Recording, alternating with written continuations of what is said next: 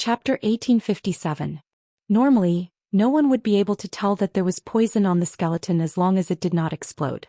However, they did not know that there were people from the Divine Gu dynasty in the Great Eastern Alliance. Shui Chuanxiao arranged the fleet, and no matter how the fleet's formation changed, there were some ships that remained the same. These ships just so happened to surround the entire fleet, and they were equipped with materials that the Divine Gu dynasty had specially developed to detect poisons. When the skeleton approached the rear of the fleet, the Jackal King walked out of the void and raised a hand, causing ripples to appear in the void. The skeleton suddenly exploded the moment it approached the rear of the fleet, and it continued to explode. The power of the explosion was not great. In the distance, several Yin Guai stared at the scene. The poison had probably erupted. However, after a while nothing happened besides the skeleton exploding. How could this be? To the right of the fleet, several void thunder beasts spat out thunderbolts towards the fleet. At the same time, flying flames spat out tricolored flames. Just as the thunderbolts and tricolored flames descended upon the fleet, the void froze and extended outwards. The Ice Empress walked out and froze the thunderbolts and flames, as well as the void thunder beasts and flying flames. Dozens of Yin Guai charged over from the left side of the fleet. They had thought that they would be able to successfully attack the fleet, but they had underestimated Shui Chuanxiao's understanding of the astral beast domain. The moment the Yin Guai appeared, they were immediately discovered. The mountain god's enormous body blocked the fleet as it viciously rammed into the Yin Guai. Su Qing tried to attack the fleet from all directions. Not only did he want to disrupt the fleet's formation, but he also wanted to force out the powerhouses of the Great Eastern Alliance.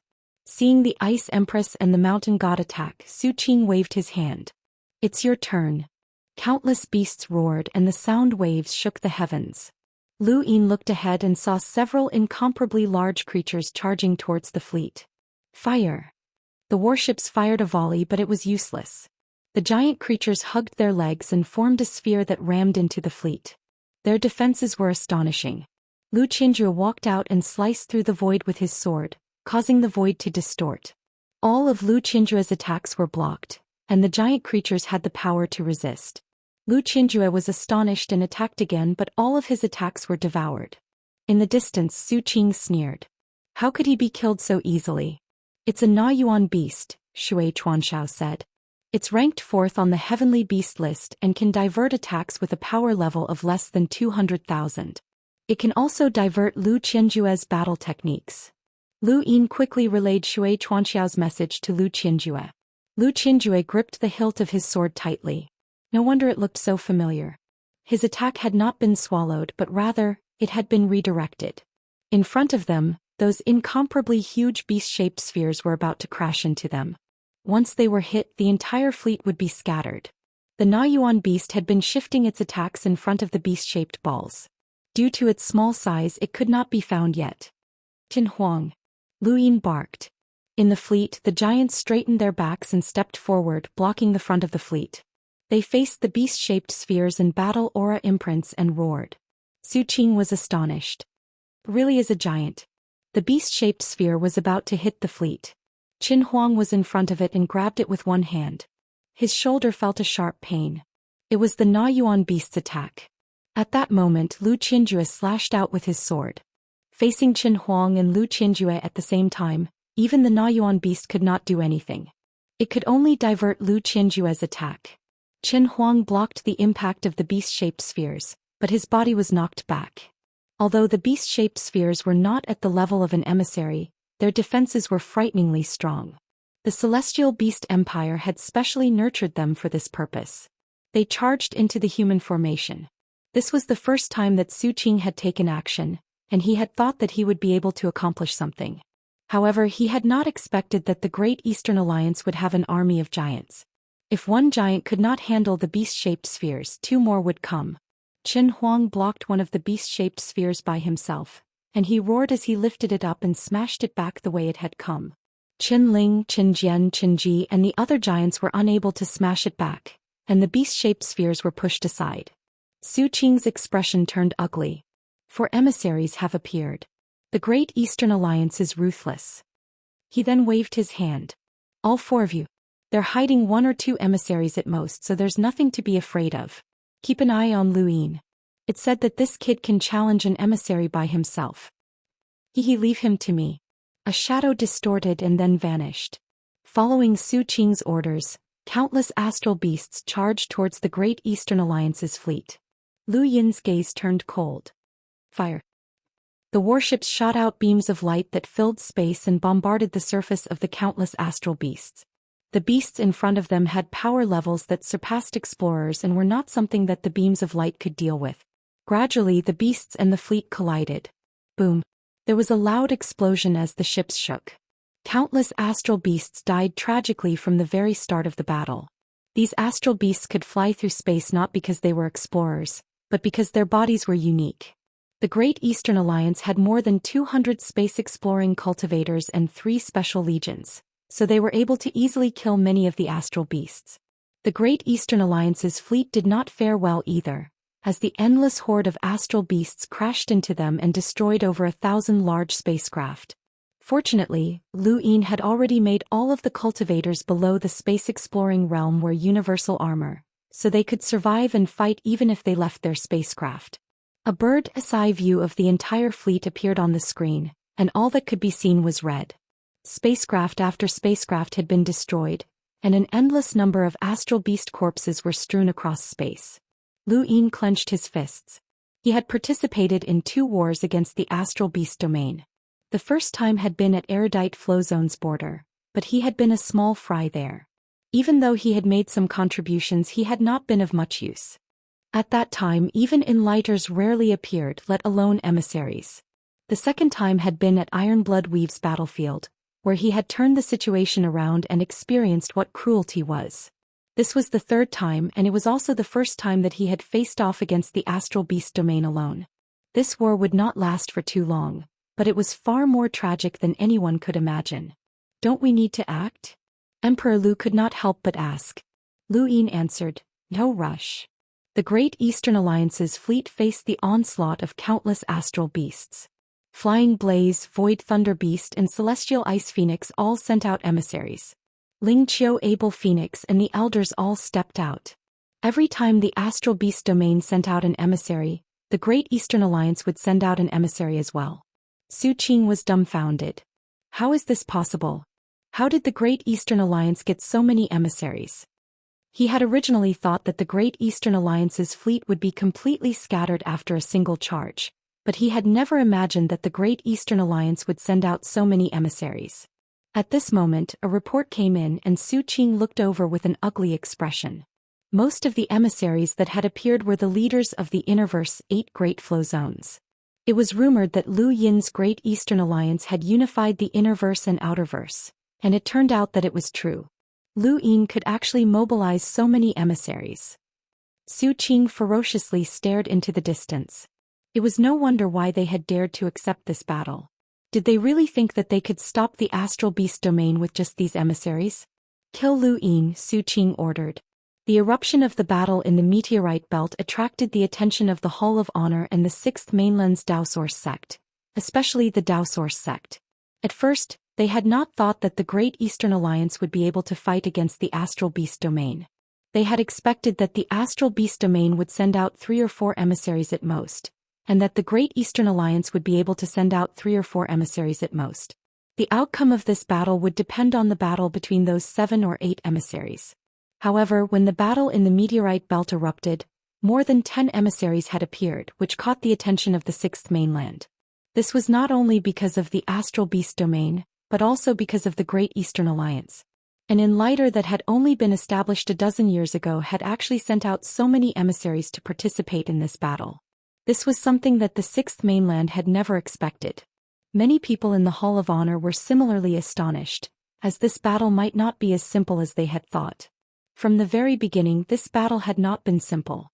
Everyone had underestimated the astral beast domain's desire to invade the human domain, and they had also underestimated Lu Yin's determination to participate in this battle. When Lu Yin learned that countless people from North Castle Weave, Eastleigh Weave and Greatwoods Weave had been massacred, the meaning of this battle changed. Now it was not just to drive away foreign enemies but also to take revenge. At the edge of the fleet in the meteorite belt, a giant beast claw appeared from the top of a warship and tore it apart. Inside the ship, two Limeters looked at each other and then attacked at the same time. Not long after, the beast that had torn apart the warship fell to the ground. However, the warship had also been scrapped. The people inside floated in space and looked into the distance as strong gales blew them away. Many people crashed into the meteorites and spat out mouthfuls of blood. Some were even killed. Battles were happening all around the meteorites, and it was a battle between astral beasts and humans. In this small region, tens of millions of human cultivators and even more astral beasts were gathered. Void wanderers were everywhere and corpses were strewn everywhere. Lu Yin stared at his screen. The red color was expanding, which meant that the fleet's losses were increasing. A guest has arrived. The second Night King looked up. Lu Yin waved a hand and the second Night King and Lu Huang retreated. The astral beast domain was still unfamiliar to Lu Yin, and no one knew what methods they had up their sleeves. If the two of them attacked here, even if they killed the astral beasts that had come here, Zhou Xian might learn of their existence. It wasn't worth it. War was a battle of resources, but it was also a battle of trump cards. The second Night King and Lu Huang were Lu Yin's trump cards, and whoever used their trump card first would be at a disadvantage. Everyone left the command center. Lu Yin clasped his hands behind his back and looked at the sky. There were rune lines everywhere. The shadow on the wall twisted, but it didn't make a single sound as it slowly approached Lu Yin. Lu Yin still didn't sense anything as he focused on the sky.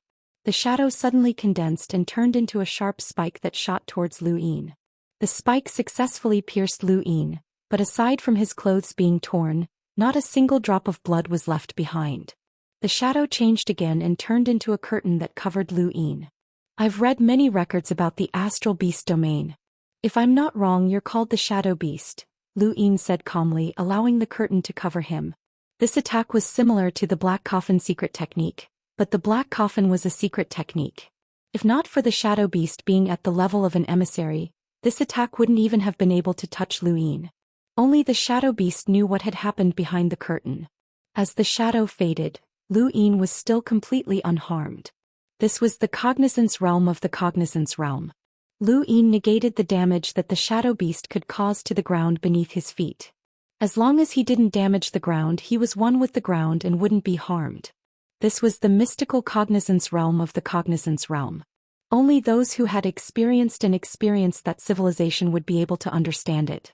Chapter 1858. The beast was shocked. Impossible. Lu Yin frowned. A mere 500,000 power level? You must have just broken through to become an emissary. You're courting death.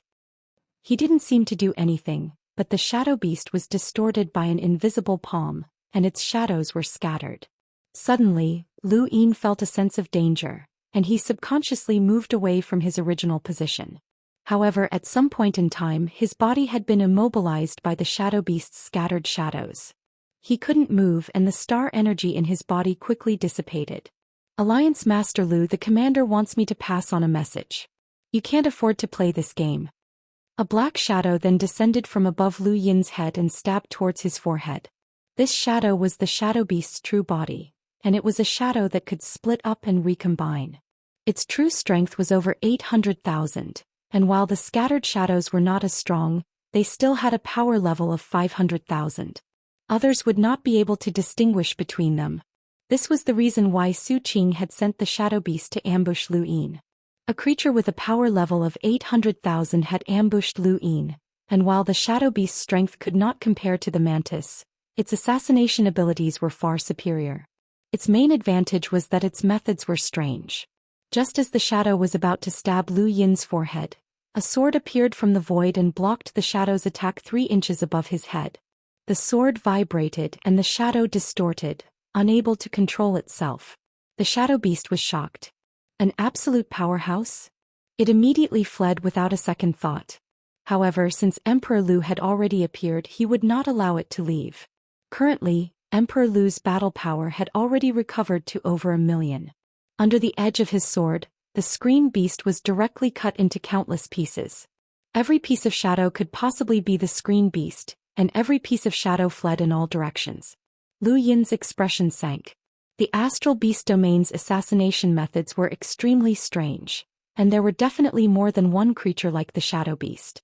If even a black hole could form, then any other strange creature could appear. He had to be more careful. Not long after, Lu Huang returned with an unsightly expression. "You didn't deal with it?" Lu Yin asked. "I don't know. The shadows that appeared in my perception were all wiped out, but I feel like it won't be that easy to deal with." "Don't overthink it. I've already been exposed. Should I make a move?" Lu Yin looked into the distance. "Make a move and eliminate those powerful astral beasts as quickly as possible." Lu Huang's body vanished. Since he had already been exposed, there was no need to hide anymore.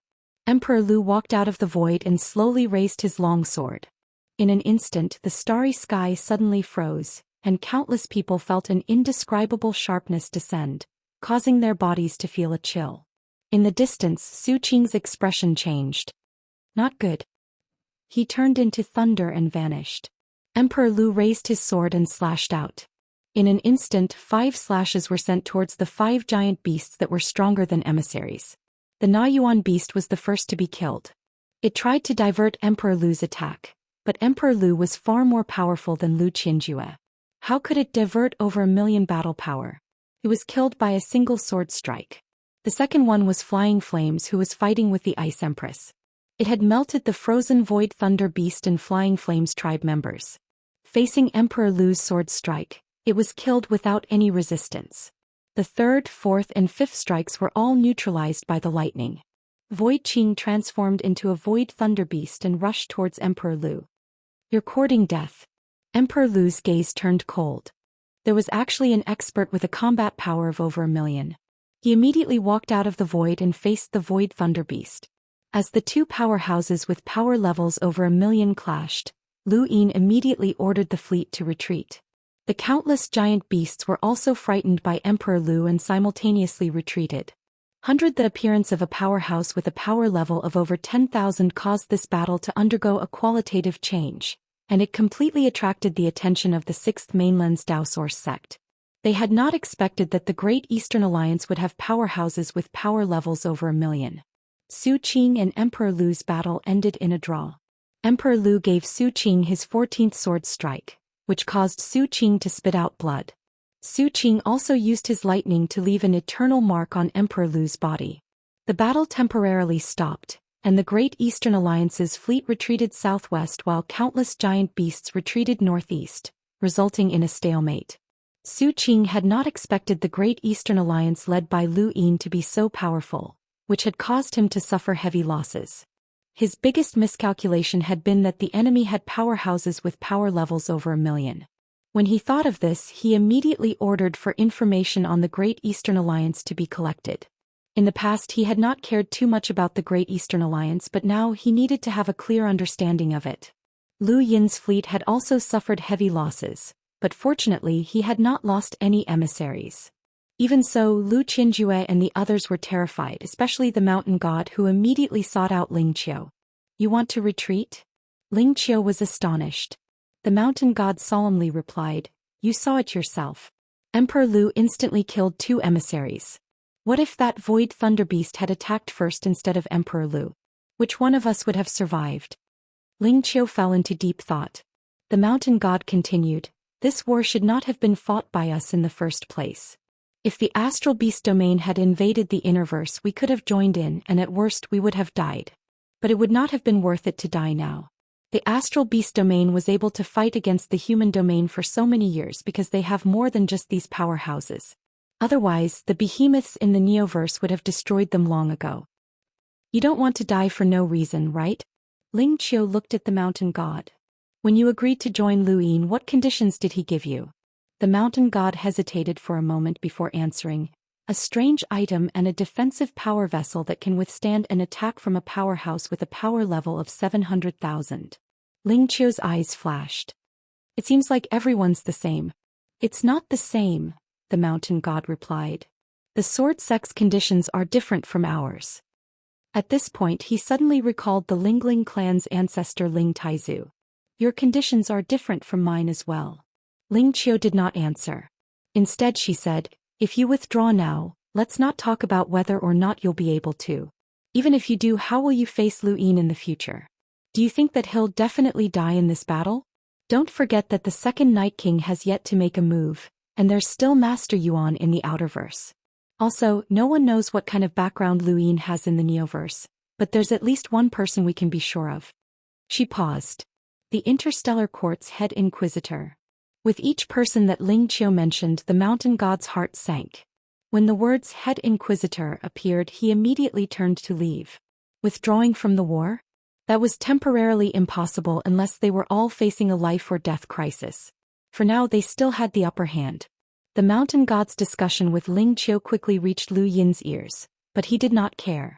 These people had not been willing to fight in the first place, so it was normal for them to want to leave. It also depended on whether or not they had the courage to do so. Shui Chuanxiao appeared on the screen with a solemn expression. We've suffered heavy losses in this battle. 1. 22 million cultivators below the explorer realm have died, 263 explorers have died, 99 cruisers have died, 35 hunters have died, and 18 enlighters have died. This includes the 3 special armies, especially those above the explorer realm. The 3 special armies have suffered the most casualties, and the Lu Xuanjuan's explorer realm androids have suffered relatively large losses. We've also lost 12,000 ordinary large spacecraft and 725 warships. Lu Yin quietly listened to Shui Chuanxiao's report, and he had a rough idea of the situation. He compared it to the battle at Iron Bloodweave, and there was no comparison at all. Back then, Iron Bloodweave had not suffered many enlighters, as there had not been many enlighters in each stronghold. At that time, enlighters had already been considered the peak of power, but for this battle the Great Eastern Alliance had sent over 100 enlighters. What did it mean to have over 100 enlighters? That was enough to sweep through the innerverse and outerverse. If they had suffered such heavy losses, then the astral beast domain's losses would only be greater. They had lost 2 envoy-level astral beasts, and if the shadow beast died as well, that would be 3. This loss far exceeded the Great Eastern Alliance's. This was war, not child's play, and the average person could not afford to participate in it. Lu Yin's calculations had been correct. Su Qing's face was ashen, and the losses of astral beasts could be ignored. Some astral beasts reproduced much faster than humans, such as the Void Wanderers. In this battle alone they had lost over 10 million Void Wanderers. Su Qing did not care about that, but the most important thing was that they had lost 2 envoy-level astral beasts. It's a good thing that you came back. If we lost you as well, then I wouldn't know how to explain it to the Emperor, Su Qing said in a low voice as he looked at the shadow on the ground. The shadow beast's voice was weak. I almost couldn't make it back. Su Qing, you made the biggest mistake in this battle. You didn't understand the Great Eastern Alliance's intelligence and started a war without permission. I will definitely explain this to the Emperor. Su Qing fell silent, and a complicated expression appeared on his face as he looked towards the southwest. I've experienced too many wars in my life, and even the war with the 6th mainland wasn't as humiliating as this. The 6th mainland can crush us with their strength, but they can't scheme against us. The Great Eastern Alliance has indeed underestimated them.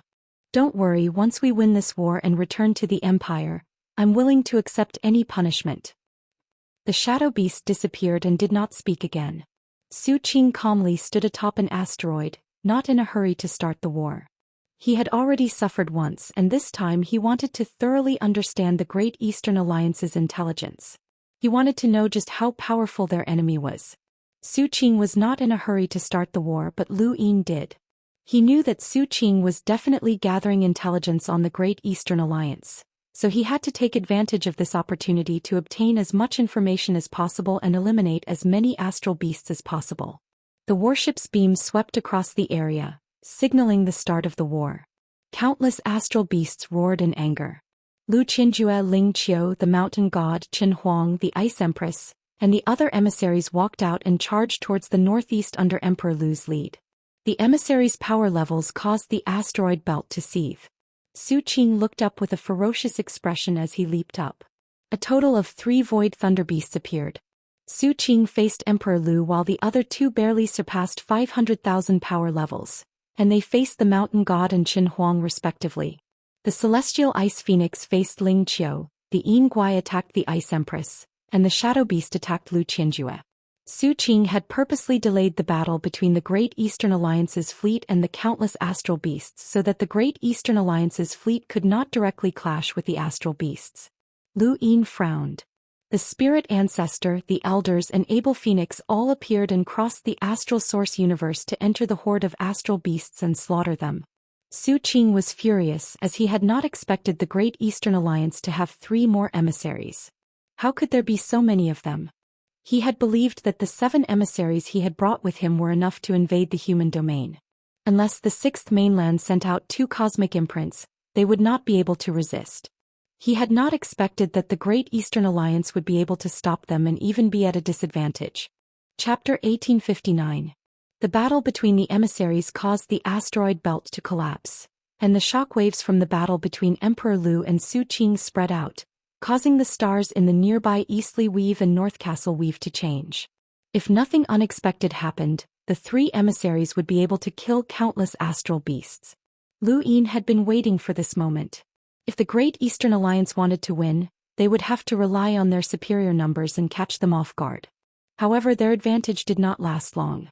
An unpleasant shriek filled the heavens and shattered the asteroids. Everyone who was fighting stopped and covered their ears. Emperor Lu was no exception. Ripples appeared in outer space as the sound waves surged like a tsunami. Everyone felt like they were hallucinating as they saw a giant heavenly demon crushing down on them. It had become their master and was about to brand itself into their souls. Even Lu Qinjue, Emperor Lu and Emperor Lu found it difficult to withstand this terrifying spiritual force. Lu Yin gripped the console tightly and recited the primogenitor's scripture, but it was like a stubborn rock that was holding on.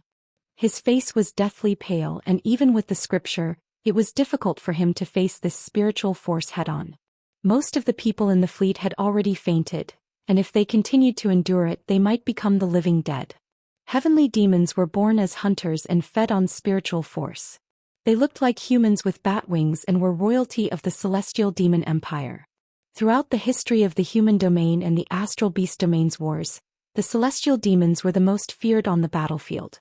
Their unparalleled spiritual force made them the most powerful killers in human history. The second Night King walked out with a cold gaze. He released his spiritual force and stared into the distance. The 2 spiritual forces collided, causing a physical explosion that was like thunder, a tsunami and a collapse of the stars. Spacecraft shattered one after another as cultivators fainted one after another. Even the astral beasts wailed as they fainted. This spiritual force collision lasted for 10 breaths of time before ending with the heavenly demon's defeat. Even though the heavenly demon had been defeated, the second Night King did not have it easy either. The Day-Night clan specialized in spiritual force, but they had no advantage over the heavenly demons who fed on spiritual force. If not for the second Night King's power level surpassing the heavenly demons, the outcome would have been uncertain. Retreat immediately. Lu Yin barked and the fleet hurriedly retreated southwest. Lu Qinjue and the rest immediately returned, but Emperor Lu, Phoenix and Elder Lu were unable to retreat. They had charged into the astral beasts and slaughtered them before finally being captured. Zhou Xian had miscalculated Lu Yin and Lu Yin had miscalculated the celestial Fei Empire. He had never expected that the heavenly Yao would be able to endure Lu Huang's ambush and allow the 2 envoy-level astral beasts to be killed without making a move. He had guessed that the astral beast domain must have hidden powerhouses, which was why he had specifically asked Ling Taizu to make a move. He wanted to use Ling Taizu's strength to force out the hidden powerhouses so that the second Night King could provide support. Even if the astral beast domain had a power level of 1,000,000, he would not be afraid. However, no matter how much he calculated, he did not expect that the other party was actually hiding a heaven demon that was skilled in essence, energy and spirit. Spirit Taizu and the other 2 did not even have time to resist before they were knocked unconscious by the essence, energy and spirit. The fleet had retreated, but the fall of Spirit Taizu and the other 2 could be considered a great defeat. If these 3 emissaries died, the Great Eastern Alliance's losses would surpass the astral beast domains. Lu Yin's expression turned ugly and Ling Qiu immediately rushed over. Lu Yin, what about my great-grandfather? Lu Yin fell silent. Ling Qiu angrily shouted, I'm asking you a question, Lu Yin. Lu Yin looked up and replied in a low voice. He was only captured. He's not dead yet. Into the hands of those beasts. Immediately start the battle and save him. Ling Qiu anxiously said as she glared at Lu Yin. Lu Yin met her gaze. Even if we start the battle, we won't be able to save them. I'm even more anxious than you are. Ling Qiu gritted her teeth and her eyes were filled with fury. We joined the battle because of you. If my great-grandfather dies, then my Lingling clan will not let this matter rest. Lu Yin turned to look towards the northeast. It wasn't just Spirit Taizu, Abel Phoenix who represented the Phoenix clan, and the elders from the Sea King's Dome were all very important. This battle was getting more and more urgent. Lu Yin had thought that with the second Night King overseeing things, there would be nothing to worry about. He had even allowed Spirit Taizu and the others to charge into the enemy's formation. Shui Chuanxiao's screen appeared. Alliance Master, quickly weigh the pros and cons. The other party will contact you soon, and they will use the 3 fallen emissaries as a condition. Think clearly about the bottom line that you can accept. When Ling Qiu heard this, she angrily retorted, "What bottom line? There's no bottom line. We must get my great-grandfather back." Shui Chuanxiao's voice was calm. It's not suitable for this woman to appear. Ling Qiu was furious. What did you say? Lu Yin frowned and stared at Ling Qiu. I'm in charge here. You didn't join the battle to protect the Outerverse, but purely because the benefits I offered were great enough. Since you joined the battle, there will be casualties.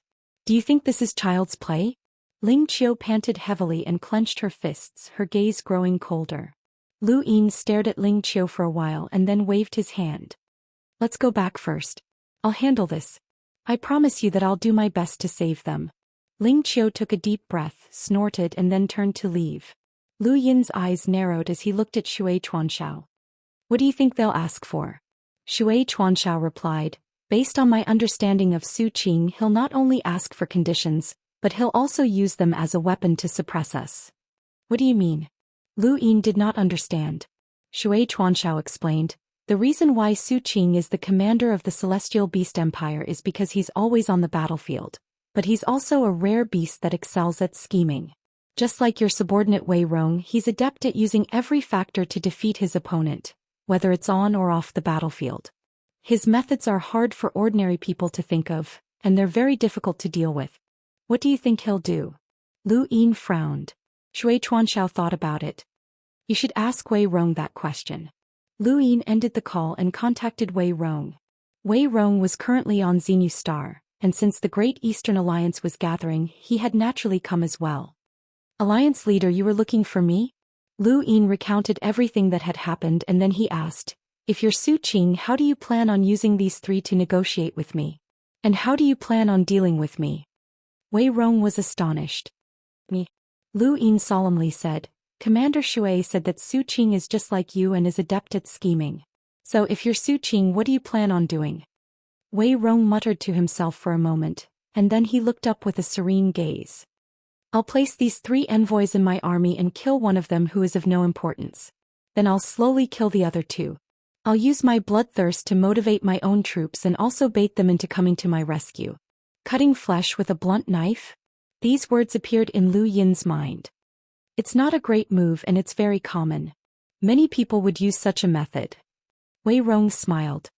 Yes, it's very common. So I'll send the video of Ancestor Ling's torture to the human domain's Innerverse and send it to the Lingling clan. Then I'll send it to many people and create false information that the Great Eastern Alliance will not save them. This will incite the Lingling clan's dissatisfaction with the Great Eastern Alliance. And I'll also spread the word that this is the Great Eastern Alliance's method of eliminating internal instability. Think about it. The Great Eastern Alliance has unified the Innerverse, but the envoys from the 8 Great Flow Zones far outnumber the Great Eastern Alliance itself. This is an unstable factor, so why would the Great Eastern Alliance be so anxious to participate in the war against the Astral Beast domain? Is it because they want to use this opportunity to exhaust the 8 Great Flow Zones' power? What does the Astral Beast domain's invasion of the Outerverse have to do with the Great Eastern Alliance? Why would the Innerverse go out to fight? Why would they sacrifice their own ancestor? Most cultivators are ruthless and always think about themselves. To put it bluntly, they are selfish. Who would believe that the Great Eastern Alliance would take the initiative to participate in this war for the sake of the commoners in the Eastern Weaves?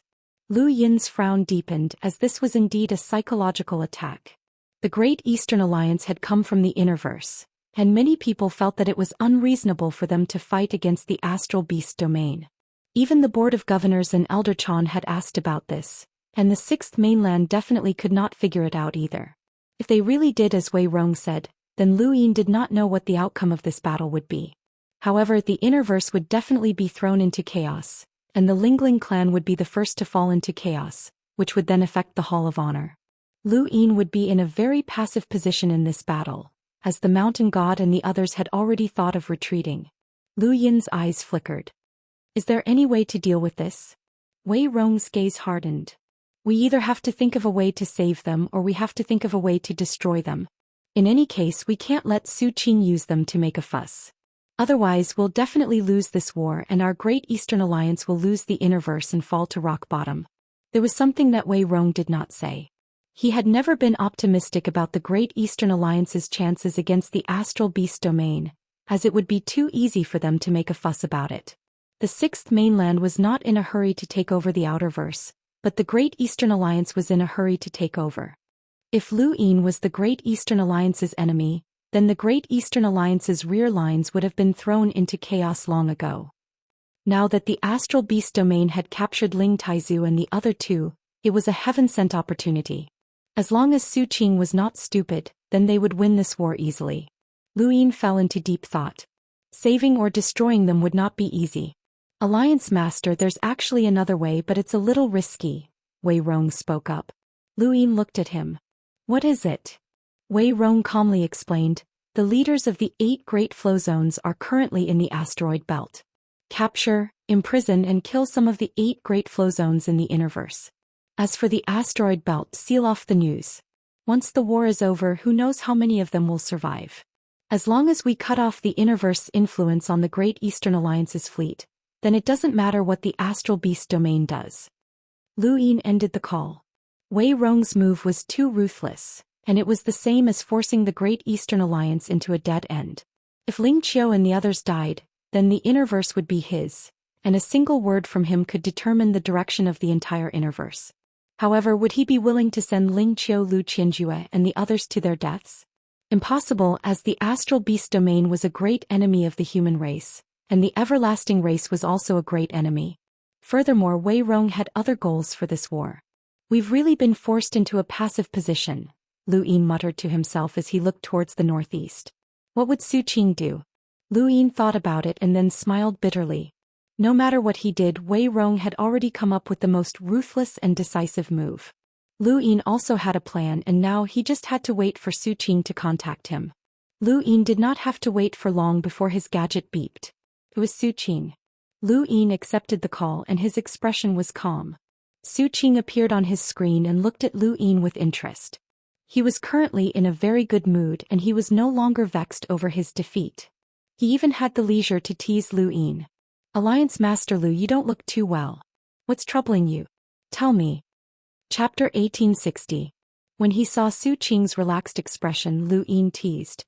Commander Su Qing, you probably don't know about the appearance of the Celestial Beast bloodline. It seems like the Celestial Beast Empire doesn't trust you that much. Lu Yin decided to make things difficult for Su Qing. Su Qing was taken aback, but then he laughed. Alliance Master Lu, you're really interesting. You're still in the mood to play mind games in this situation? I might as well tell you that before we set out, the Beast Emperor already said that there would be experts following us in secret. I really didn't expect them to be from the Celestial Beast bloodline, but this is a pleasant surprise, isn't it? Lu Yin calmly replied, if you say so, then so be it. So what does Commander Su Qing want from me? Su Qing casually replied, nothing much. I just wanted to ask if you still want those 3 emissaries. I have quite a few subordinates who like to eat meat and they especially like emissaries. Of course. State your conditions, Lu Yin said directly. Su Qing was astonished. Alliance Master Lu is very direct. Alright, I'll state my conditions, but not like this. I want you to come to me and I'll state them in person. Lu Yin's gaze turned cold. What do you mean? Su Qing's lips curled up. I want Alliance Master Lu to come to me alone and I'll state my conditions. Alliance Master Lu, do you dare? Don't worry, I'll guarantee your safety. When 2 armies fight, the emissaries are not to be killed. I'll strictly abide by this rule. Lu Yin stared at Su Qing as Shui Chuanxiao's words surfaced in his mind. Su Qing was adept at scheming, and whether it was on or off the battlefield, he was even more adept at suppressing his enemies. This condition was clearly meant to suppress Lu Yin. Wei Rong had used the most vicious method, but Su Qing was even more vicious. He didn't even forget to suppress Lu Yin with his conditions. It all depended on whether Lu Yin dared to go or not. If Lu Yin didn't dare, then he would be suppressed by Su Qing in future battles. Su Qing had taken the initiative with Spirit Taizu and the others, and now he wanted to take the initiative even more. Lu Yin was the Great Eastern Alliance's alliance master, so if he was suppressed, what would he do? Su Qing was even more ruthless than Wei Rong, who was still too young. Lu Yin met Su Qing's gaze and he said, "All right, I'll go." Su Qing's eyes widened and he praised Lu Yin. "Alliance Master Lu, you're truly heroic. I'll wait for you." He then ended the call. Behind him, the second Night King was astonished. "You're going?" "I can't not go." The second Night King's eyes flickered. "You'll be facing those beasts. They're not humans and they don't follow the rules. Are you sure you want to go?" Lu Yin looked into the distance. "If I don't go, then my position as Alliance Master will end. No one will trust someone who doesn't even dare to listen to their conditions." He then looked at the second Night King and smiled. "Actually, I'd rather you go in my place." The second Night King did not mind. "It doesn't matter. I can kill my way out of there. Even if that heavenly demon is there." Lu Yin asked. The second Night King confidently replied, "That heavenly demon won't be able to stop me." "All right, that's what I've been waiting for." The second Night King did not understand. Lu Yin stared at him. "If I die this time, you'll die as well." The second Night King's pupils shrank, and an intense killing intent flashed in the depths of his eyes. "You want me to die with you? The only way to break out of this situation is to save Ling Taizu and the others. I need you to help, but I'm afraid that you won't do your best. You said it yourself that the heavenly demon won't be able to stop you, so you're the only one who can help me return safely. Come, if I can't get out, then it means that you don't want me to return. In that case, I'll drag you down with me." The second Night King's face twitched. Lu Yin was actually waiting for him here. "What do you want to do?" Lu Yin looked towards the northeast. "I'll risk it all." Lu Yin had told Ling Qiu that war was not child's play. Even though he had a deep understanding of war, he had never imagined that there would be a day when he would be alone in the midst of billions of beasts. He was like a lamb waiting to be slaughtered in the face of these ferocious beasts. Within the fleet, Ling Qiu had a complicated expression. She had not expected Lu Yin to be willing to do such a thing. Not everyone had the courage to enter enemy territory. Regardless of whether or not Ling Taizu could be saved, she would not hold a grudge against Lu Yin. She had seen Lu Yin's back and it was resolute and bleak. Lu Yin stepped through the void alone and headed towards the countless beasts in the northeast. Behind him, the members of the Great Eastern Alliance looked at him with complicated gazes. Regardless of why he had joined the Great Eastern Alliance in the past, Lu Yin had now gained everyone's respect. The distance between the first beast and Su Qing was very far. Lu Yin did not know if Su Qing had done this on purpose, but the beasts blocking Lu Yin's path were all enormous beasts. Some of them even had their limbs spread apart, and if Lu Yin wanted to pass through, he would have to pass under them. This was an insult. Lu Yin looked up, feeling a sense of familiarity. This was not his first time passing through enemy territory. In the technocracy, he had entered the Lost Voyager army and encountered many hostile forces, but so what? He had still managed to make it here. In front of him, a beast roared and let out a threatening roar. It stomped on the ground and crushed a meteorite. Human pass through. All around him, countless beasts roared, "Pass through, human. Pass through." Lu Yin calmly looked at the beasts in front of him. They were merely enlighters, but he still approached them step by step.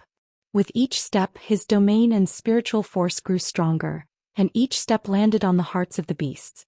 In particular, the beast in front of him gradually revealed a look of shock before its body was pressed down by an invisible force. A hurricane howled and swept out in all directions. The surrounding beasts were pushed aside by the invisible force, and only the two void thunder beasts remained. They blocked Lu Yin's path and stared at him. Lu Yin stepped on the beast's body and slowly approached the two void thunder beasts.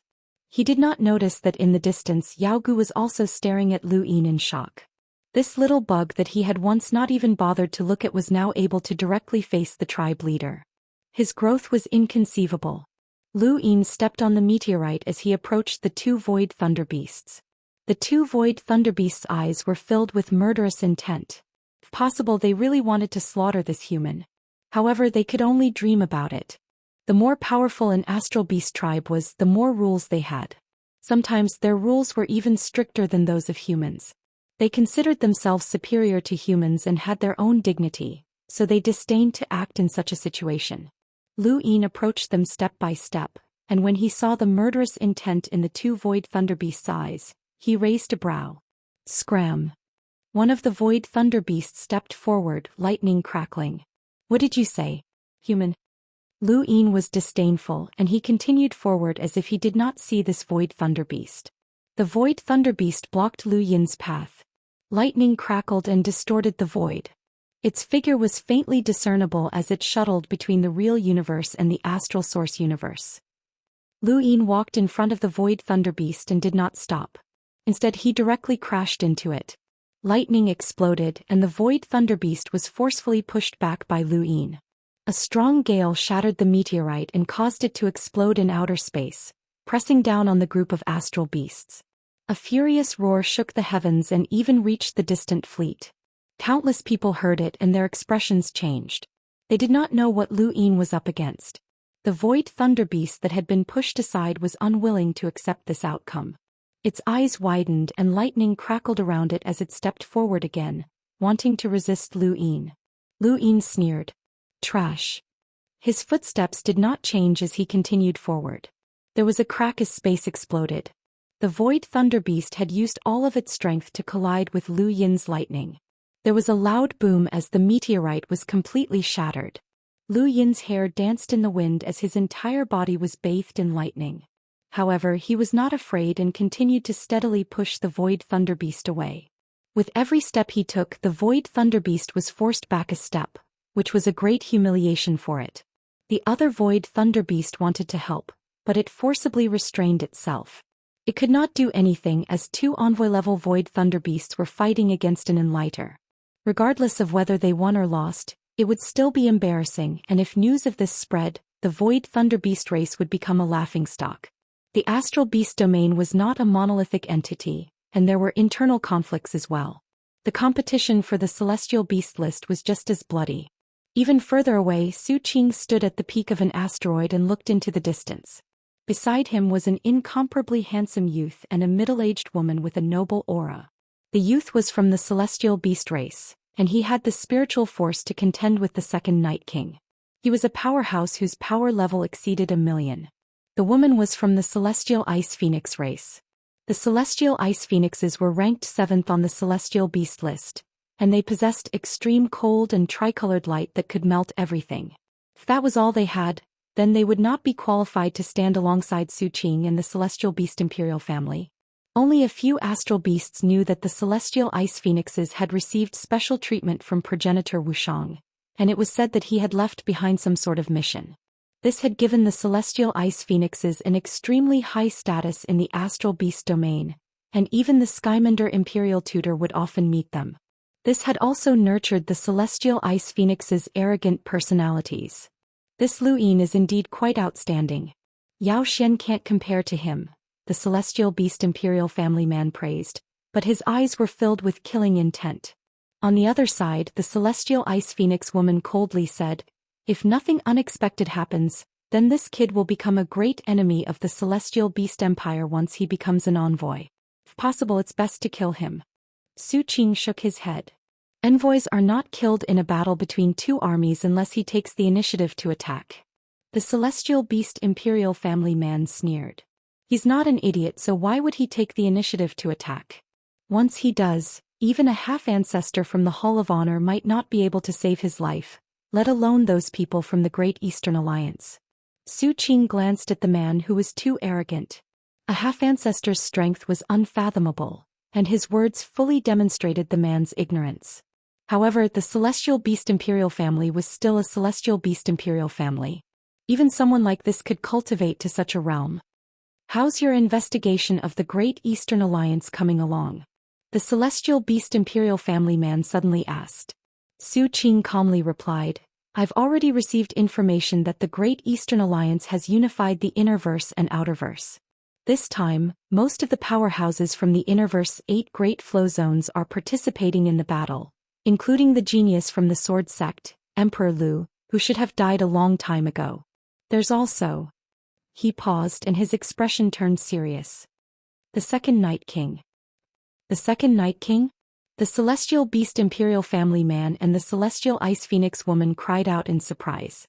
The Day-Night clan was famous throughout the universe, so they knew what the Second Night King's name signified. The Celestial Beast Imperial family man sneered. No wonder he was able to block my spiritual force. So it's the Second Night King. That old thing isn't dead yet? Chapter 1861. Not only did he not die, but he's also much stronger than before. The Second Night King definitely wouldn't have been a match for us, Su Qing said. The Celestial Beast frowned. This battlefield will be his burial ground. In the distance the lightning dissipated. The Void Thunderbeast had not been able to stop Lu Yin in the end, and it had not even been able to slow him down.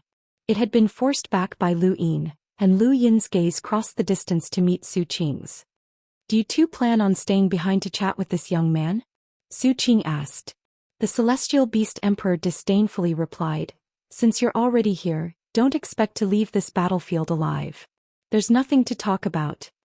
He then left. The Celestial Ice Phoenix did not leave. Su Qing did not chase them away either, and he quietly stood at the peak of Meteorite Mountain, waiting for Lu Yin to arrive. After passing by the two Void Thunder Beasts, there were no longer any giant beasts blocking his path. Lu Yin lightly tapped his foot and instantly crossed the void, appearing at the foot of Meteorite Mountain. He looked up and saw Su Qing looking down at him. At that moment the Meteorite Mountain cracked open and then shattered. Su Qing and the Celestial Ice Phoenix descended, stepping on the shattered rocks as they faced Lu Yin. Commander Su Qing, we finally meet. Lu Yin smiled. It was impossible to tell that he was in enemy territory and had come with a goal in mind. Su Qing sized Lu Yin up and sighed. You're definitely worthy of being called a paragon among the younger generation. Times changed too quickly and old folks like us were overtaken before we could even react. Commander, you're too polite. No matter how quickly times change, powerhouses will never be eliminated, let alone someone like you. Lu Yin was unusually humble. The Celestial Ice Phoenix kept looking at Lu Yin with bright eyes, but no one knew what she was thinking. Lu Yin looked at her. And this is... Su Qing introduced. This is Feng Lin of the Celestial Ice Phoenix clan. Alliance leader Lu, I've heard a lot about you, Feng Lin calmly said. Lu Yin and Feng Lin looked at each other. He remembered that she was the one who had blocked Ling Qiu during the previous battle. She was very strong to be able to fight against Ling Qiu. So you're a senior from the Celestial Ice Phoenix clan. Greetings. Feng Lin's eyes lit up. Alliance Master Lu, this isn't the first time you've come into contact with my Celestial Ice Phoenix clan, right? Lu Yin smiled and nodded. During the Tournament of the Strongest, I battled against Feng Jiu in the Sovereign Battle. I've seen Feng Lu's heroism and I have to say that the Celestial Ice Phoenix clan is filled with geniuses. There are no weaklings among them. Feng Lin raised his head. I agree. Lu Yin's smile did not change. The Celestial Foothill Ice Phoenix clan was famous for their arrogance, so he would not be surprised by any of her answers. But compared to you, Alliance Master Lu, I'm still far inferior, Feng Lin suddenly said. Lu Yin had wanted to be polite, but Feng Lin's next words surprised him. Can you let the monkey out? I want to talk to it. Su Qing frowned. This was a battlefield and it was also his home ground to suppress Lu Yin. This was not a place for Feng Lin to chat. He wanted to interrupt, but when he saw Feng Lin's expression he decided against it. Perhaps this matter was very important to the Celestial Ice Phoenix clan. Su Qing's guess was correct, as the monkey was indeed very important to the Celestial Ice Phoenix clan. They had not paid much attention to the monkey at first, as it was just a mere academy master of the spiritual academy. Aside from Feng Jiu, who was familiar with the monkey, the rest of the Celestial Ice Phoenix clan had nothing to do with it. However, after the monkey had been captured, Imperial Tutor Bu Tian had found them and told them some secrets. Only then had they realized that the monkey had an inexplicable relationship with them that involved progenitor Wuxiang. Even though they did not know the details since it was related to progenitor Wuxiang, they could not ignore it. The sovereign battle. Imperial tutor Bu Tian had instructed Zhou Xian and the other participants to capture the monkey, but they had failed. This time Feng Lin had participated in this battle with the intention of capturing the monkey. They still did not know that the monkey had been taken away by the witch spirit, and Lu Yin had not mentioned it. The monkey? What do you want to talk to it about? Lu Yin was curious. Feng Lin's expression did not change. Feng Jiao and the monkey were classmates and she asked me to ask it some questions. Lu Yin was amused. Feng Jiao was indeed familiar with the monkey, so this reason made sense. The monkey is treacherous. If Senior has any questions, just ask me directly and I'll ask the monkey instead. Feng Lin frowned. Alliance Master Lu, I hope that you can give me some face and chat with the monkey. Don't worry, in a war between two armies, I won't act against you unless I kill the envoys. Lu Yin shrugged. I'm sorry, Senior, but the monkey isn't with me. Feng Lin was stunned. Not with you. Lu Yin seriously explained. I locked it up in a place that no one else knows about except for me. That guy is like an old pedant and he's always been able to learn something from it. I have a feeling that it's hiding a very deep secret, so I don't tell anyone. Every once in a while I'll torture it and ask it some questions. Only an idiot would believe him. Su Qing looked at Feng Lin, who was filled with anger. She obviously did not believe him either. The only reason the Celestial Ice Phoenixes cared about the monkey was because Imperial Tutor Bu Tian had mentioned progenitor Wuxiang. How could Lu Yin care about the monkey? The monkey was not stupid and it would not tell Lu Yin about progenitor Wuxiang. Aside from progenitor Wuxiang, the monkey had not even been an explorer when he had been captured. What did he have to attract Lu Yin's interest? He was clearly lying through his teeth. It seems like Alliance Master Lu doesn't care about my Celestial Ice Phoenix clan's reputation at all. Feng Lin's tone turned cold. Lu Yin blinked. Senior, are you planning to attack me? He then looked at Su Qing. Commander, we haven't talked yet.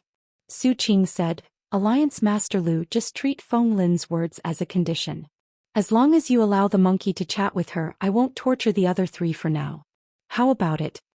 Feng Lin suddenly said, as long as you give the monkey to me, you can choose one of the three. Su Qing was furious and he glared at Feng Lin. What nonsense are you spouting? Feng Lin looked at Su Qing calmly. My Celestial Ice Phoenix clan will give you an explanation for this matter. Promise me. Su Qing frowned. This is related to war and it's no small matter. I know. Promise me and I promise to give you an explanation that you'll be satisfied with, Feng Lin said seriously. Su Qing's eyes narrowed, but he still did not agree. Lu Yin did not believe that Su Qing would agree so easily. If Su Qing really was the same type of person as Wei Rong, then not only would he be able to win the war with the three emissaries as a restriction, but he would also be able to do much more. He would be able to throw the Innerverse into chaos, and the results of the war were too important to the Astral Beast domain. How could he give up on the monkey? However, Lu Yin had still underestimated the Celestial Ice Phoenix clan's status in the Astral Beast domain. Perhaps Feng Lin had secretly told Su Qing something, but Su Qing's expression changed, and he finally gritted his teeth and looked at Lu Yin. Give the monkey to Feng Lin, and I'll give you one of the two emissaries aside from Ancestor Ling. Lu Yin was astonished, but then he smiled. All three. Su Qing was furious. You're joking. Feng Lin frowned and stared at Lu Yin. Alliance Master Lu, this is the bottom line that we can accept. You've made a huge profit by exchanging a worthless monkey for an emissary. I can tell you that the reason I'm exchanging the monkey is because Feng Jiao misses him. He can be considered Feng Jiao's lover, and without him Feng Jiao's cultivation will stagnate. Our Celestial Ice Phoenix clan doesn't have many clansmen, and we don't want anything to happen to Feng Jiao. However, don't think that you can use this to randomly quote a price. Otherwise, let alone a monkey, even Feng Jiao herself will be sacrificed here. Lu Yin looked at Feng Lin in admiration as she was able to lie through her teeth. This woman was even better than him, and she had even said that he was Feng Jiao's lover. She had even made up a love story to trick him. If it weren't for the fact that Skyminder Imperial Tutor valued the monkey and that he knew about the monkey's relationship with Feng Jiao, Lu Yin might have actually believed her. He hadn't expected that this woman would be so similar to Kue Luo, and she was even spouting nonsense with a straight face. Feng Lin's expression was very serious, and she spoke as if she were telling the truth. Lu Yin felt helpless. Someone else's love has nothing to do with me. In any case, you can either give me all three or forget about it. What's the point of bringing one back? Won't the other two clans cause a ruckus? Su Qing's gaze turned cold as this was his goal as well. He had agreed to Feng Lin's request not only because he wanted to give face to the Celestial Ice Phoenix clan, but also because he wanted to use this opportunity to incite Lu Yin. These three emissaries all had powers backing them, and if he took one away, the other two would definitely hate Lu Yin. Combined with his next move, he would be able to topple the Great Eastern Alliance, but this brat hadn't taken the bait. Feng Lin also reacted and she glanced at Su Qing. Indeed, she had thought that this guy would give face to the Celestial Ice Phoenix clan, but she hadn't expected him to turn around and dig a hole for Lu Yin. These people were too scheming. Alliance Master Lu, this is a matter of war and I don't have the authority to make any decisions. You can raise any conditions you want as long as my Celestial Ice Phoenix clan can fulfill them. I just hope that you can hand the monkey over to me so that I can hand him over to that poor girl Feng Jiu. Feng Lin's tone softened as she spoke helplessly. Lu Yin pursed his lips as this woman knew how to act. I don't have any other requests. I just want to take the three emissaries with me. Feng Lin was furious and he wouldn't listen to her no matter what she said. She wanted to say something else, but Su Qing raised a hand. Leave first. I want to speak with Alliance Master Lu alone. Feng Lin looked at Su Qing. Su Qing's tone brooked no argument. Leave first. He could give the Celestial Ice Phoenix clan some face by allowing Feng Lin to negotiate with Lu Yin for so long.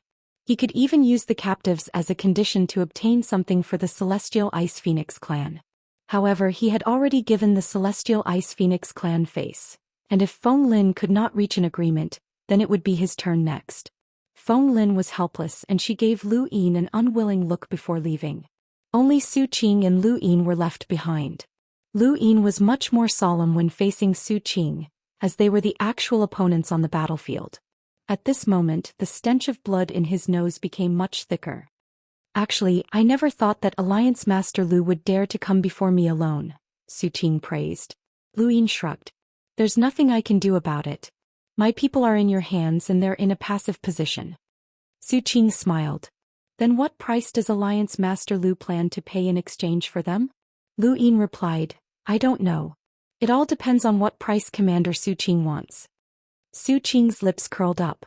Alliance Master Lu, do you know how valuable they are in my hands? Lu Yin shook his head. Only by understanding their value can the price be paid. I can tell you this, Alliance Master Lu. Su Qing's eyes narrowed. I'll use these three emissaries as bait. Not only will I lure your Great Eastern Alliance to rescue them, but I'll also spread the news of their capture to the entire Fifth Mainland, especially the Innerverse. I wonder how Alliance Master Lu will explain this to the Innerverse. Why did you come to the Outerverse to participate in the war against the Astral Beast domain? This was originally the Sixth Mainland's matter, so why were the emissaries of the Lingling clan and the Phoenix family captured instead of the others? Why do you still want to go to war? Do you not care about their lives? How do you plan to explain these questions? Chapter 1862. When he heard Su Qing's words, Lu Yin realized that it was just as Wei Rong had said. He pretended to be shocked, but his eyes narrowed as he gritted his teeth. Commander Su Qing, I respect you as a senior, but you are always open and aboveboard on the battlefield. How can you use such despicable methods? Su Qing shook his head and smiled. There are no methods or rules in war. Winning is the most important rule, isn't it? Lu Yin clenched his fists and stared at Su Qing, his face pale. Despicable. Su Qing laughed. I heard that Shui Chuanshao is in the Great Eastern Alliance. Did he tell you anything about me? Lu Yin lowered his voice. Yes, Commander Shui said that you're capable and resourceful whether it's on or off the battlefield. I never thought that you would be so despicable. I thought that you were the same type of person as Commander Shui. Su Qing sneered. We are the same type of person. Don't tell me that you don't know how the human domains network is connected. Shui Chuanshao is more ruthless than I am, and he gave up half of the endless weaves in exchange for the entire human domains network. If not for that, we would have already occupied half of the outerverse when the sixth mainland invaded. In the end, Shui Chuanxiao is more ruthless than I am. I can't do such a thing.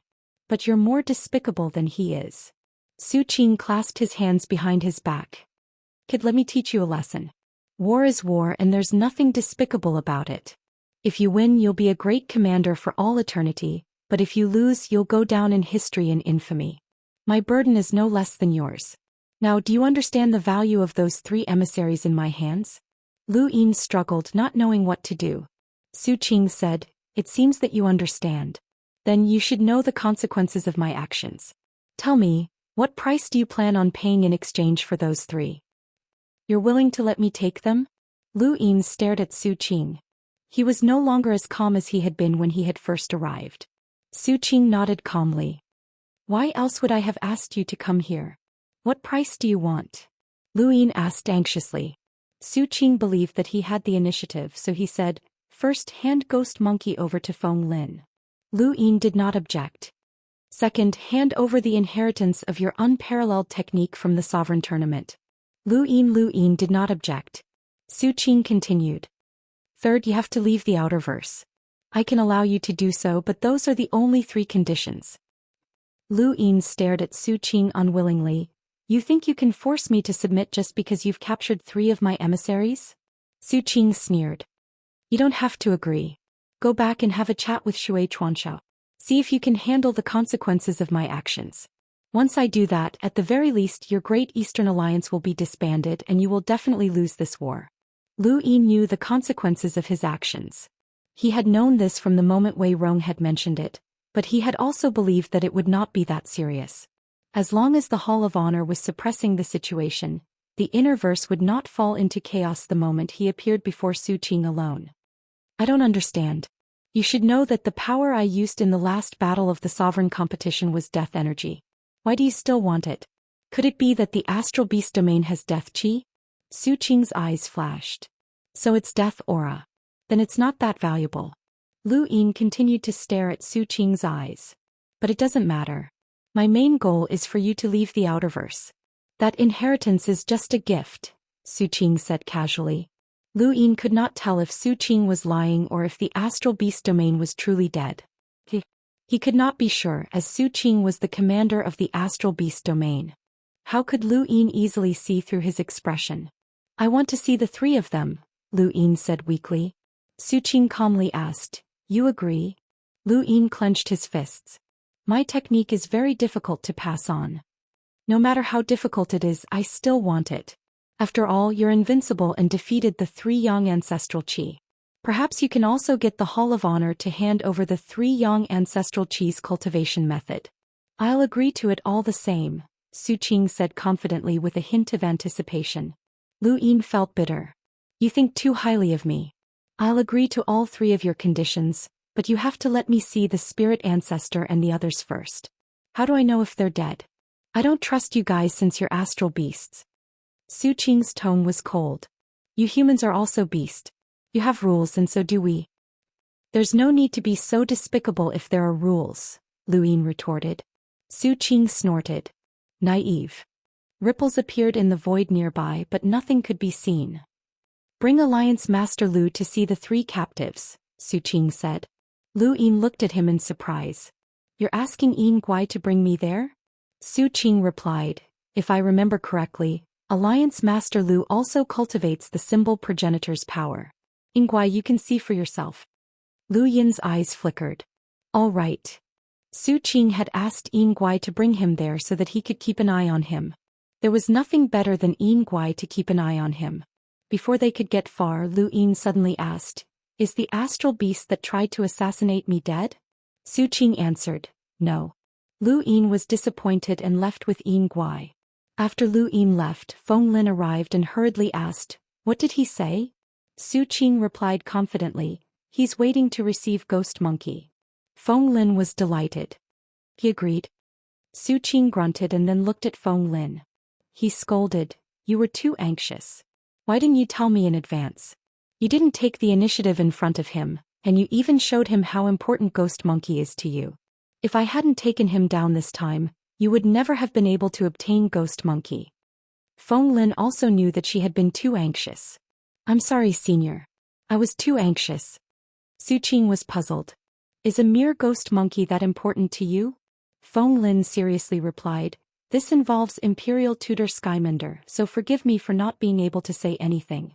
My Celestial Ice Phoenix clan will definitely give Senior an explanation. This was exactly what Su Qing had been waiting for. 2 emissaries had died in battle and he was under a lot of pressure. If the Celestial Ice Phoenix clan stood on his side, then he would have nothing to worry about in the Celestial Beast Empire. Otherwise he might have to face questioning, and while it wouldn't cause him any harm he would lose face. Elsewhere, Lu Yin met with the spirit ancestor Abel Phoenix and Elder He. Although the 3 were still alive, their injuries were not light. Standing in front of them were 2 void thunder beasts that had blocked Lu Yin's path. Lu Yin was furious and he glared at the void thunder beasts. You dare to attack someone who can't even resist? One of the void thunder beasts sneered. They're emissaries after all. If they want to escape, it'll be difficult to catch them. It'll be fine as long as you don't kill them. Hurry up and find their astral origin cyclones. We'll talk after we cripple them, the other void thunder beast said nonchalantly. Lu Yin was furious and he took a step forward to stand between the 2 void thunder beasts. He raised his palms. He tried to push them away with his palms, but suddenly he felt a sense of danger and he subconsciously took a step back. A majestic force rippled in front of him. It was the emissary Yin Guai. Human, you dare attack? The void thunder beast sneered as it clawed at the spirit ancestor. The spirit ancestor was already heavily injured, and if this claw connected, even if he did not die, his astral origin cyclones would be crippled. Lu Yin shouted, stop. His spiritual force erupted and swept out in all directions. Suddenly, an even more terrifying spiritual force swept out like a tsunami, suppressing the spirit ancestor's own. Lu Yin was forced back dozens of steps, and he spat out a mouthful of blood as he fainted. The handsome youth from the Celestial Demon Imperial family walked out and looked at Lu Yin coldly. Brat, who gave you the guts to be so impudent? Lu Yin looked up, his eyes bloodshot as he stared at the void thunder beast that was about to attack. He hoarsely said, if the 3 of them suffer any more injuries, I guarantee that this deal with Su Qing will immediately end. The youth from the Celestial Demon Imperial family sneered, not caring at all. However, the void thunder beast that had been about to attack suddenly stopped and let out a few taunts. Su Qing was the leader of the void thunder beasts, so they did not dare to break the deal. The spirit ancestor and the other 2 looked at Lu Yin, and Elder He said hoarsely, Alliance leader Lu, don't make the deal. This is war, so what if we die? Lu Yin sighed. This is my war, not yours. I shouldn't let you die. Elder He's voice was hoarse. This is a war for the entire human race. Alliance leader Lu, don't make the deal. Lu Yin looked at the spirit ancestor and then at Abel Phoenix. These 2 definitely did not want to die. It was my mistake that caused you to be captured. If not for that, your astral beast domain would not have been able to win. Lu Yin turned to look at the celestial beast domain. The Celestial Demon Imperial family disdainfully replied, Brat, you think too highly of yourself. Our opponents are the 6th mainland and the human domain's Hall of Honor, not you. Lu Yin's eyes flashed. A dignified Celestial Demon Imperial family only knows how to launch sneak attacks. Rumor has it that the Celestial Demons control the Astral Beast domain, but is this how they do it? They start with sneak attacks. The Celestial Demon Imperial family frowned and glared at Lu Yin. Are you provoking me? Lu Yin didn't back down and met his gaze. You saved Yao Xian's life, so I won't bicker with you. Otherwise you won't be able to leave today. He turned around and left. Lu Yin watched as the celestial demon vanished into the void. He then quickly retrieved Mount Supreme from his cosmic ring and smashed it down. At that moment Yin Guai, which Lu Yin had been keeping an eye on all this time, made its move. If Lu Yin made any sudden movements, it would definitely interfere, so it didn't hesitate to punch Lu Yin. Lu Yin's expression didn't change, and his eyes turned into runes as he activated the domain of knowing and unknowing. The Yin Guai smashed its fist into Lu Yin's body, but to no avail. At this moment the second Night King Emperor Lu walked out. Under the shocked gazes of the Yin Guai and the other beasts, Emperor Lu slashed out in all directions. This was the 14th strike. In the distance Su Qing, who had been waiting for Lu Yin, narrowed his eyes. Not good. He then leaped up and transformed into a void thunder beast, vanishing with a flash of lightning. Emperor Lu's sword had wounded the Yin Guai and the two emissary-level void thunder beasts, especially the Yin Guai, which had been beheaded by a single sword strike, thoroughly killing it. Lu Yin casually waved his hand and released Spirit Taizu and the others. Enter Mount Supreme. The three of them charged into Mount Supreme without hesitation. At this time Su Qing, the heavenly demon imperial family man, and Feng Lin appeared and attacked Lu Yin. Chapter 1863. You're courting death, Lu Yin. Su Qing roared. The celestial demon's expression turned ugly. He had been watching over the three, but Lu Yin had forced him to leave with a few words. Now it seemed that Lu Yin had done it on purpose. Of course Lu Yin had done it on purpose. With the reaction speed of a powerhouse whose power level was in the million, he might not have been able to pull out Mount Supreme in time. He had to force the celestial demon to leave. He had prepared a lot of excuses, but he hadn't expected the guy to leave so easily. The second Night King smiled savagely as his spiritual force erupted, stirring up the clouds. A giant figure appeared behind him and viciously slashed at Su Qing, the celestial demon, and Feng Lin, using the Night King heaven-splitting technique. The spiritual force whizzed past, and Feng Lin spat out a mouthful of blood as she was sent flying. The celestial demon opened his mouth and let out an unpleasant shriek as spiritual force exploded in front of him.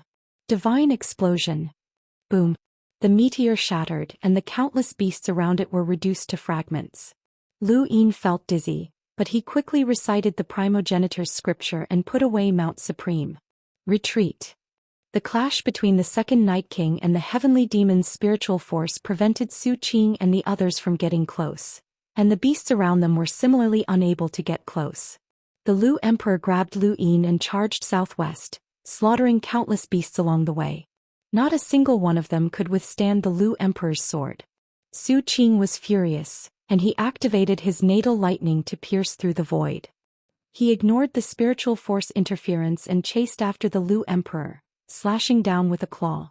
The Lu Emperor's gaze hardened and he turned around to counterattack.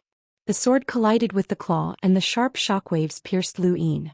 Lu Yin's miniature armor had been shattered by Xia's halberd in the Neoverse, and the sharp shockwaves entered his body through the cracks. His body was torn apart and the intense pain caused him to spit out blood. Su Qing's gaze turned savage as lightning exploded. Brat, you're courting death. The Lu Emperor's sword spun and left crisscrossing sword scars on Su Qing's body. Scram. Su Qing raised his claw and Lu Yin suddenly looked up and stared at him. He used the Ian evolution scripture to its maximum power and weakened the Lu Emperor's attack.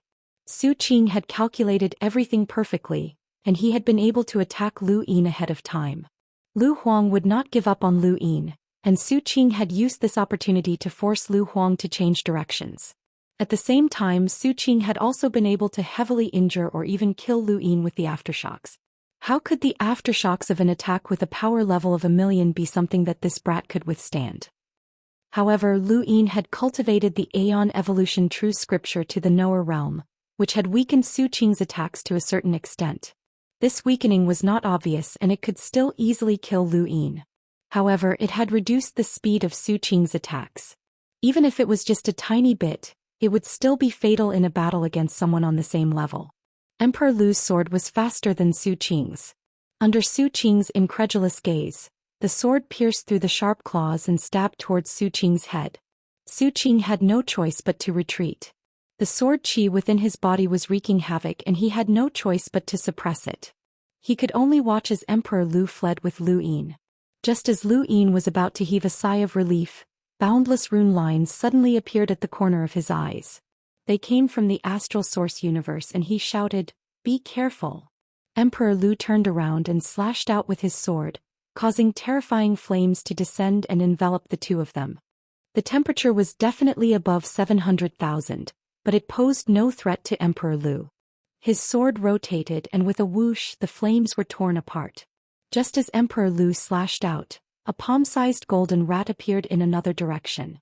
Its green eyes were fixed on Lu Yin as it traveled through the astral source universe and opened its mouth to bite at him. Although the golden rat was fast, it could not hide from Emperor Lu. The difference between them was too great, and Emperor Lu easily parried the attack with his sword.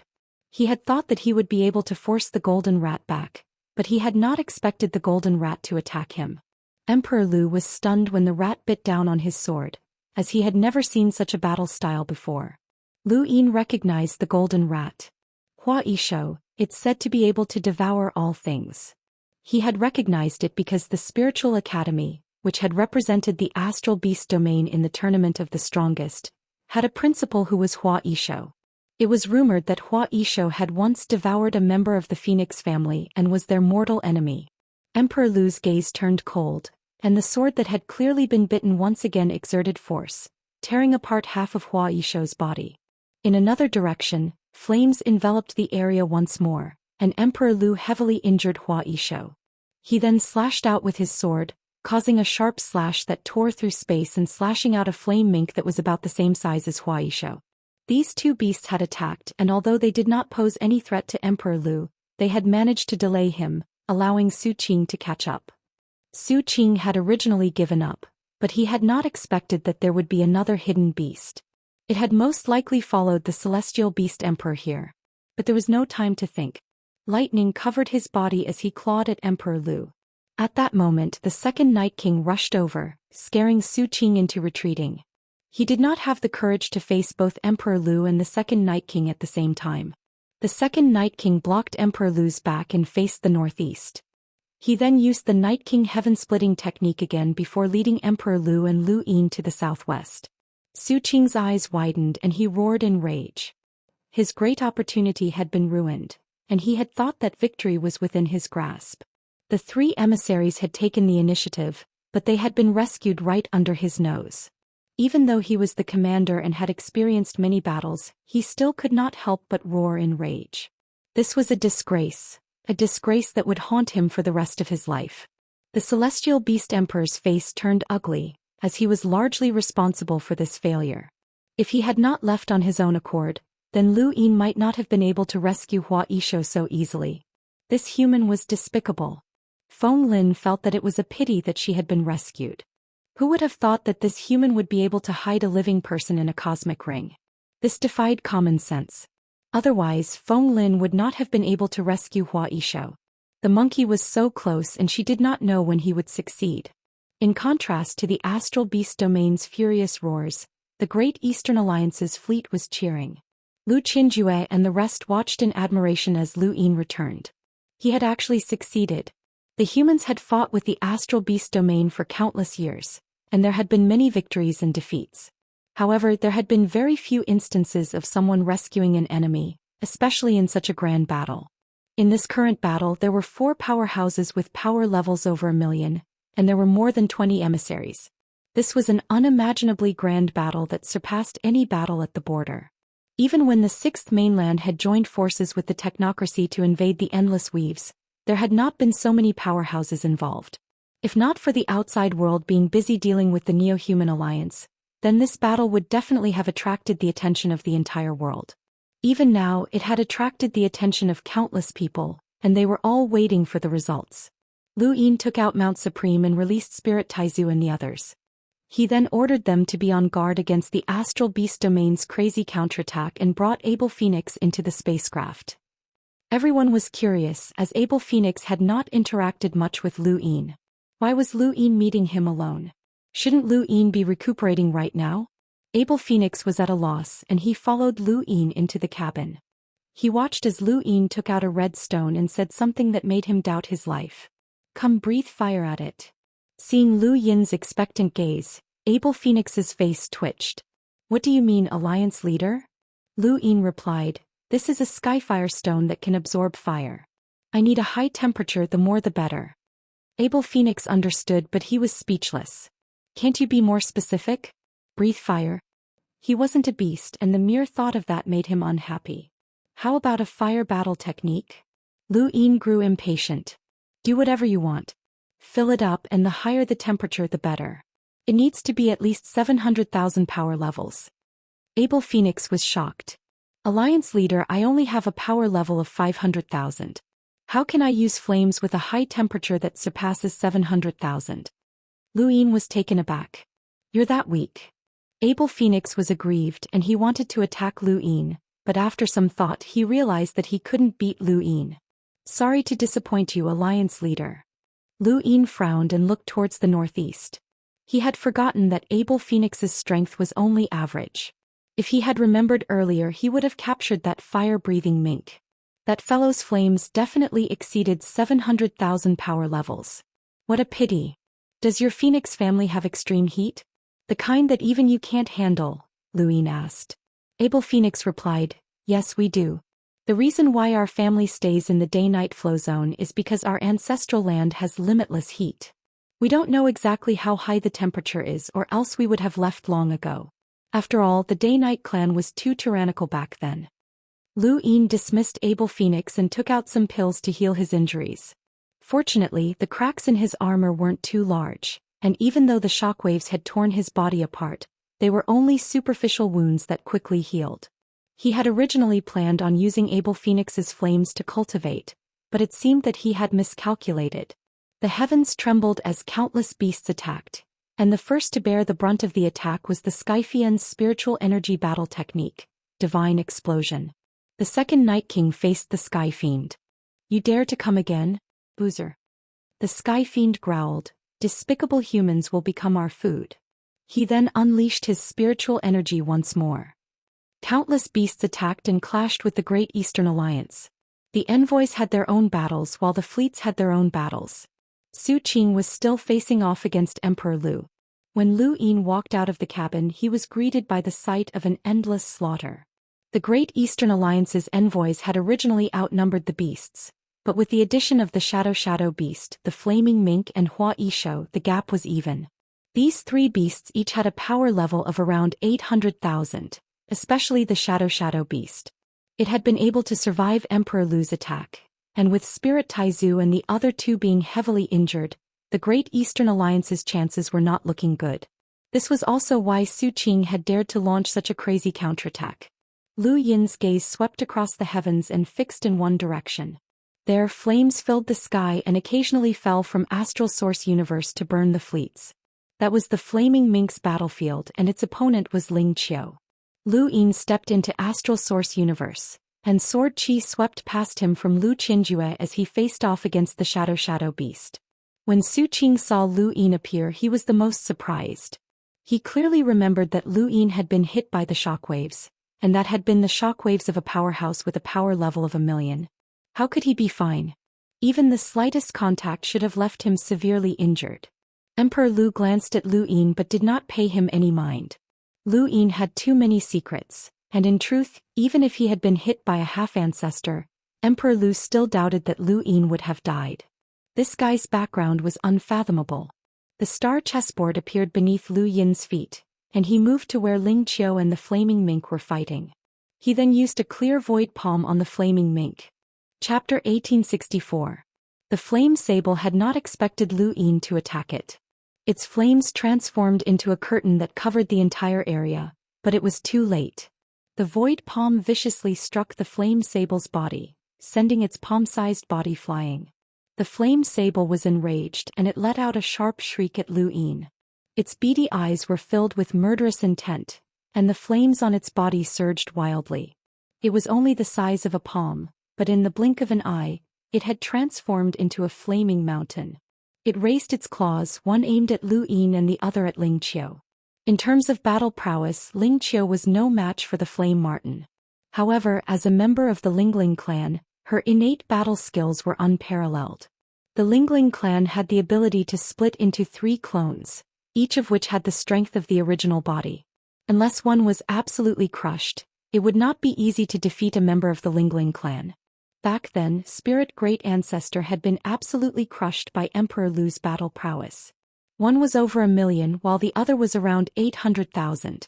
Back then, Spirit Great Ancestor had also been bombarded by the Sky Demon Imperial Family Man's essence, energy and soul force, unable to resist at all. However, no one would underestimate the Lingling clan because of this. The Lingling clan was almost invincible when fighting against people of the same cultivation level. The Flame Sable's battle prowess clearly surpassed Ling Qiu's, but they were still in a stalemate. This was also the reason why Ling Qiu had the confidence to deal with the Flame Sable. Ling Qiu, who had split her spirit, was enough to stall the flame sable. Ling Qiu evaded the flame mink's flaming claws and stared at Lu Yin. "I don't need your help. I'm enough to deal with it. It's just a beast." Lu Yin did not intend to help. He wanted to capture the flame mink alive, but that seemed to be a little difficult. Ling Qiu's words infuriated the flame marten. No matter how it heard it, it sounded like she was scolding someone. As it thought about it, flames spread out in all directions. Ling Qiu's spirit clone was caught off guard and was burned to ashes by the flames. Ling Qiu's attacks became even more ferocious.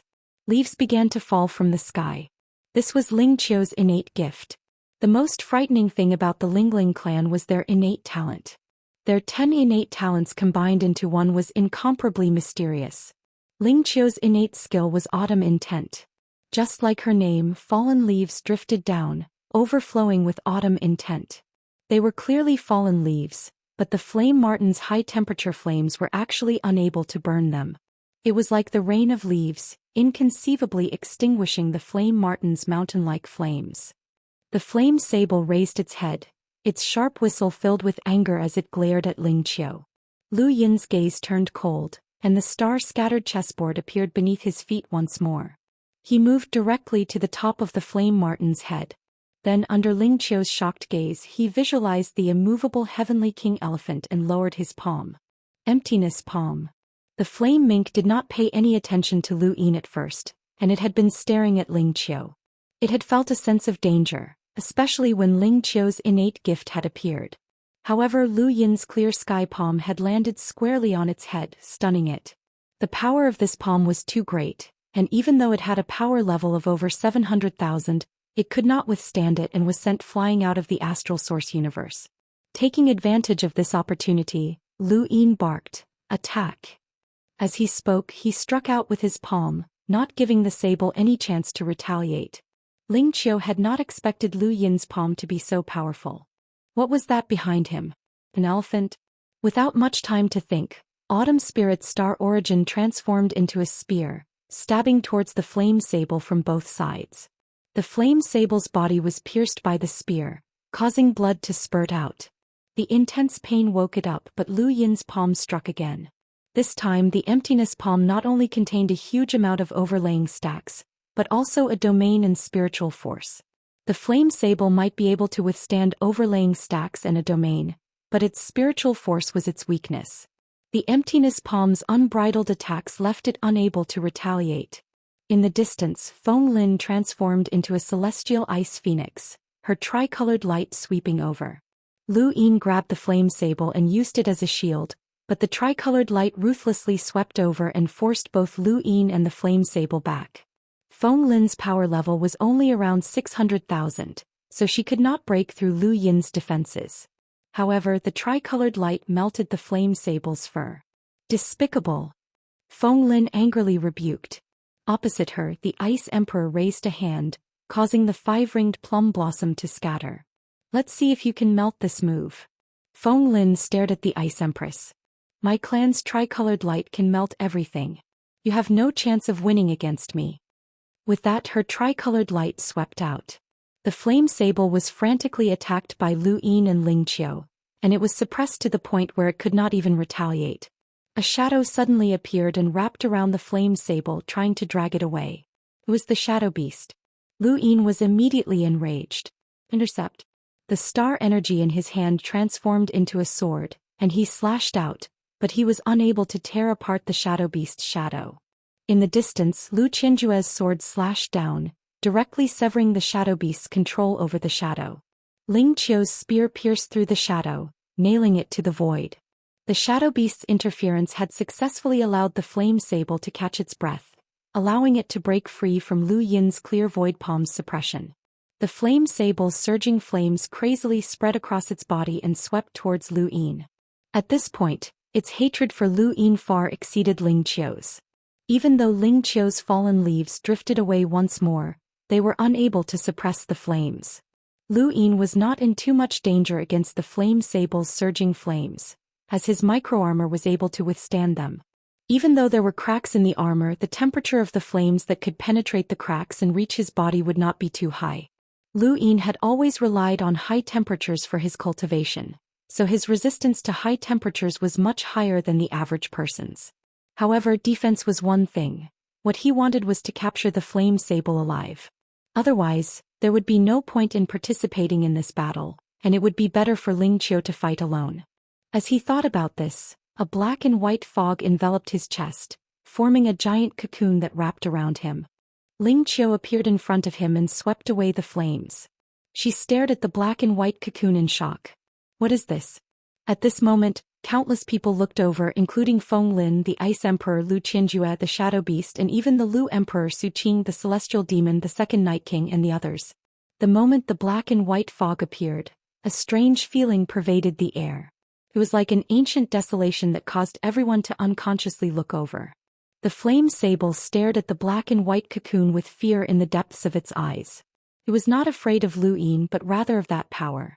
Even though that power might not exceed its power level, it did not know why, but when it saw the black and white energy, it felt a fear that came from the bottom of its heart. It was as if the two species were mutually exclusive. The flame sable wasn't the only one who felt this. The other beasts felt the same way. The battlefield actually paused for a moment. This was something that even Lu Yin had not expected. As he grew stronger, the aura of the Reaper transformation also grew stronger. He was becoming more and more like the Grim Reaper, an invincible soul that was branded in the depths of all species. Be it humans, beasts, or even Eternals, all of them had faced the Grim Reaper before. This fear was like an inheritance that would become more apparent the further one progressed. The black and white cocoon broke apart and Lu Yin walked out. His hair fell to his waist and black and white gas coiled around him. This was the Reaper transformation. When he looked up, his eyes were pure black and filled with boundless fear. At this moment, Lu Yin felt like a stranger. Lu Yin clenched his fists and felt that he had become even stronger. Every time he grew stronger and absorbed death chi, the Reaper transformation seemed to grow stronger. This time it was unprecedentedly strong, and it had forcibly increased his power. "Get out of my way," Lu Yin growled as he glanced at Ling Qiu.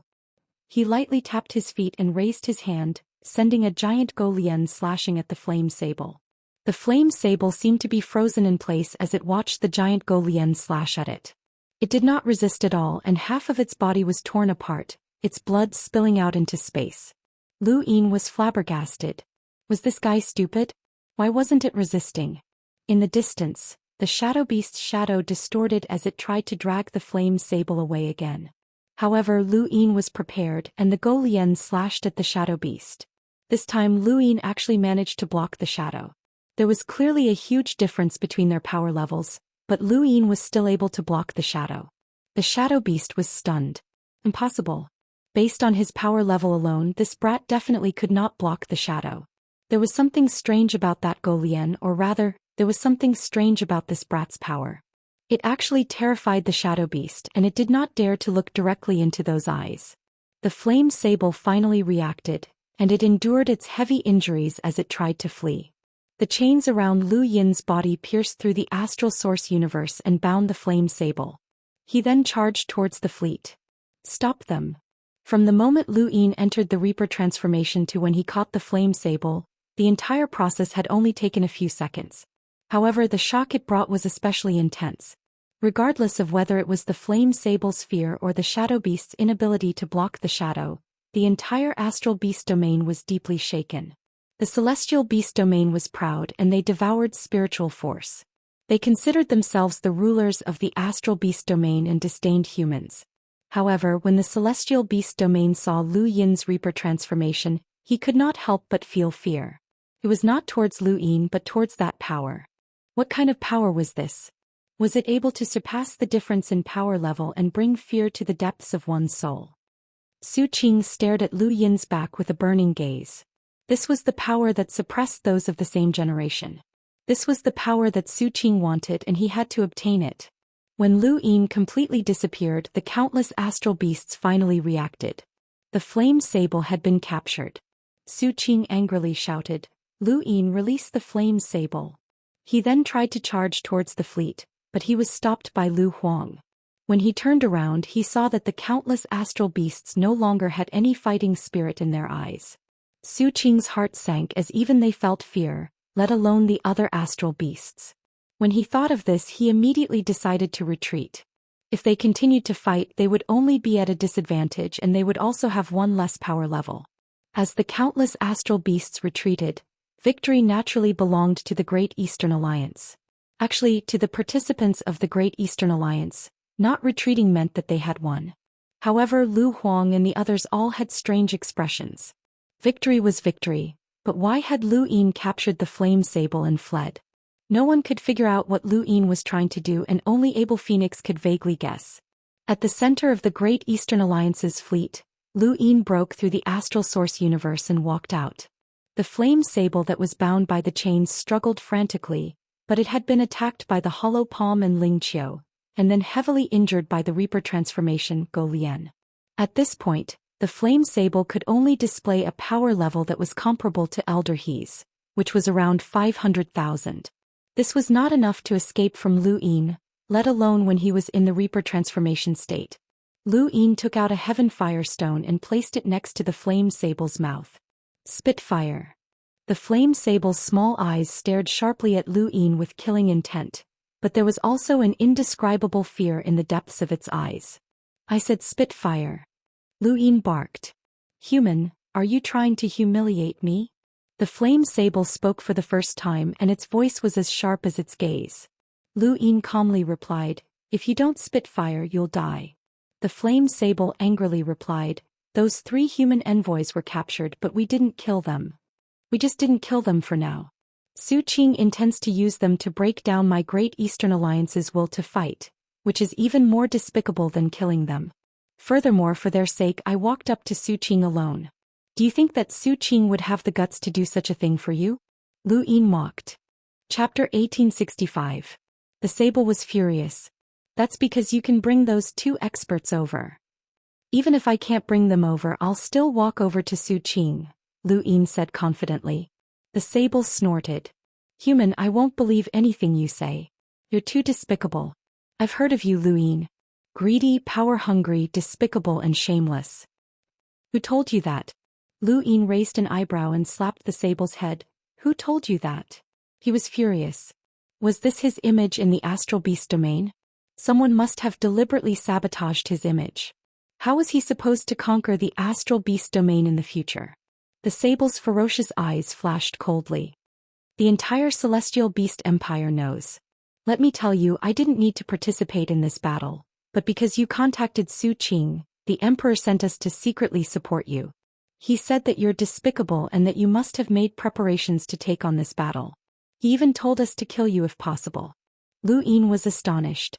No wonder even Su Qing didn't know who was secretly supporting him. It seemed like the emperor knew him very well. The emperor is right. The emperor is despicable. The Yao emperor is right. You really are despicable. If it weren't for us, Su Qing would have been defeated in the second battle. Let alone the asteroid belt, he'd be lucky if he could even defend the primal zone. Let me tell you, the situation here is constantly being reported to the Yao emperor. He lost 2 battles in a row, and you even saved those 3 emissaries. The Yao emperor won't let this matter rest. If you're smart, quickly withdraw from the battle or else you're finished. Lu Yin laughed. Your mouth is small, but your words are big. I'd like to see just who your celestial beast empire can send. The sable gritted its teeth and glared at Lu Yin. Lu Yin's pure black eyes suddenly focused on the sable. Death energy surged and the Golian lifted up high. The sable was startled, and that indescribable fear appeared once more. The brand from the depths of its soul continuously eroded its will to resist, and for a moment, this creature that was almost as strong as the Zhou actually became as scared as a small animal. Lu Yin's figure grew taller. The sable trembled.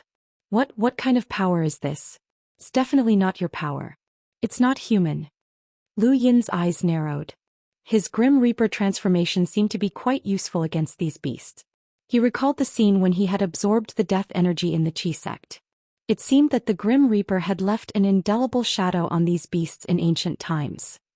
The second Night King and Lu Huang arrived outside the spacecraft. Second Night King, come in, Lu Yin said. The second Night King entered the spacecraft and looked at Lu Yin's Grim Reaper transformation.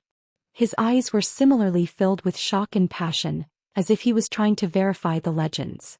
The Grim Reaper was a legend to everyone and most people did not believe in it. In fact, the Day-Night clan did not believe in it either. However, they had not followed the Bai family to the Astral Tree realm because the Bai family wanted the Day-Night clan to remain on the Fifth Mainland and collect fates and other information related to fate. Since fate existed, then so did the Grim Reaper. The Day-Night clan did not believe him, but they believed him because of the Bai family's conviction. Back then, Mr. Feng had also mentioned that Lu Yin had the power of the Grim Reaper, which was why the second Night King had not been in a hurry to act. The second Night King had always wanted to see Lu Yin's Reaper transformation.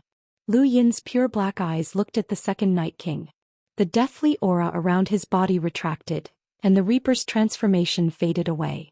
Just as the Grim Reaper transformation faded away, the flame sable suddenly charged outside. However, just as its body started moving, it felt dizzy and fell to the ground like a rock. Lu Yin found it hilarious and he stepped on the sable's body. The sable was only the size of a palm, so he could easily crush it with a single step. Guy said, "Where do you think this is? You want to run?" The flame sable's eyes were cloudy and it took a while for it to clear its head. It looked at the second Night King fearfully and then back at Lu Yin. "Human, what do you want?" Lu Yin placed the Heaven Fire Stone in front of its mouth again. "Spit fire." The sable was furious. "Human, I'm an emissary, not your pet. If you want to use this method to humiliate me and the Celestial Beast Empire, then stop dreaming." Lu Yin was speechless. "You're overthinking things. You alone can't affect the Celestial Beast Empire. Hurry up and spit fire." The sable shrieked and cursed, but it did not spit fire. Lu Yin had no other choice. It was an emissary after all, and for it to cultivate to such a level, it was not something that could be resolved with mere threats. The second Night King was puzzled. "Why do you want it to spit fire?" Lu Yin helplessly replied, "This Heaven Fire Stone needs a high temperature to be filled. The higher the temperature, the better." The second Night King's eyes flashed. "I have an idea." He then wrapped his spiritual force around the sable. Lu Yin's eyes lit up. "That's right, why didn't I think of that?" He could have used an illusion, but he could not do it himself. The sable's realm far exceeded his own, and even with Day-Night's tribute he could only control it for a short while. He could not make it fill up the Heaven Fire Stone. Not long after, the sable opened its mouth in a daze and spat fire at the Heaven Fire Stone. The more it spat, the more excited it became. It did not even care that Go Lian's attack had caused its wound to bleed, as if it was burning its enemy. Lu Yin hurriedly stopped the second Night King and fed the sable a pill to heal its injuries. With the sable's current strength, the temperature of the flames did not affect it at all. In the northeast, Su Qing's retreat had dealt a huge blow to the many astral beasts. Whether they won or lost this battle, Su Qing had expected it, but he had not expected Lu Yin's death transformation to affect them so greatly. "We've already contacted the Emperor. More reinforcements will be arriving," the celestial beast said to Su Qing with a gloomy expression. Su Qing asked, "The capital is in chaos, isn't it?" The celestial beast hesitated for a moment before nodding. They all thought that they would definitely win this battle and that the Great Eastern Alliance would be easily destroyed. However, not only did they not win, but they also lost several emissaries and even captured one. The battlefront has been pushed back again and again, and they even asked for reinforcements from the Empire. "Many people are denouncing you." Su Qing sneered. "Letting them come will only make things worse." The Celestial Beast Emperor did not deny it, as the strength that the Great Eastern Alliance had displayed had completely exceeded their expectations. Before they had fully investigated the Great Eastern Alliance, they had all believed that the Hall of Honor had used the Great Eastern Alliance as a cover to attack them. Otherwise, how could an organization that had been established by an enlighter for more than a decade resist the Astral Beast Domain's army? However, after their investigation they finally realized how powerful the Great Eastern Alliance was. The Innerverse and Outerverse belonged to the Great Eastern Alliance, and they had not exposed all of their emissaries. The people in the capital did not know about this, and if they had not participated in this battle, they would not have known about it either. Su Qing was not wrong. They had been cautious enough when facing the Great Eastern Alliance, but the situation had changed too quickly, and that human Lu Yin had concealed himself too deeply. "How do we save the flame mink?" Hua Yishou came over. He was clearly the size of a palm, but when he transformed into a human he was actually a woman. Her appearance was ordinary and she even looked a little ugly. Su Qing frowned. I'll think of something. Contact the human, Hua Yishou said anxiously as he had an extremely good relationship with the flame mink. Su Qing replied, this is my problem. Your mission is to guard the perimeter and not let anyone else enter. They'll ambush us. The war just ended and the humans need to recover. They won't fight again, so I hope that you can bring the flame mink back as soon as possible, Hua Yishou said anxiously. The celestial beast emperor barked. Back down. This has nothing to do with you. Hua Yishou wanted to say something else, but he did not dare to act impudently under the pressure of Su Qing and the celestial beast emperor. His strength was much weaker than these two. In the end, Hua Yishou left. Su Qing became even more irritated. Reversing the situation and saving the flame mink were things that he had to do, but it was very difficult. After a few interactions he had a good understanding of Lu Yin. Under normal circumstances, Lu Yin would have directly killed the flame mink on the battlefield. Since he had captured the mink, he definitely had some use for it. There was no point in contacting him now and he would be forced into a passive position. Fortunately, the flame mink did not have many friends in the Celestial Beast Empire aside from Hua Yishou. Otherwise it would have been troublesome. After all, it was a powerful envoy that could directly communicate with the Beast Emperor. Neoverse, Realm Mountain and the Adjudicator world were practically empty. Everyone had gone out to destroy the Neo-Human Alliance. Many cultivators from the Realm Guard had been transferred to the Starfall Sea to prevent the Eternals from invading once the Starfall Sea was breached. The Neoverse was constantly recruiting soldiers to defend the Starfall Sea, and the Sixth Mainland was doing the same. More than 100 million cultivators had already gathered at the Starfall Sea, and they were worried that the Martial Progenitor and the Blood Progenitor would not be able to defend it. If that happened, the entire Fifth Mainland would be in dire straits. On one hand, they had to destroy the Neo-Human Alliance, and on the other they had to make preparations for the Starfall Sea. These were the two most important tasks at the moment. At Realm Mountain, Zijing met with Elder Chan. What's the situation on the net? Elder Chan asked, his back facing Zijing as he looked into the distance. Zijing respectfully replied, there are mixed opinions. The Outerverse is praising the Great Eastern Alliance, but the Innerverse, Cosmic Sea and Neoverse are all slandering them. They're saying that the Great Eastern Alliance is secretly colluding with the Sixth Mainland, and that Lu Yin has already sided with the Sixth Mainland and is acting as their lackey. Elder Chan's expression did not change. From the moment the Great Eastern Alliance had decided to head to the Outerverse to fight, there had already been people saying such things. The Sixth Mainland was full of praise for the Great Eastern Alliance, as if the Great Eastern Alliance had really sided with them. The more the Sixth Mainland acted this way, the angrier those who were cursing the Great Eastern Alliance became. Very few people could see the situation clearly. Expose the massacre in North Castle Weave, Eastleigh Weave and Greatwoods Weave. These people need to wake up, Elder Chan said. Zijing respectfully acknowledged the order. After Zijing left, Elder Chan's body vanished and reappeared outside Cryptic World. He then stepped in and arrived in front of Xiaoming. Xiaoming frowned. Even if Realm Mountain is yours, you shouldn't be so rude. You're scaring people. Elder Chan looked at Xiaoming. The lockbreakers should take action. Lu Yin might not be able to hold on. Xiaoming was helpless. If I could, I would have done so long ago. Elder Chan did not understand. Xiaoming's expression turned serious.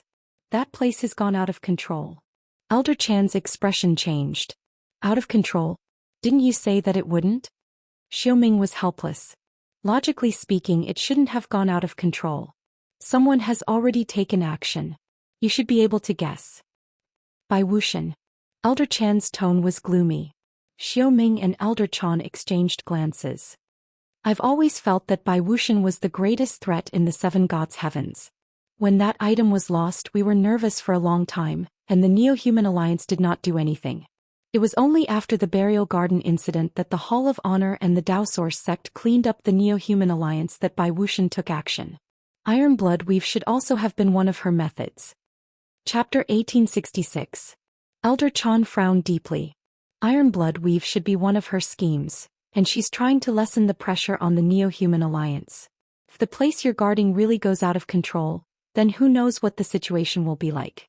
It might even be worse than the Astral Beast Domain's invasion. I'm going as well. I'll try my best not to lose control. You should also find Bai Wuxian as soon as possible, Xiaoming said. Elder Chan nodded and left with a heavy heart. He had thought that the burial garden incident would be a turning point in the Fifth Mainland's war against the Eternals, but who would have thought that even if 6 of the 7 sky gods were gone, the remaining Bai Wuxian would still be a huge threat? She had been hiding her methods for so many years, waiting for this moment to explode. No one knew who Bai Wuxian was, but her methods were something that the entire Fifth Mainland could not bear. Fortunately, Lu Yin's Great Eastern Alliance had helped them shoulder much of the burden. Without the Great Eastern Alliance, the Innerverse and Outerverse would have been in a state of disunity, and they would not have been able to withstand the Astral Beast Domain's invasion. Elder Chan looked at the battle report from the asteroid belt again. How long could the Great Eastern Alliance last?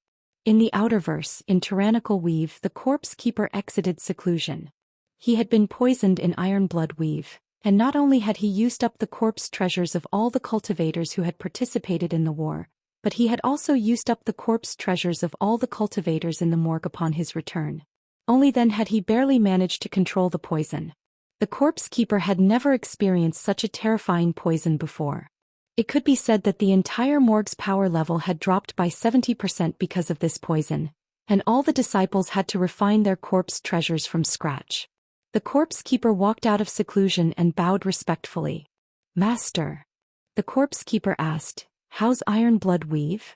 The Corpse Keeper coldly replied, "Everyone who participated in the defense of Iron Blood Weave died, and not a single one survived." The Corpse Keeper did not care even if those people had died because of him. "Has the Astral Beast Domain invaded the Outerverse?" The Corpse Keeper replied, "Yes. The Astral Beast Domain is currently occupying the asteroid belt, and some astral beasts have also entered Eastly Weave and Greatwoods Weave." He then explained the current situation in the Eastern Weaves to the Corpse Keeper. The Corpse Keeper listened quietly, and after a while he said, "It seems that I've underestimated the Great Eastern Alliance. They were actually able to stop the Astral Beast Domain's invasion. The Daoist sect is quite ruthless to have completely given up on the Eastern Weaves. If not for the Great Eastern Alliance, who knows how many people from those weaves would have died." Then his eyes lit up, as this was a good place to refine corpse treasures. "Master, what should we do?" the Corpse Collector asked. The Corpse Keeper calmly replied, "Don't worry about it. Let the Great Eastern Alliance fight it out with the Astral Beast Domain. Once the secret progenitor region is thoroughly investigated, someone will naturally take care of it." "Yes, Master," the Corpse Picker replied respectfully. The Corpse Keeper looked towards the east. He had originally thought that Lu Yin was someone important, but it was a pity that he was still too soft-hearted. So what if the Great Eastern Alliance managed to defeat the Astral Beast Domain in the end? Those territories would still belong to them, and they would end up exhausting the Great Eastern Alliance's strength instead. Some people admired Lu Yin while others mocked him. However, Lu Yin didn't care about what the outside world thought as he stared at the flame mink. "Your recovery speed is quite fast." The second Night King explained, "Astral beasts recover faster than humans. Some astral beasts pay attention to their own recovery and don't use medicines. The first time they use medicine, they'll recover much faster." Lu Yin stared at the flame mink for 3 days, and when he saw that its injuries had mostly healed, he couldn't help but sigh in admiration. The flame sable woke up and was at a loss. Looking around, he only heard a single word: "It's done." Then he was immersed in the illusion, unable to extricate himself. The second Night King walked out of the spacecraft and grabbed the flame mink while he was at it. Lu Yin announced that he was going into seclusion. Normally, no one would go into seclusion on the battlefield, but Lu Yin had done so because he relied on his Dai's enhance.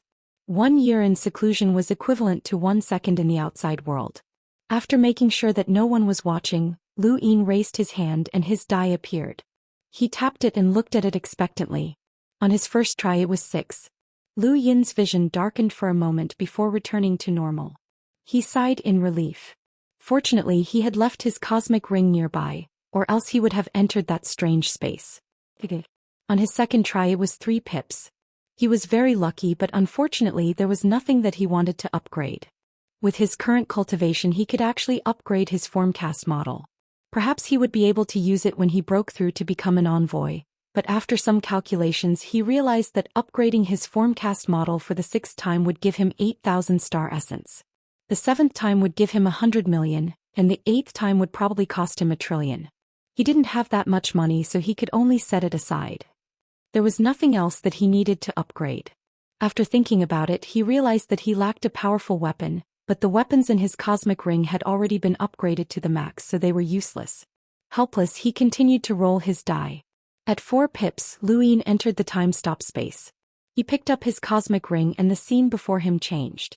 He exhaled and took out the Heavenfire stone. It was time to reach the peak of the Enlighter realm. The high temperature caused the star essence to evaporate, and the stars to revolve around his body as he recited the primogenitor's scripture. Zhou Xian absorbed the star energy at a speed that surpassed the common person's 3 views. Zhou Xian stayed in the time-stop space for almost a year, and only came out when the flames within the Heavenfire stone had disappeared. The flame mink's high temperature exceeded 700,000, which was just enough for Zhou Xian to use. He had increased it to 46 cycles. After resting for a few days and suppressing his aura, Zhou Xian called the second Night King over. The second Night King looked at Zhou Xian strangely. Wasn't he in seclusion? How many days had it been? Zhou Xian took out the Heavenfire stone and placed it in front of the flame mink's mouth. Come on, let it continue to spit fire. The second Night King was confused, but he could only do as he was told. After the second Night King left, Zhou Xian continued to roll his die. This time it was very successful and he immediately obtained 4 pips. He then came out again and had the second Night King control the flame mink to spit fire. Zhou Xian spent 10 days rolling the die. After a little more than a month, Zhou Xian reached 49 cycles and consumed more than 2 billion star essence, which was a very exaggerated number. Correspondingly, the flame mink's high-temperature flames were no longer of much use to him. He had reached the peak of the Enlighter realm, which was enough to fight against powerhouses with power levels of 700,000. The flame mink's flames were not enough to help him absorb star energy, but he did not need it either. After breaking through to the emissary realm, he would directly absorb astral sources and not star energy. This method was about to come to an end. Zhou Xian felt that it was a pity, and he looked at the Heavenfire stone in his hand. Once he became an emissary, this thing would probably be useless. When the time came, he would see if a fire dragon or something like that would appear. During this month there was no war between the two sides and both sides were restraining themselves. However, Shui Chuanxiao could not wait any longer, as he was certain that the astral beast domain was waiting for reinforcements from the celestial beast empire. He had requested to see Zhou Xian several times, wanting to start a war. He was extremely dissatisfied with Zhou Xian. He was the commander, so he should have the right to make decisions. If there were 2 commanders in an army, the result would be defeat. This was a taboo for commanders, and Zhou Xian naturally knew that. Under normal circumstances, he would definitely let Shui Chuanxiao command and not interfere. However, the current situation was special, and there were too many emissaries on the battlefield. Most of the Great Eastern Alliance's emissaries were not willing to participate in the battle, so it was difficult for Shui Chuanxiao to take command. Moreover, both sides were evenly matched and had absolute powerhouses. No matter how talented Shui Chuanxiao was, he would not be able to change the overall situation. Su Qing was a famous commander like Shui Chuanxiao, but he had been defeated several times in a row. This was because of his absolute strength and not because of his tactics. While Su Qing was waiting for reinforcements from the Celestial Beast Empire, Zhou Xian was also waiting for the 5th mainland to stabilize. As long as the human alliance's strongholds were cleared and the 6th mainland cleared out the secret progenitor realm, reinforcements would arrive. At that time, even if the Great Eastern Alliance retreated, it would be fine. This led to the stability of the battle. When Zhou Xian came out of seclusion, Shui Chuanxiao immediately sought him out. We can't wait any longer. Once the Celestial Beast Empire's reinforcements arrive, they'll attack first, and our chances of victory will be very small. Zhou Xian could sense Shui Chuanxiao's dissatisfaction, and he gently replied, changing commanders at the last minute is a taboo, and it's also a taboo to have 2 commanders in an army. I know that, but this situation is special. Even if we start fighting, we'll only be wasting each other's strength. Then we'll just wait for the enemy to send reinforcements and then annihilate us? Shui Chuanxiao was not polite at all. Zhou Xian did not get angry. I know what you're thinking. Don't worry, the Celestial Beast Empire has reinforcements and I'm not that bad either. Commander Shui, don't forget that you're the commander of the Great Eastern Alliance. Consider the Great Eastern Alliance's interests first. The true goal of this war is to protect the Eastern Weaves and prevent the Astral Beast domain from wantonly slaughtering. If the Great Eastern Alliance and the Astral Beast domain wear each other down, then the Sixth Mainland will benefit, not the people who are hostile to us. Shui Chuanxiao sighed as his perspective was different from Lu Yin's. He was focused on the battlefield and only wanted to win this war.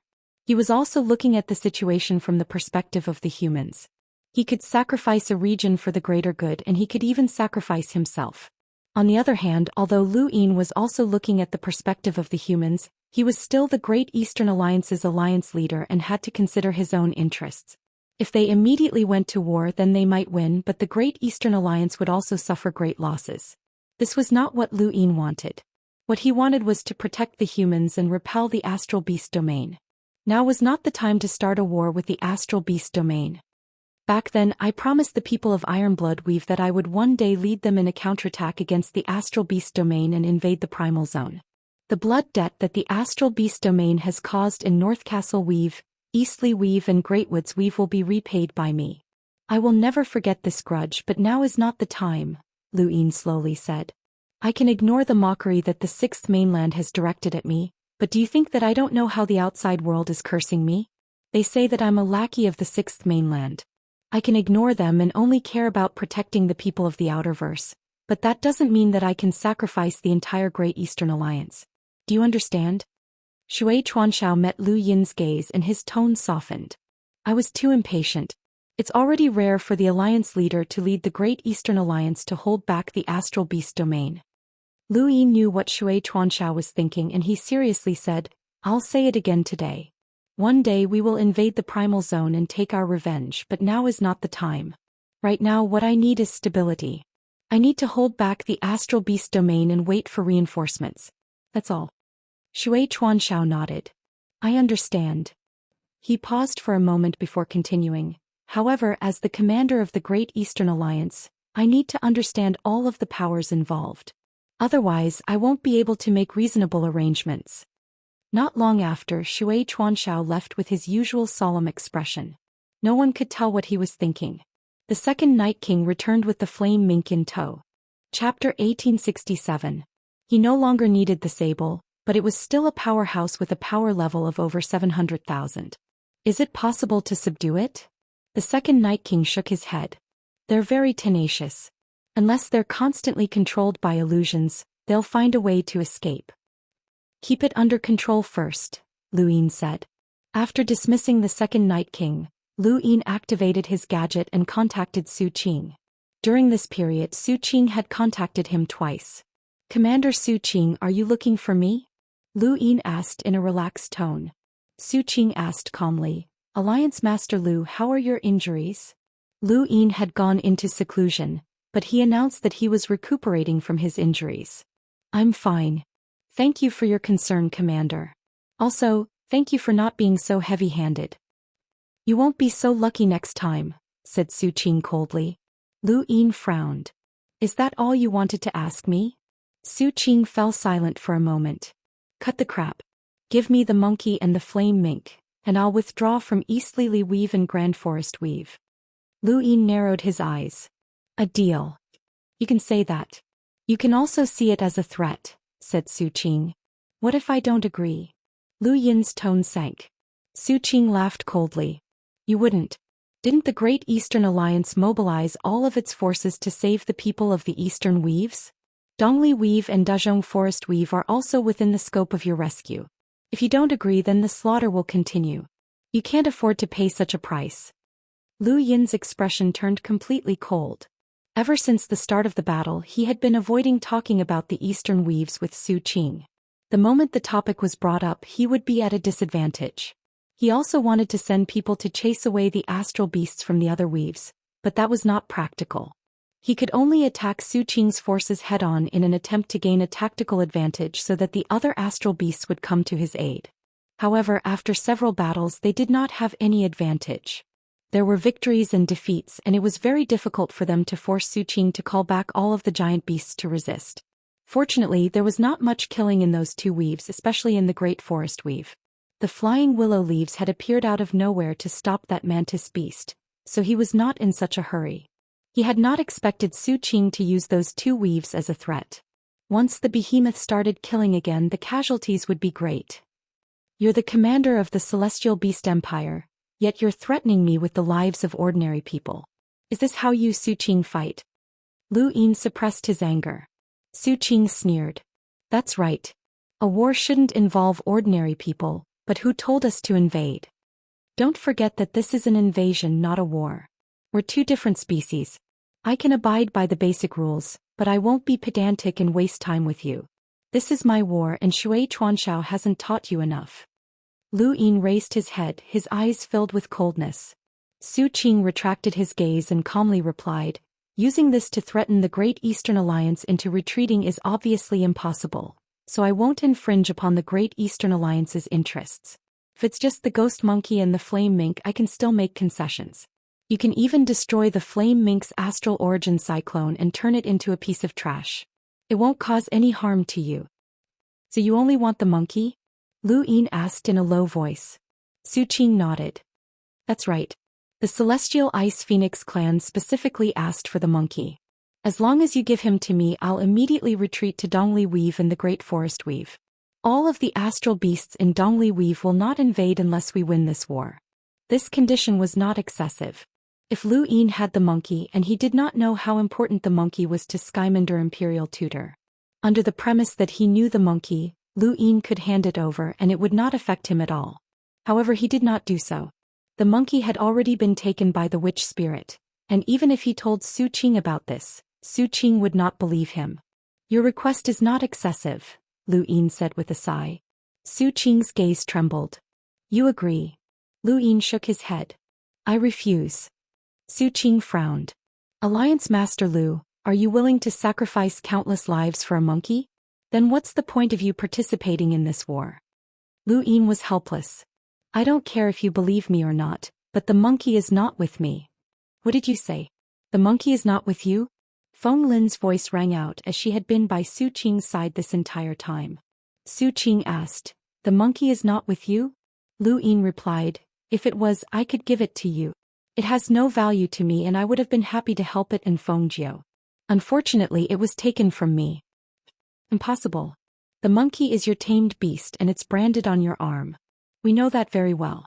How could it have been taken from you? Feng Lin retorted. Lu Yin replied, I was captured by the Neo-Human Alliance once, and it was during that time that the monkey was taken from me. Who? Feng Lin asked, not believing him at all. The witch spirit god of the 7 sky gods, Lu Yin said. His gadget fell silent. Su Qing's voice rang out. The witch spirit god? Did the witch spirit god make a move against you at that time? Lu Yin calmly replied, the Hall of Honor knows about this. The Neo-Human Alliance wanted to turn me into a corpse king, but they failed. However, the witch spirit god took away the monkey and I don't know what happened to it. You should ask the Neo-Human Alliance for it. Do you think we'll believe you? Su Qing asked. Lu Yin shrugged. It's up to you whether you believe me or not. I've already made preparations to open up a second battlefield. You should have investigated my Great Eastern Alliance, right? After unifying the inner verse and outer verse, none of the emissaries have appeared. Since you want to start a massacre in Dongli Weave, I can only send them over. Since this is a war, there will definitely be casualties. Although I don't want ordinary people to be implicated, I can only do my best. Su Qing was not trying to scare Lu Yin. He really would start a massacre in order to force Lu Yin. In the eyes of these astral beasts, human lives were nothing to them. Currently, the Great Eastern Alliance's emissaries were the Luo Emperor, the Sea King Madame Yu and Elder Lianxin. There were also hidden powerhouses in the outerverse that Lu Yin could not mobilize, such as Master Yuan and the Yu family's elders. Lu Yin sent the Luo Emperor and Elder Lianxin to Dongli Weave, but Elder Lianxin was unwilling to obey his orders. Thus, she was happy to be sent further away. The Sea King and Madame Yu stood guard in North Castle Weave. A few days later, war descended once more. The Great Eastern Alliance was the first to launch an attack, and Lu Yin had no choice since he had been forced to do so. Su Qing's subordinates continued to send astral beasts to the east, and they did not hide their intentions. They openly threatened Lu Yin, and Lu Yin could only start a war to suppress the astral beast domain. Once the war started, the asteroid belt was torn apart. Almost half of the asteroids had been cleared away and turned into fragments that floated in outer space. Without a light beam to open a path, the fleet would not be able to move. This war lasted for half a month and both sides understood each other too well. Without outside help, it was difficult to determine a victor. Su Qing was especially concerned about Lu Yin. He was not afraid of absolute powerhouses like the Lu Emperor or the Second Night King, but he was afraid of Lu Yin. Lu Yin was someone who did not play by the rules. Thus, every time Lu Yin entered a battlefield, Su Qing would personally interfere, scaring Lu Yin into retreating. Dongli Weave had unsurprisingly become the second battlefield. Although the Luo Emperor and Elder Lianxin were not strong enough, they were more than enough to deal with the second battlefield. In the Grand Forest Weave, the mantis and the flying willow flowers were still in a stalemate, which had been going on for 2 months. Lu Yin had not expected the flying willow flowers to be willing to fight for so long. After all, they were not from the Fifth Mainland and they did not care about the lives of ordinary people. The only possibility that Lu Yin could think of was that the Hall of Honor was pressuring them, or that they had been promised something when they had been allowed to leave the Realm Mountain. Another half a month passed and during this time the war had not stopped, which was contrary to Lu Yin's original intentions. However, he had no choice but to grit his teeth and continue fighting. On his screen, nearly half of the fleet had turned red, which meant that about 70,000 large spacecraft and 3,000 warships had been destroyed. The death toll was something that Lu Yin did not dare to face. More and more people in the Innerverse were dissatisfied with him, especially those from the 8 great flow zones. Fortunately, every flow zone had an allied army to suppress them. Lu Yin had contacted the 6th Mainland several times as a director, hoping that they would take over the battlefield. They had not refused, but they had not taken any action either. It was obvious that they wanted the Great Eastern Alliance to hold the fort. Lu Yin's eyes flickered. Ever since he had stepped onto the path of cultivation, he had never been used like this. Being used as a tool without being able to resist was not his style. Beep beep beep. His gadget beeped. It was Wei Rong. "How's it going?" Lu Yin asked. Wei Rong tiredly replied, "It's not going well. I still need to hold on for a while." "No rush. Don't let the 6th Mainland know," Lu Yin said. Wei Rong acknowledged and then ended the call. Lu Yin punched the command console and his gaze turned cold. The 6th Mainland wanted to use him, so they could not blame him for being impolite. Let's see who would be the one using who in the end. The battle in the asteroid belt had lasted for nearly 3 months, and the Great Eastern Alliance had lost its first emissary, Luo Huang. When Lu Yin received the battle report, his expression turned ugly.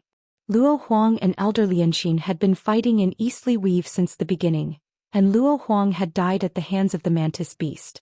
The Mantis Beast should have been in a deadlock with Lu Yahua in Grand Forest Weave, but it had suddenly left to meet up with Su Qing and kill Luo Huang along the way. Luo Huang had not even been able to retaliate and had been cut to pieces. Lu Yin sighed. Deaths were inevitable in war, but he had never expected that Luo Huang would be the first to die. What a pity. A rumble came from outer space, and in the distance, Qin Huang's giant body was sent flying. Lu Yin's gaze turned cold and he hurried over. In the distance, Qin Huang coughed up blood. His battle force had been torn apart, and even his flesh had been torn apart. He was in an extremely miserable state. Even further away, a giant mantis-like beast brandished its sickles and charged at Qin Huang. Qin Huang's eyes narrowed as it was impossible to block this attack. Lu Yin grew anxious, and his eyes transformed into runes in an attempt to weaken the mantis beast's speed. However, the difference in power between the two was too great, and even a slight weakening would not affect the mantis beast at all. Soles of my feet. Lu Yin grew anxious as Qin Huang was about to die. The entire battlefield suddenly shook and countless stars began to revolve. Everyone subconsciously stopped what they were doing.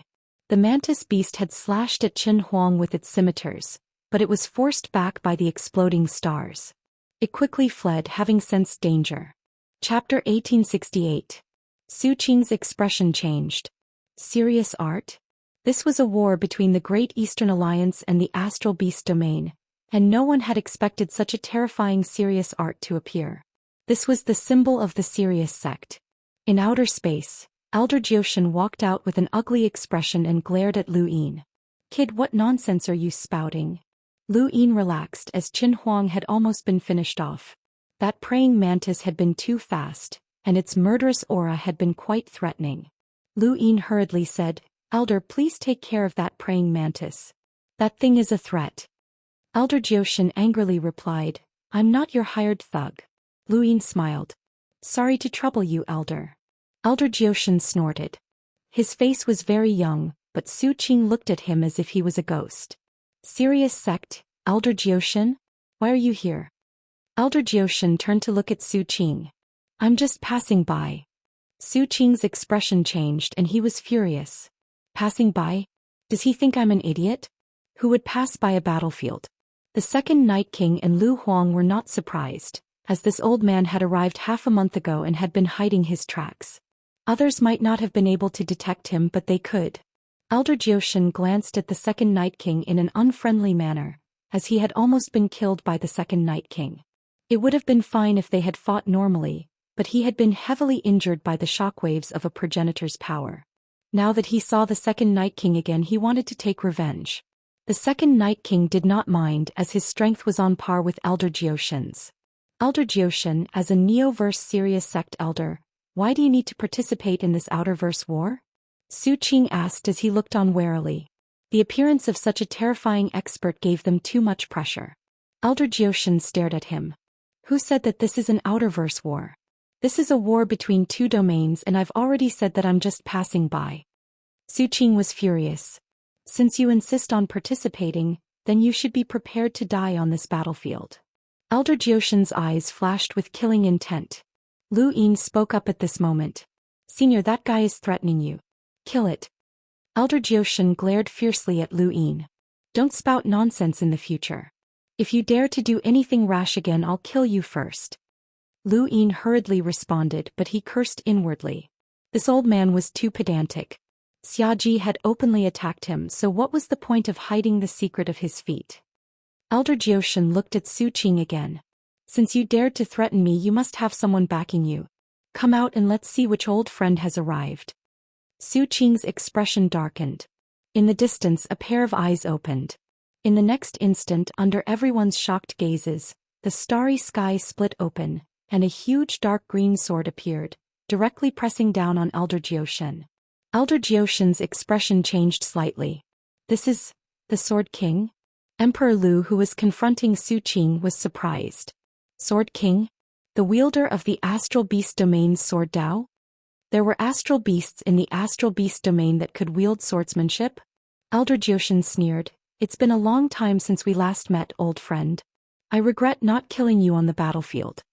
As he spoke, his stars transformed into a sword, unleashing serious swordsmanship. There was a thump and the entire battlefield shook. Lu Yin finally saw the Sword King. He was a dark green beast that looked like a human. His head was triangular and he had 2 horns. His eyes took up almost half of his head and he looked chilling. "Zhou Xian, I'll break serious swordsmanship today," the Sword King said, his voice loud and deep, causing quite a few people to have headaches. Elder Zhou Xian laughed. "Shameless boasting." Emperor Lu gripped his sword tightly. Compared to serious swordsmanship, the Sword Sect's 13 swords was the goal of all sword cultivators, and he wanted to fight against the Sword King. Elder Zhou Xian had appeared in the Great Eastern Alliance, and the Astral Beast Domain had also sent a Sword King. Not only that, but countless astral beasts from Iron Blood Weave were also charging towards the asteroid belt. The Celestial Beast Empire's reinforcements had arrived. Lu Yin frowned, as the Great Eastern Alliance did not have that many reinforcements.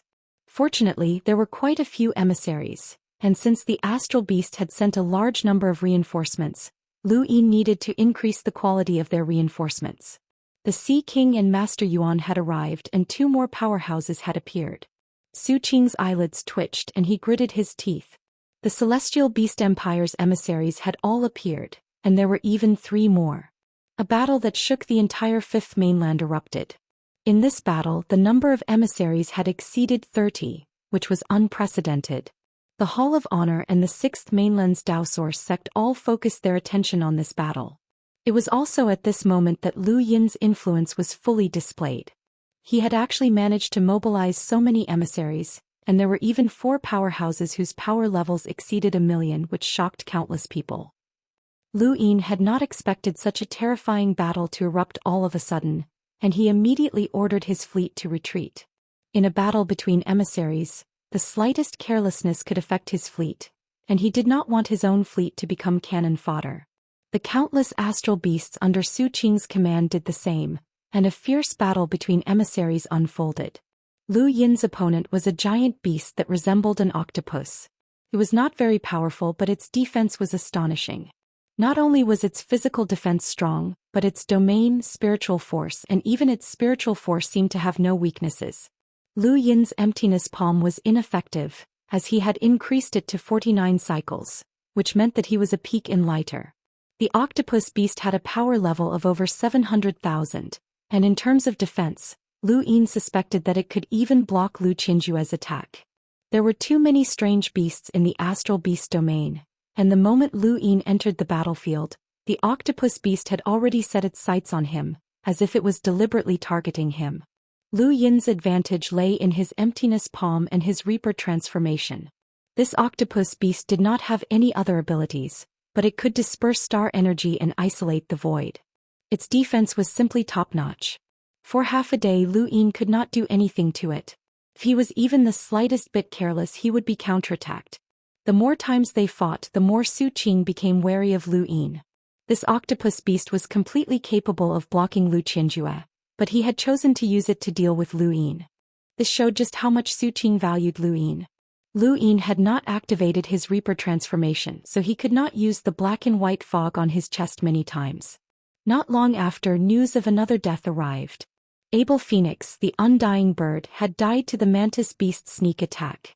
The Sea King had dealt with the Mantis Beast, but the Sea King's power level was weaker than the Mantis Beast's, so it could not block the attack. Abel Phoenix's death had enraged the Sea King, but it could not deal with the Mantis Beast. Lu Yin stared at the Mantis Beast, his eyes filled with killing intent. This beast was too big of a threat.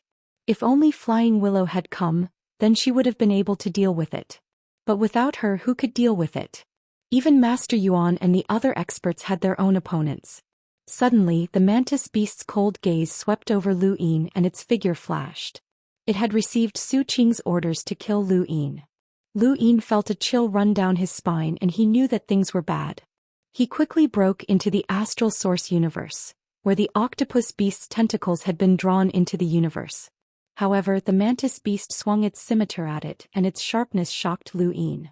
The Mantis Beast's scimitar slashed at Lu Yin, and the Sea King's spear stabbed out, but it was forced back. "Kid, run," the Sea King barked. The Mantis Beast's right scimitar slashed down, slicing through space. Many astral beasts and spacecraft were sliced apart along the way. Lu Yin's eyes narrowed. With the Mantis Beast's terrifying attack power, the microarmor would not be able to withstand it. In the distance, Elder Jioshan was just about to use stellar transposition when the Sword King's sword descended. Once stellar transposition was used, Lu Yin would no longer be facing the Mantis Beast's attack, but rather the Sword King's. They were on completely different levels. Left with no other choice, Lu Yin could only revolve the stars and explode in front of the Mantis Beast. The Mantis Beast was forced back and even the scimitar cracked. However, Elder Jioshan did not fare well either, and he coughed up blood from the Sword King's attack. The Mantis Beast did not retreat, and it continued to slash at Lu Yin.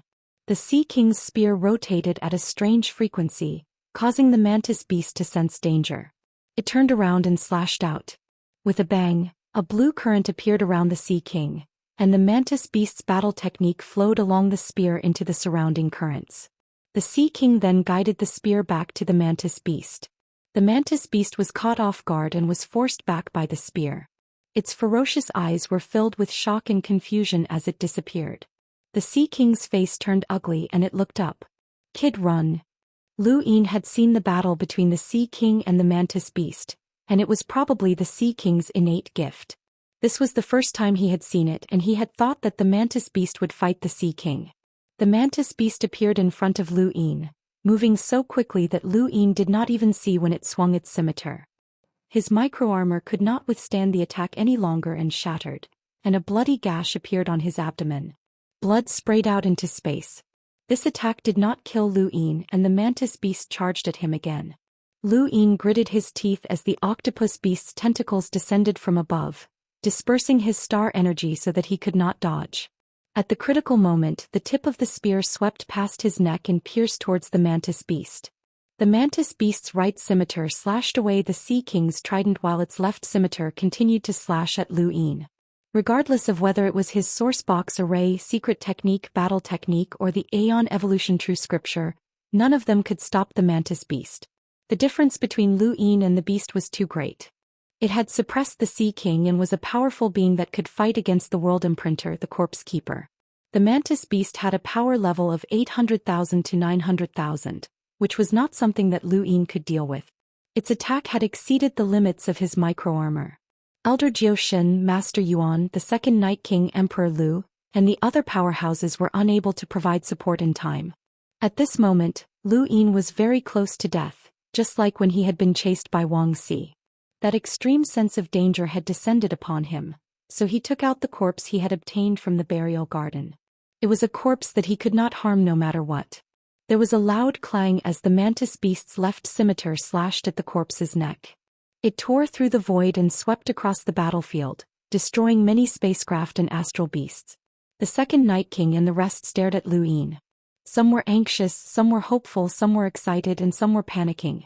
The Sea King quickly appeared behind Lu Yin and stared blankly at the corpse that Lu Yin was hiding behind. The corpse was completely unharmed, and the mantis beast's attack had landed squarely on the corpse's neck. However, the Sea King could clearly see that there was not even a scratch on the corpse's neck. What the hell? Chapter 1869. The mantis's ferocious gaze changed as it stared at the corpse in disbelief. This corpse had actually blocked its attack. It was a little shocking. Lu Yin took this opportunity to take out progenitor Wuxiang's hide and stared at the mantis' eyes. The mantis shuddered, unable to move. Sea King attack 3 inches from its abdomen. Lu Yin barked, his eyes turning into runes as he stared at the mantis' abdomen. The Sea King's reaction wasn't slow and he stabbed out with his spear, landing 3 inches from the mantis' abdomen. A huge force pierced into the mantis' body and sent it flying, spraying green blood along the way. Lu Yin coughed and hurriedly put away progenitor Wuxiang's hide and corpse. He was panting heavily as he had almost been finished. Fortunately, he had the corpse, which had not even been affected by the mantis attacks. It was clearly a dead person, so who knew what kind of powerhouse it had been when it was alive. The mantis was heavily injured by the Sea King's spear and did not attack again. When Su Qing saw that even the mantis could not kill Lu Yin, he immediately stopped fighting. Lu Yin was also heavily injured and urgently needed treatment. At the same time, he was also afraid that the mantis would ambush the other envoys, so he did not pursue the battle. Both sides had tacitly agreed to stop fighting. Lu Yin had just returned to his spacecraft when Elder Zhou Xian came looking for him. He angrily roared, "Kid, withdraw from this battle immediately." Lu Yin seemed to be frightened by Elder Zhou Xian and he clutched his chest as he coughed. Elder Zhou Xian's gaze grew fiercer. "Kid, did you hear that? Withdraw from this battle immediately. It has nothing to do with you." Lu Yin weakly replied, "Elder, I need to rest." Elder Zhou Xian was furious. "Stop acting." The Second Night King and Lu Huang appeared, and when they saw Elder Zhou Xian's state, they quickly stood in front of Lu Yin. Elder Zhou Xian glared at the Second Night King. Scram. The Second Night King had only listened to Lu Yin because his fate was in Lu Yin's hands, and he would not let Elder Zhou Xian off. "You talk big. I've tolerated you for a long time, Second Night King. Some people were afraid of your Day-Night clan and did not want you to enter the Neoverse, but I don't care." The Second Night King's eyes narrowed. "You can try." The Day-Night clan had been forced into the Neoverse, and Elder Zhou Xian's words had lit a fuse. Lu Huang, Elder Zhou Xian, "Shin, kid, I'm not lying. Kid, I'm not joking with you. This war has nothing to do with you. The Celestial Beast Empire isn't as simple as it seems, or else we would have destroyed it long ago. The human domain has 7 half-progenitors, while the astral beast domain only has 1. Yet they've been able to stand against us all this time. Do you really think that we're just plotting against the 6th mainland?" 2. Ancestor Hui had schemed for many years. He had used the mountain and sea realm as bait to confuse the 6th mainland and the Eternals with the war between the human domain and the astral beast domain. He had made them think that the fifth mainland did not know the truth and had been fighting amongst themselves. The war between the human domain and the astral beast domain had been part of the plan from the very beginning. But after hearing Elder Zhou Xian's words, it seemed that the astral beast domain's celestial beast empire had not just been part of the plan. There were other reasons as well. The second Night King frowned. Even though the Day-Night clan was a pawn in the war against the astral beast domain, they did not know much about the celestial beast empire. He listened carefully to Elder Zhou Xian's words, trying to find clues about the first Night King's death and the third Night King's fall. Humans have lived through ancient times. From the time when there were 6 mainlands, to the time when the Daoist sect was still around, and then to the present day when the 5th mainland was separated from the astral beast domain. They have experienced far too much, and within the 6 oldest mainlands, most humans and beasts coexisted. The 4th mainland only had astral beasts and no humans, and all humans were expelled from the 4th mainland. This is the most ancient legend that most of the astral beast domain came from the shattered 4th mainland. No one knows what the astral beast domain is hiding or what the celestial beast empire inherited from the 4th mainland. During the war with the 6th mainland during the Daoist sect's era, the astral beast domain produced progenitor Wuxia who was invincible. After the 5th mainland was divided and the mother tree was taken away, the astral beast domain and the human domain both suffered a great calamity. The human domain started a war with the astral beast domain not only to help the human domain mislead the everlasting in the 6th mainland, but also because the astral beast domain wanted to mislead the everlasting in the 6th mainland. Otherwise, do you think they would have cooperated? Don't underestimate the astral beast domain and don't underestimate the celestial beast empire. Elder Zhou Xian said a lot in a single breath. It was obvious that he had told Lu Yin everything he knew, regardless of whether it was the ancient legends or his own guesses. He had also threatened Lu Yin in hopes that he would not participate in this war. Elder Zhou Xian's words caused the second Night King Emperor Lu and Master Yuan who had just arrived, to fall into deep thought. Lu Yin recalled the scene when he had first merged with the Yin Gui's body. Through the Yin Gui's memories, he had seen Imperial Preceptor Skymender and countless important figures of the Celestial Beast Empire worshipping a statue. He had also seen countless human-shaped source boxes. The Astral Beast domain was indeed hiding something. Elder Zhou Xian was not joking. He was truly afraid. I've said so much just to tell you that humans have their own ways and beasts have their own ways. Don't think that you've succeeded just because you've temporarily stopped the Astral Beast domain. If this continues, even I won't be able to protect you. If you hadn't saved yourself in that battle just now, you would have died, Elder Zhou Xian said gravely. Lu Yin bowed to Elder Zhou Xian with a solemn expression. Thank you for your advice, Senior. I'm not trying to be brave, nor am I trying to compete with the Astral Beast domain. However, I cannot abandon the countless lives of the Outerverse. My name is Zhou Xian or Lu Yin. I came from the cosmic sea to the Innerverse and I also settled down in the Outerverse.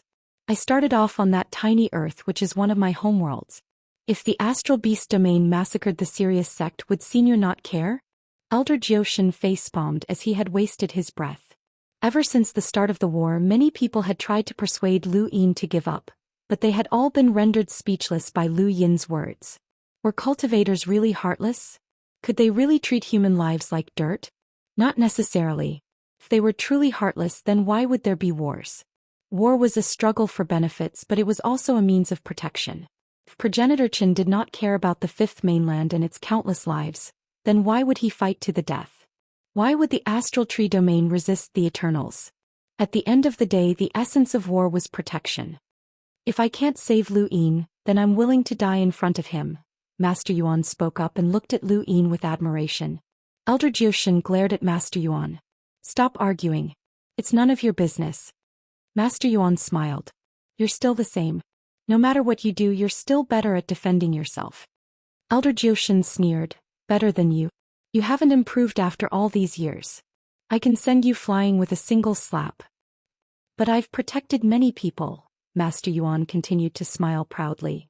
Elder Zhou Xian held his breath. Stop saying that. You haven't changed even after so many years. It's disgusting. He then stared at Lu Yin.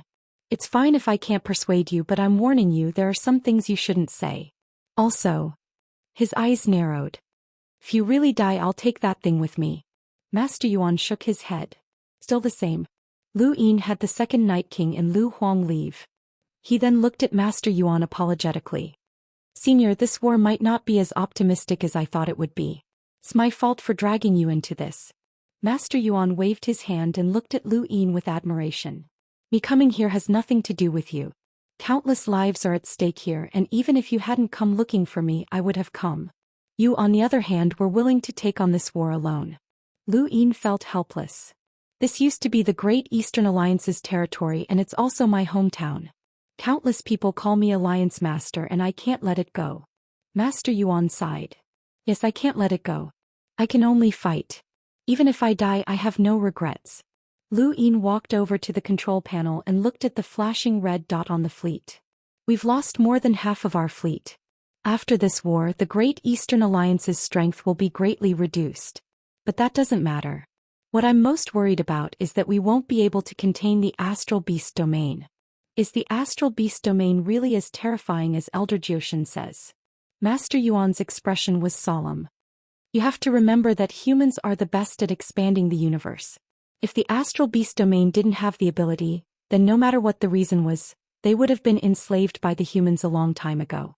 Although Master Yuan's words were not as clear as Elder Zhou Xian's, Lu Yin still understood. Master Yuan's meaning was the same as Elder Zhou Xian's. The Astral Beast domain was not easy to deal with.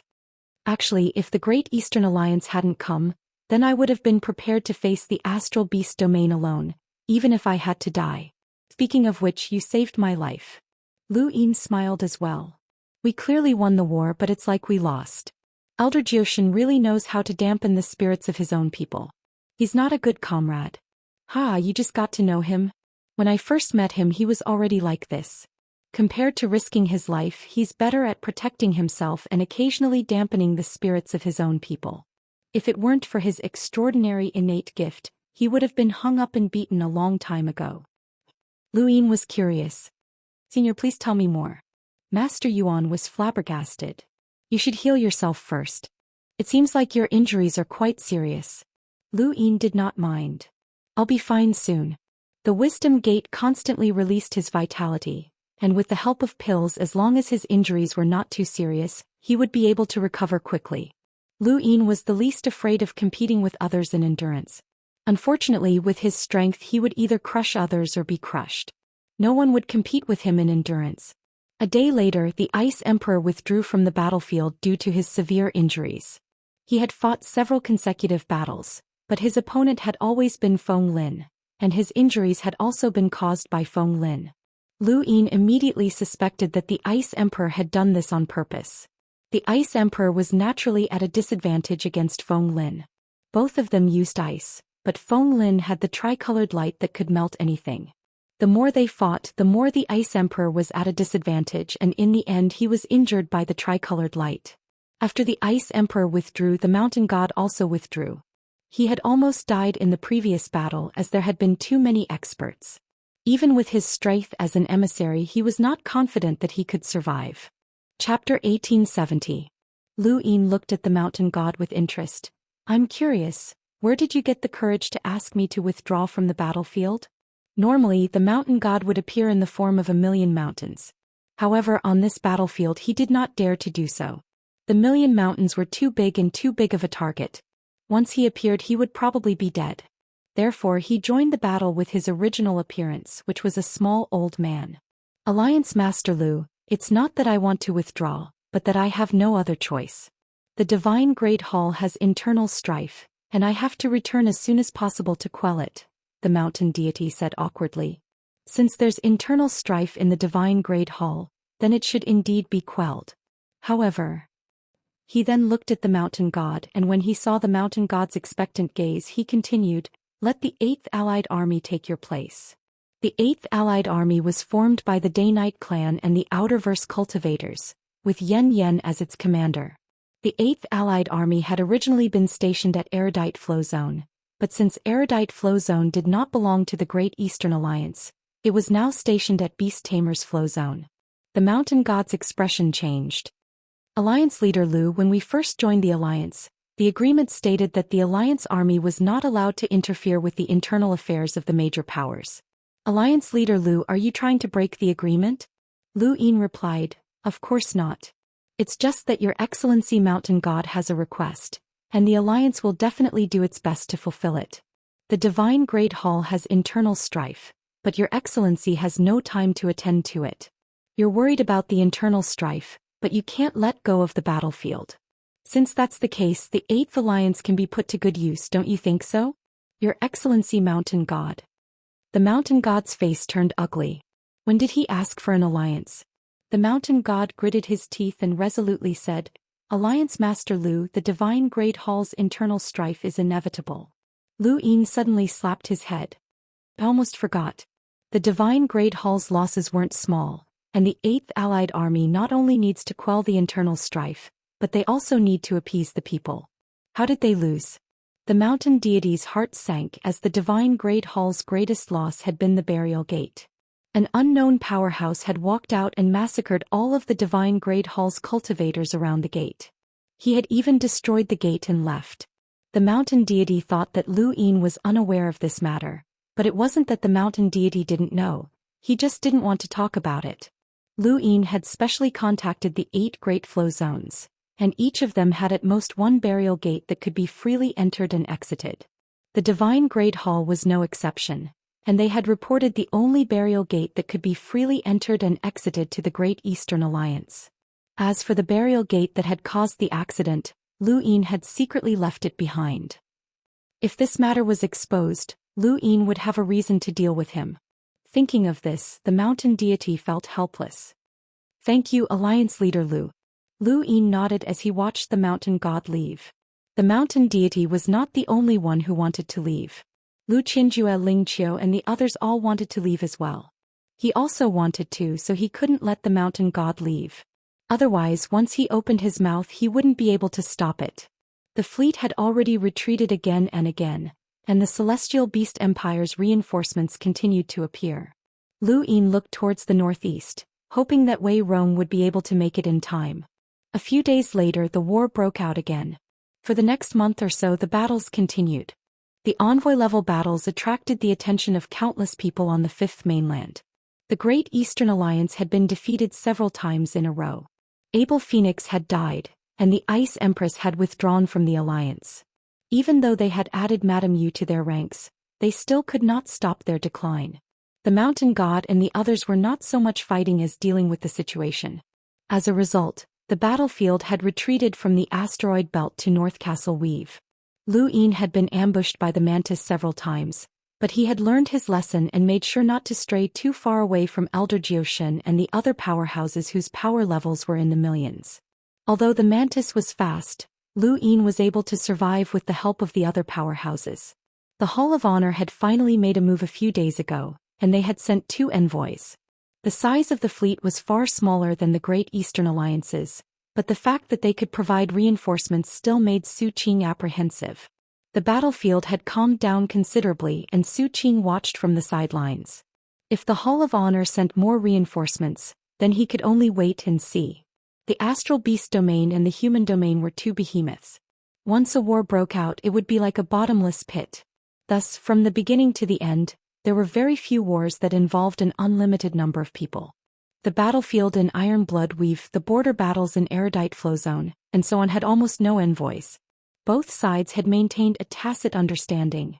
The Astral Beast Domain had launched a large-scale attack this time because they were certain that the Sixth Mainland did not care about the Eastern Weaves, and they were also certain that the Hall of Honor would not interfere. Thus, they had decided to launch a large-scale attack, but they had not expected to run into the Great Eastern Alliance. Now they were facing the Great Eastern Alliance. If the Great Eastern Alliance had been replaced by the Hall of Honor, then the Astral Beast Domain would not have fought to the death. Instead, they would have turned North Castle Weave into Iron Blood Weave. Another half a month passed and 5 months had passed since the start of the war. Before this, no one had expected the Great Eastern Alliance to last this long. Even Su Qing had not expected this. He had fought until his hair had turned white, and the more he looked to the south, the angrier he became. He had raised his hand several times to call Lu Yin on his gadget, but in the end he put it down. He really wanted to kill Lu Yin with his own hands. That bastard had forced him to stop. Otherwise, the eastern weaves of the Outerverse would have been theirs, and they would have been able to construct defenses to deal with the Sixth Mainland's counterattack. With a bang, Zhou Xian clenched his fist and shook the void. Attack! The war had begun once again. Countless people in the Great Eastern Alliance had already become numb to the fact that people were dying every day. The envoys were becoming more and more shrewd, and this included the Astral Beast Domain's envoys. When they entered the battlefield, they would subconsciously choose opponents that were on par with them. For example, the mountain god had been staring at a beast that was similar in strength to him the moment he entered the battlefield, and that beast had also been staring at him. Fear of death was a common trait of all living creatures, regardless of whether they were humans or astral beasts. Elder Zhou Xian was still facing the Sword King. The Second Night King and the Heavenly Demon had already fought many times. The Second Night King's strength was enough to suppress the Heavenly Demon, but it was not easy to kill him. If the Heavenly Demon did not attack, then his spiritual force would wreak havoc on the battlefield, causing great damage to both sides. The Second Night King could not allow the Heavenly Demon to attack, and the Heavenly Demon could not allow the Second Night King to attack. Lu Ying looked out into space. Both sides had their own opponents, and this battle was still a battle of attrition. At that moment his gadget rang and Lu Ying looked at it. Strangely, it was Zhou Xian. Zhou Xian had Lu Yin's contact information, but he had never contacted him before. This was the first time. Lu Ying accepted the call and a screen appeared in the sky. Zhou Xian's face was deathly pale. Something has happened to Earth. He then pointed the screen into the distance. Lu Yin's expression changed as he looked at the screen. Astral beasts? Outside Earth, many astral beasts were attacking, and it was a small battlefield. Much of Earth had been destroyed and half of Nanjing had been reduced to ruins. However, this alone was not enough to alarm Lu Ying. He stared into space and saw a familiar beast, the octopus. The one that had once fought him on the battlefield, the one with great defense, had actually gone to Earth? No wonder he hadn't seen it on either battlefield. He had been so focused on the mantis that he had forgotten about it. I know that you're on a battlefield and the appearance of these astral beasts is probably related to your battlefield. But there's no other way. I've got to save Earth, Zhou Xian said in a low voice. I'll be there right away, Lu Ying replied. He then hung up and looked up into space. The octopus was powerful enough to easily destroy Earth, but it had not done anything yet. It was clearly trying to lure Lu Ying over. There was a trap there, an obvious one. Even though he knew that it was a trap, Lu Ying had no choice but to step into it. Otherwise, Earth would definitely be destroyed. The battle in space was exceptionally intense. Everyone had their own opponents and no one could leave. Lu Ying frowned. Zhou Xian had started the battle to delay everyone and create a trap for Lu Ying. Admiral Shui, I'll leave the battlefield to you, Lu Ying instructed Shui Chuanshao. He then left the fleet alone and headed south. Earth was located in the northern part of Frostwave Weave, and it was very close to North Castle Weave. With Lu Yin's speed, he quickly crossed through North Castle Weave and arrived at Frostwave Weave. Zhou Xian and Emperor Lu were constantly fighting, and he would occasionally glance at the southern fleet. Would Lu Ying go? He was not sure, but it all depended on whether that planet was important to Lu Ying or not. Half a day later, Zhou Xian pushed away Emperor Lu's sword with a look of ecstasy. He had just received news that Lu Ying had arrived on Earth. In Frostwave Weave, outside a beautiful azure planet, Lu Ying stepped out into space and swept through space with his emptiness palm, killing all the astral beasts except for the octopus. On Earth, countless people looked up at the sky and watched as the octopus tried to wrap around Lu Ying. At the foot of Mount Zhou lay the corpse of a giant beast the size of a mountain. It looked huge, but it was only a Lemmeter and Lu Ying was able to kill it.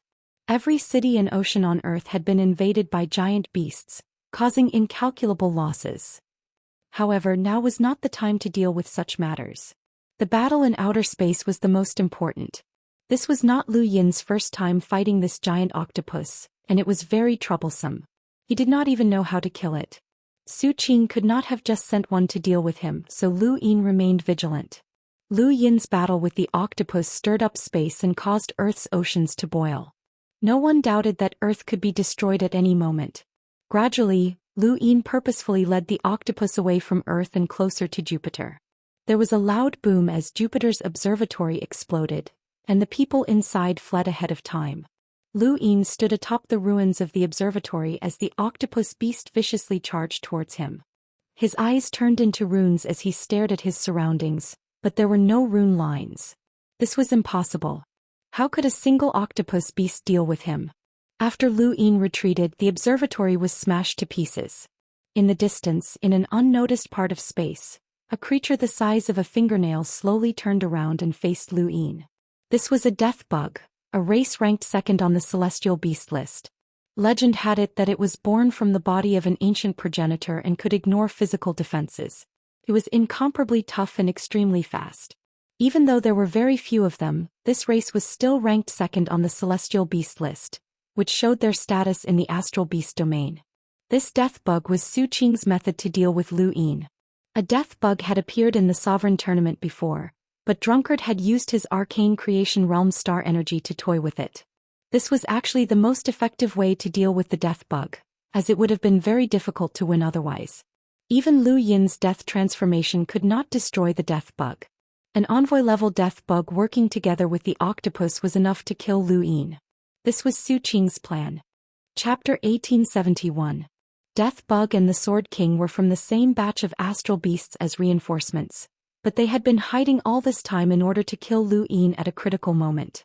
Although it was a pity that Lu Yin had lost the Death God's inheritance, Zhou Xian had no choice but to use this move to completely destroy Lu Yin.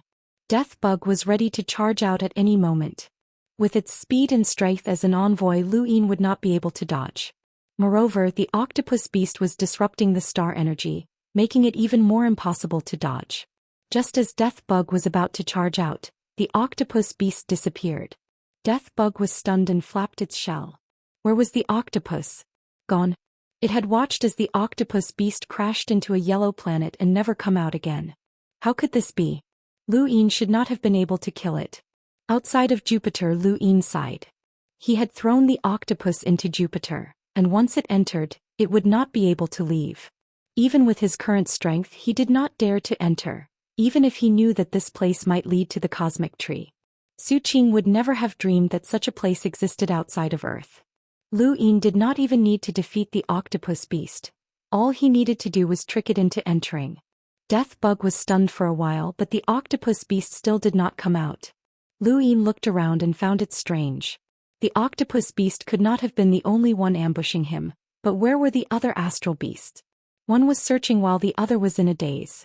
After a while, Lu Yin shook his head and stepped out, appearing outside of Earth. Just as he was about to enter, he felt a sense of danger. Death Bug slammed into him from behind and sent him crashing into Earth. There was a loud boom and Lu Yin crashed into a tall building like a meteor. His body was pressed into the ground, and from the center of the building, the ground shattered and spread throughout the entire city. Intense pain spread from his back and Lu Yin grimaced as he propped himself up. Above his head, rocks crashed down with another boom. He touched his back and found that blood had seeped through his clothes.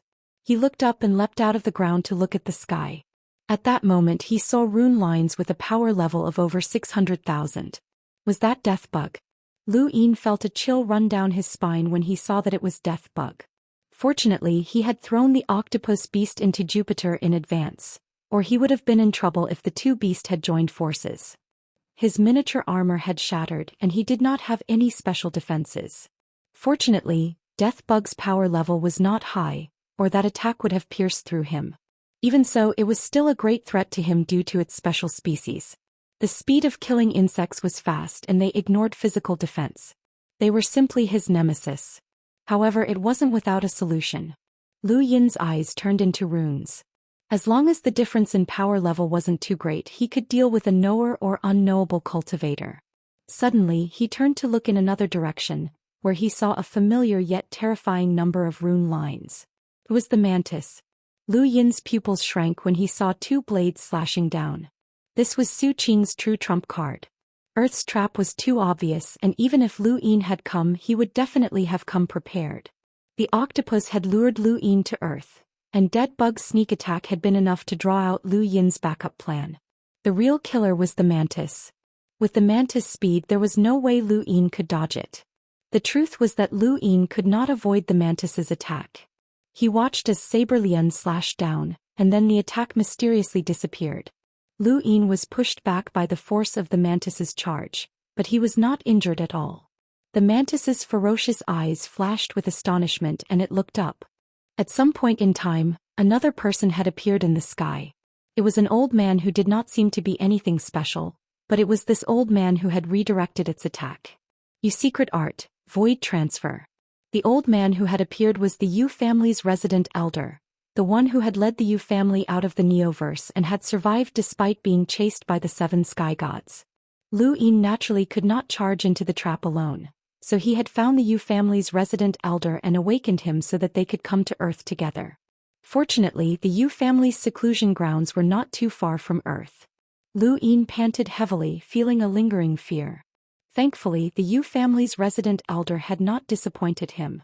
Someone who could escape the 7 sky gods' pursuit was indeed powerful. He had to thank the city for remembering the Yu family's resident elder. Back when the technocracy had joined forces with the 6th mainland to attack the Outerverse, the city had sent an emissary through the astral wilderness into Frostwave Weave, but that emissary had been chased away by the Yu family's resident elder. The city had attached great importance to this matter and had told Lu Yin about it. Otherwise, Lu Yin might not have remembered this elder. Cough cough. The Yu family's resident elder looked haggard. "I can't help you much. The injuries caused by the 7 sky gods are very difficult to recover from, so you must be mentally prepared." Lu Yin pointed at the praying mantis. "Senior, can you deal with it?" The Yu family's resident elder looked at the praying mantis. "Let's try." The praying mantis let out a sharp shriek and charged at Lu Yin. Speed was so fast that Lu Yin could not react in time. At the critical moment, the Yu family's resident elder waved his hand and used the Yu secret art to redirect the praying mantis attack. Compared to the Sea King, the Yu family's resident elder was more suited to deal with the praying mantis. He did not need to use too much strength and he only needed to restrain the praying mantis attack. In outer space, the death bug disappeared and reappeared in front of Lu Yin. Lu Yin's gaze turned cold. The 3 beasts had been prepared, and if nothing unexpected happened, they could indeed deal with him. But now he needed to deal with them. Once the 3 beasts were dealt with, the pressure on Su Qing's side would be greatly reduced. Bang! The death bug slammed into Lu Yin's body and he was sent flying back. However, he was fine since his knowing-unknown ability had withstood the attack. He wanted to retaliate but he could not find the death bug. There was another collision from the side, but the death bug was so fast that Lu Yin could not even grasp its trajectory. Even the vacant palm could not be used as he could not find its direction. The stars revolved and over 10,000 stars spread throughout the city. Within the city, countless people were fleeing for their lives when they saw the sudden appearance of the stars. Their eyes were filled with fear and they did not dare to make contact. A shadow flashed past the corner of Lu Yin's eyes, and he subconsciously struck out with his palm. The vacant palm brushed past the death bug and shattered the void. Lu Yin's body was hit again, but he still could not find the death bug's trajectory. His domain, spiritual force and spiritual force were all used, but he still could not find the death bug's trajectory. Fortunately, the death bug's attacks were ineffective against him, and it seemed like a stalemate. Lu Yin was not sure if he could catch the death bug while in the Grim Reaper transformation, but he wanted to give it a try. Suddenly, he heard the Yu family's resident elder's voice. "Kid, I can't hold on any longer." Lu Yin was stunned and he looked up into space. The praying mantis was constantly trying to charge towards Earth, but the Yu family's resident elder used various methods to stop it each time. "Senior, what did you say?" "Kid, I told you that I was heavily injured by the witch spirit god and needed to be sealed in ice to recover. I can't help you for long. This beast is extremely fast and its attacks are fierce. I can't stop it anymore," the elder said helplessly. Lu Yin was anxious. If the Yu family's resident elder could not stop the praying mantis, then he would definitely die. "Senior, can you think of a way to destroy it?" "It's very difficult. I could easily destroy it at my peak, but I'm too heavily injured," the elder said helplessly. Lu Yin's eyes flashed. "What if I have a progenitor item? Something that can instantly freeze the praying mantis?" The elder was astonished. "You have a progenitor item? You can try." Lu Yin took advantage of the moment when the death bug had struck him to retrieve progenitor Wuxiang's hide from his cosmic ring and use the Yu secret art. "Senior, don't stare at it. This is progenitor Wuxiang's hide." In outer space, the elder casually waved his hand, and progenitor Wuxiang's hide appeared in his hand. The moment the hide appeared, the death bug suddenly stopped moving as if it had sensed something. The praying mantis's originally ferocious gaze was now filled with confusion and fear. The aura of progenitor Wuxiang's hide gave it an innate suppression. The Yu family's elder looked at the praying mantis beast. The space beneath his feet shifted, and progenitor Wuxiang's hide imprinted on the praying mantis beast's head. In an instant, the praying mantis beast couldn't even move. Its body was penetrated by the Yu family's elder and it fell to earth, crashing into the mountains. The elder was exhausted. "Kid, that beast is heavily injured and covered in progenitor Wuxiang's hide. It won't be a threat to you. I'll be leaving now. Don't go back on your words." He then turned and left. Lu Yin stared in the direction where the praying mantis had been sent flying and saw that the rune lines were rapidly weakening. The praying mantis was heavily injured and couldn't move. Now he just had to deal with the death bug. Wait, where's the death bug? Ever since Lu Yin had taken out progenitor Wuxiang's hide, the death bug had stopped attacking him. Something was wrong. Suddenly, he thought of something and hurriedly rushed over to where the praying mantis had fallen. The death bug looked like an insect, but it was actually a creature that had cultivated for many years. It wasn't an unintelligent beast, and it could tell that progenitor Wuxiang's hide was suppressing the praying mantis. The only way to kill Lu Yin was to work together, and it couldn't do it alone. Lu Yin tore through the void and arrived beside the mountain. He looked down and saw a ferocious blood-red gaze. Progenitor Wuxiang's hide had fallen to the ground, and the death bug was there as well. The Yu family elder left in a hurry. Not good. Just as that thought appeared in Lu Yin's mind, he was sent flying by a huge impact. It was the death bug again, and the praying mantis's blade descended from above. It had been heavily injured by the elder, and its body had been pierced through. Its strength had been greatly reduced, but it hadn't slowed down by much. The blade slashed down and Lu Yin subconsciously retrieved the corpse. There was a thump, but the corpse was unharmed. Even if the praying mantis had been at its peak, it wouldn't have been able to harm the corpse in the slightest. Although the corpse hadn't been harmed, the force of the blow still sent Lu Yin flying and crashing into an island. Lu Yin flipped over and landed smoothly, black and white mist surging out from his body as a giant cocoon wrapped around him. The death bug viciously slammed into the cocoon, sending it into the sea. Back in Nanjing, Zhou Xian didn't know how Lu Yin was doing. The astral beast had attacked and Earth had once again descended into Armageddon. All of the surveillance equipment in outer space had been destroyed, and he didn't even know where Lu Yin was fighting. Billions of people on Earth were in a state of panic. At the bottom of the sea, Lu Yin transformed into a grim reaper, black and white mist coiling around his body as he leapt out of the sea. The aura that caused astral beast souls to tremble descended, but it only lasted for an instant and couldn't change the situation. In front of him, the praying mantis's blade descended. Lu Yin raised his left arm, and the white mist formed a shield that collided with the blade. There was a thump and his body was sent flying. He had blocked the blade's attack. Chapter 1872. The mantis had been heavily injured and its strength had dropped significantly. Otherwise, even with the Reaper transformation, it would not have been able to fight across such a large gap. Death Bug charged at him from behind and Lu Yin's senses went off. While in the Reaper transformation he could not use the cognizance true scripture of Yin evolution, so he had to face the bug head-on. However, Lu Yin was able to capture the bug's trajectory. If the bug wanted to hit him, it would have to enter the black and white fog around him. Once it did, it would be entangled by the deathly aura and its speed would plummet. This was Lu Yin's only chance to capture it. The first time, Lu Yin used the shield on his left arm to block the bug's attack. The second time he directly slashed at Go Lian. The first time he hit Death Bug, it sent Death Bug flying. Behind him, the mantis slashed at him again. Lu Yin had just sent the bug flying and did not have time to defend himself. He was struck by the slash and the huge force threw him towards the ground. He crashed into the city, causing panic. Lu Yin gritted his teeth. He was facing two extremely fast beasts at the same time. One of them was heavily injured, but its attacks were still swift and fierce. It was difficult for Lu Yin's attacks to break through its defenses, and while the other was able to track its movements, it was also difficult for him to break through its defenses. The Death Bug's toughness had exceeded his expectations. He was helpless against the two beasts working together. He took out the corpse again and slashed out with the Golian. Bang! It collided with the mantis blade. Death Bug charged at him from the side, but it hit the corpse instead. The force pushed Lu Yin back and he countered with the Golian's horizontal slash. It cut through the void and landed on the bug's body, but it was like hitting a bean. On the other side, the mantis blade was blocked by the corpse again.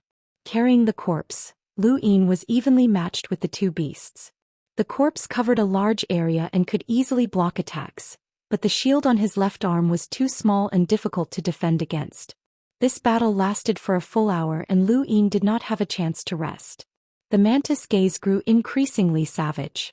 Finally, Lu Yin had used up more than half of his deathly aura and was forced to withdraw from the Reaper transformation. He still had to save some of his deathly aura just in case, but he was sent flying by the bug as soon as he did so. His body crashed to the ground and a shadow fell from above. It was a huge statue that was pressing down on him. There was a loud crash as the statue landed beside him, kicking up a cloud of dust. Lu Yin gasped for breath. The dead bug had appeared in front of him again, not giving him the slightest chance to catch his breath. He decided to think of a way to send another beast to Jupiter. His pupils turned into runes. Knowing whether he was in the realm of knowing or not, the impact of the dead insects would be useless. Just as the worm was about to crash into Lu Yin, a bolt of lightning flashed through the void, and a huge figure appeared out of nowhere. It seemed to have come from another dimension and it stepped on the worm as it charged into outer space, bringing with it endless lightning that swept through the sky. Lu Yin's mouth fell open in shock. Was that a rabbit? A rabbit that breathed in and out thunder appeared. It stepped over the dead worm and rushed toward the starry sky. Before it left, it even grinned at him, revealing two shining front teeth. This scene overturned his worldview. Even Lu Yin couldn't figure out how the rabbit had appeared, but it definitely wasn't due to its speed. In that instant, the rabbit's rune lines weren't as terrifying as the mantis's at its peak. Even if the mantis was at its peak, it couldn't have appeared without warning, so how had the rabbit appeared? Appearing out of thin air? The rabbit looked very familiar and Lu Yin had seen it before. It had stepped on Elder Lohar and now it was stepping on the dead worm. The dead worm's attack was stunned by the rabbit's stomp, and it forcefully blocked the attack for Lu Yin. Just as the rabbit charged into outer space, a figure appeared out of nowhere. "Damn rabbit, how dare you run? Daddy's angry and he'll catch you himself if you keep running." The figure roared at the sky but then froze, feeling that something was amiss. He slowly looked around. "Why is this place in ruins?" "Zhou Lu Yin probed. The figure turned around and met Lu Yin's gaze. He blinked and smiled. "Yo friend, long time no see." "Careful." Lu Yin's expression changed.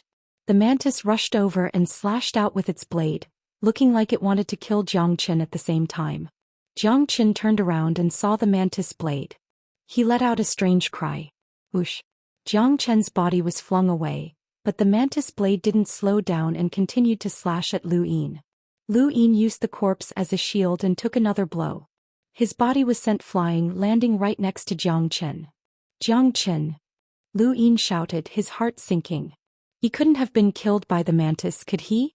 Xianxia coughed twice and rubbed his chest, grimacing as he spat out the sand in his mouth. "What the hell is this?" Lu Yin heaved a sigh of relief, but he was also surprised that he couldn't see Xianxia's rune lines. How was this possible? Moreover, he was unharmed by the mantis slash. If he was stronger than the mantis, how could he have been hit? What a strange person. Xianxia looked up and saw the mantis viciously waving its blade in the distance. He sucked in a cold breath. "Friend, is this your enemy?" "Careful." Lu Yin shouted again. He saw a dead worm out of the corner of his eye, but he couldn't catch it in his current state. Xianxia subconsciously curled himself into a ball and waited for a while, but no one attacked him. He looked up and saw that Lu Yin was being hit by something.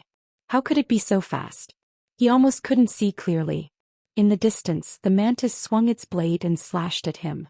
Lu Yin could withstand the dead worm's attack with his knowingness realm, but he didn't dare take the mantis attack head-on. The difference between them was too great, and even if the mantis was heavily injured, Lu Yin didn't want to take the risk. Seeing the mantis coming, he could only take out a corpse and use it as a shield. Xianxia stared blankly at Lu Yin, who was fighting 1 against 2. It was 2 against 1. He was being beaten up and he was even carrying a corpse. This was the first time he'd seen such a fighting style. "Help me," Lu Yin shouted, glancing at Jiang Chen. Jiang Chen blinked his eyes. "How?" "Take care of one," Lu Yin said. Jiang Chen was troubled. "It's not easy, they're too fast. I can't beat them." "So you want to run first like last time?" Lu Yin shouted. He was referring to the attack on Jupiter's space station. At that time Jiang Chen had disappeared inexplicably. He had been sucked away by Jupiter to the starry sky. Jiang Chen wasn't happy. "What do you mean run? I'll help you block one attack, okay? Don't make it sound like I'm a coward." Lu Yin's neck shrank back, almost getting slashed by Dao Lian. He rolled his eyes. "Brother, I know you have a way. Right, I'll give you Luo Shen's contact number later." Jiang Chen's eyes lit up and a graceful figure appeared in his mind. He swallowed. "Really? Of course. If you don't help me, I'll be done for." His body was sent flying by a huge force. Jiang Chen wiped the corner of his mouth. "I can't help you, I can't beat these two. Take one with me? I need a gardener." "Kid, you're courting death." The mantis spoke for the first time and its voice was extremely sharp and unpleasant. Jiang Chen looked at the mantis in surprise. "You can talk?" The mantis glared at Jiang Chen coldly. "Fram." Dao Lian kept slashing at the corpse as he spoke. He had reached his limit as well, as the Yu family's elder had left him with severe injuries. Otherwise he would have killed Lu Yin already. "You're so mean, friend. Don't forget about my Luo Shen. Dad's here to give you a pet, the one that can talk." Jiang Chen shouted, then charged at the mantis as if he didn't care about his life. Lu Yin was stunned as he stared blankly at Jiang Chen rushing towards him. "What are you doing?" The mantis was furious, ignoring its existence. Dao Lian slashed at Jiang Chen fiercely, then disappeared in the next moment. Jiang Chen and the mantis both disappeared at the same time, as if they'd never existed. Not only Lu Yin but the dead bug was also stunned, staring blankly at where the two had disappeared. Where did they go? Lu Yin's eyes flashed. It was definitely a parallel universe. Jiang Chen had said that he could travel through parallel universes and pinpoint the exact location. Did he bring the mantis to a parallel universe? That pet? Did he bring it to his dad? Could his father defeat the mantis behemoth? It wouldn't be a disaster, would it? Lu Yin had too many questions, but since Jiang Chen had taken the mantis away, his crisis was resolved. The dead bug alone wouldn't be able to deal with him. Lu Yin scanned his surroundings for the dead bug, but he couldn't find it. "I know you're here. There's no need to look for it, the mantis won't be coming back," Lu Yin said confidently. He put away the corpse and used the Aeon Evolution True Scripture, Scram. Lu Yin didn't know if the dead bug had left or not, but he leapt towards the place where progenitor Wuxiang's hide had covered the mantis and heaved a sigh of relief. Fortunately, the hide was still there. All of a sudden, Death Beetle charged toward progenitor Wuxiang's hide, intending to snatch it away. Lu Yin sneered. He'd thought that the bug would definitely kill him, so he hadn't taken the hide.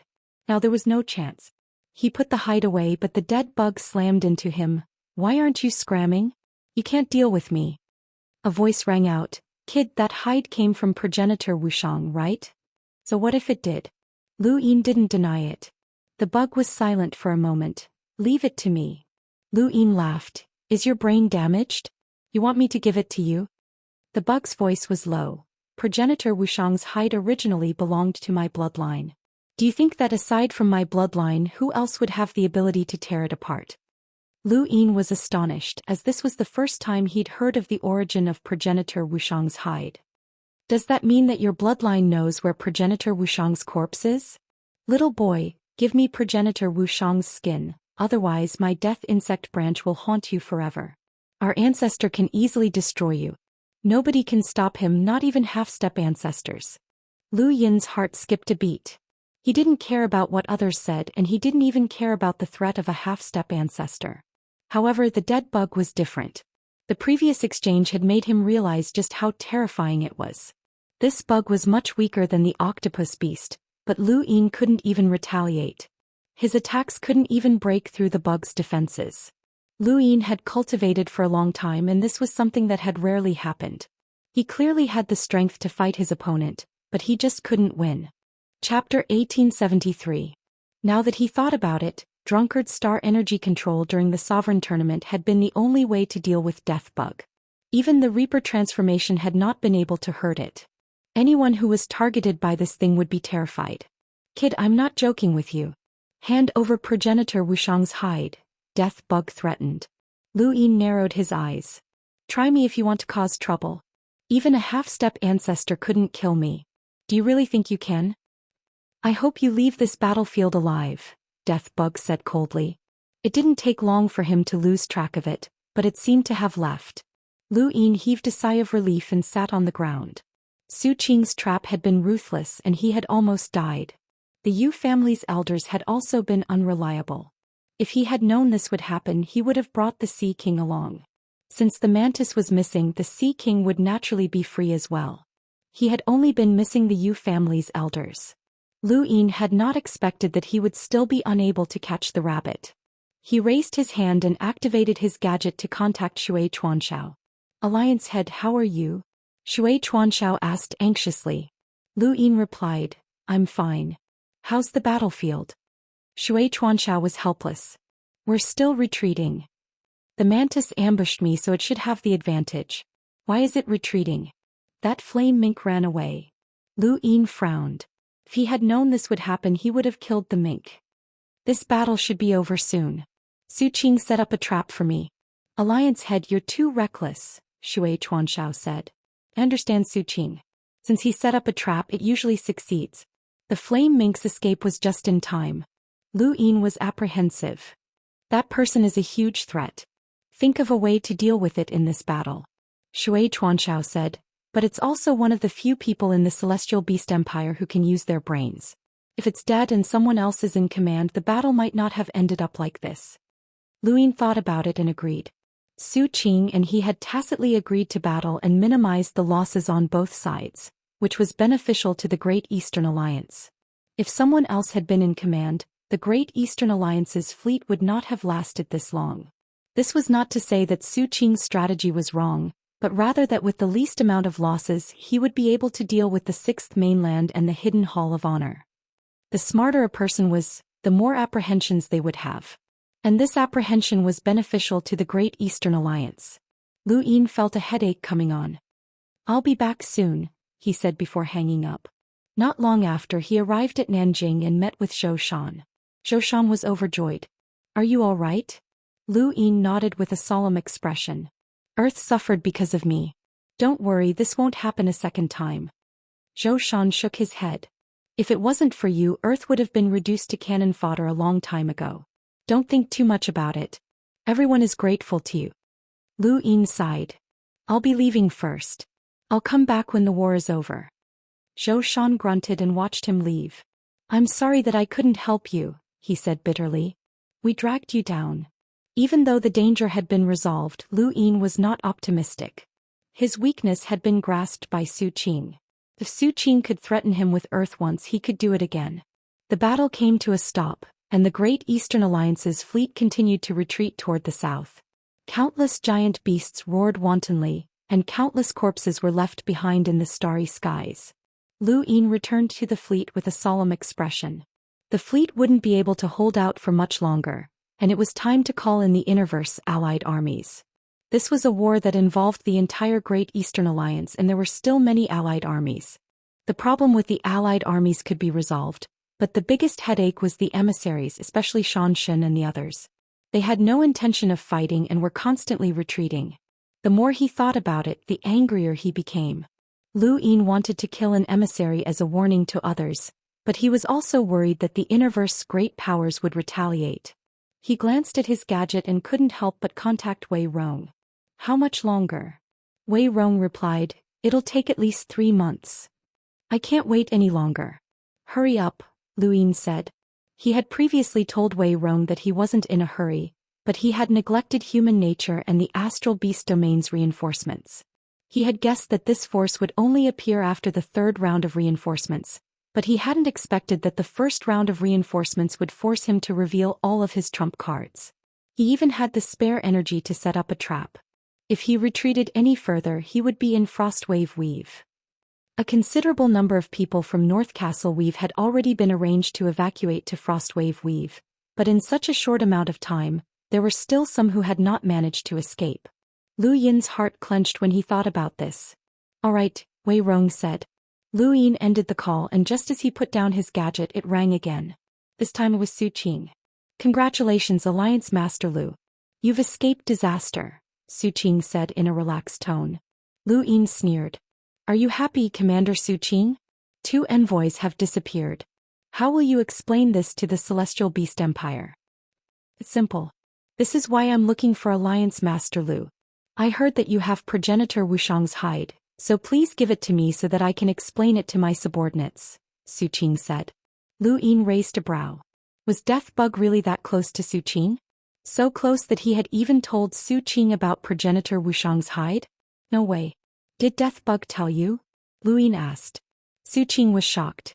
Death Bug knows about it too? It seems like it's true. Alliance Master Lu is truly blessed. Progenitor Wuxiang's hide has always been in my Celestial Beast Empire. How did you obtain it? And how did you know that I had it, Commander Su Qing? Lu Yin was puzzled. Su Qing replied, you used Progenitor Wuxiang's hide to save yourself. I saw it. Lu Yin understood. When he had been attacked by the mantis, he had used his corpse to block it and then used Progenitor Wuxiang's hide to stun it. This had been seen by Su Qing, who had been watching him the entire time. Thank you for your concern, Commander Su Qing. You still have the time to stare at me on the battlefield, Lu Yin mocked. Su Qing smiled. Alliance Master Lu, I'll be direct. Give me Progenitor Wuxiang's hide, and I'll spare the people in North Castle Weave who didn't manage to escape in time. Lu Yin laughed. You're using those unimportant people to threaten me? Unimportant people? If I remember correctly, the reason Alliance Master Lu joined the battle back then was to save these unimportant people, said Su Qing. Lu Yin calmly replied, that's right. It was to save them, but I can't sacrifice myself. Progenitor Wuxiang's hide is a progenitor's item. Who gave you the confidence to ask me to trade it for these people's lives? Su Qing wasn't sure anymore. From what he knew, Lu Yin shouldn't have handed over Progenitor Wuxiang's hide for these people. The universe was cruel, and who would sacrifice themselves for others? Then what about Earth? Su Qing asked. Lu Yin's gaze turned cold. What? You want to set up another trap for me? Su Qing coldly replied, Earth, Xenu Star, and all of the places in the Outerverse that you care about are all conditions for exchanging Progenitor Wuxiang's hide. I can send Death Bug to destroy Earth and Xenu Star first. Lu Yin had stepped into a trap for Earth without hesitation, and this was Su Qing's weakness. There was no need for Lu Yin to hide this, as Su Qing wasn't stupid. Death Bug is on Earth right now. Do you want to give it a try? Su Qing asked. Destroying Earth was something that even an explorer could accomplish, let alone killing Zerg. 1 year. Lu Yin's tone was low. Su Qing didn't understand. What? Lu Yin said, don't start a war for 1 year and give up on the Outerverse. Threaten me with the lives of ordinary people, and I can give you Progenitor Wuxiang's hide. That's impossible. A year is too long. Even if I agreed, the Sovereign Emperor wouldn't agree. 1 month at most, Su Qing said. That's the most I can ask for as the commander. Half a year, Lu Yin insisted. Su Qing shook his head. 2 months at most. This isn't a trade, so you can only agree.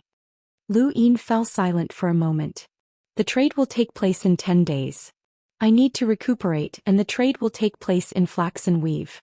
I'll send you the specific location when the time comes. Flaxen Weave? Su Qing was confused. Why would the trade take place in Flaxen Weave? How do I know if this isn't another trap? Lu Yin was wary.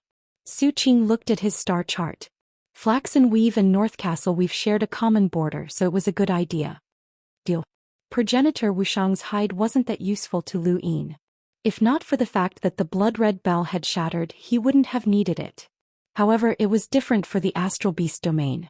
Progenitor Wuxiang was a progenitor of the Astral Beast domain, and he was a form of faith just like Progenitor Chen was to the human domain.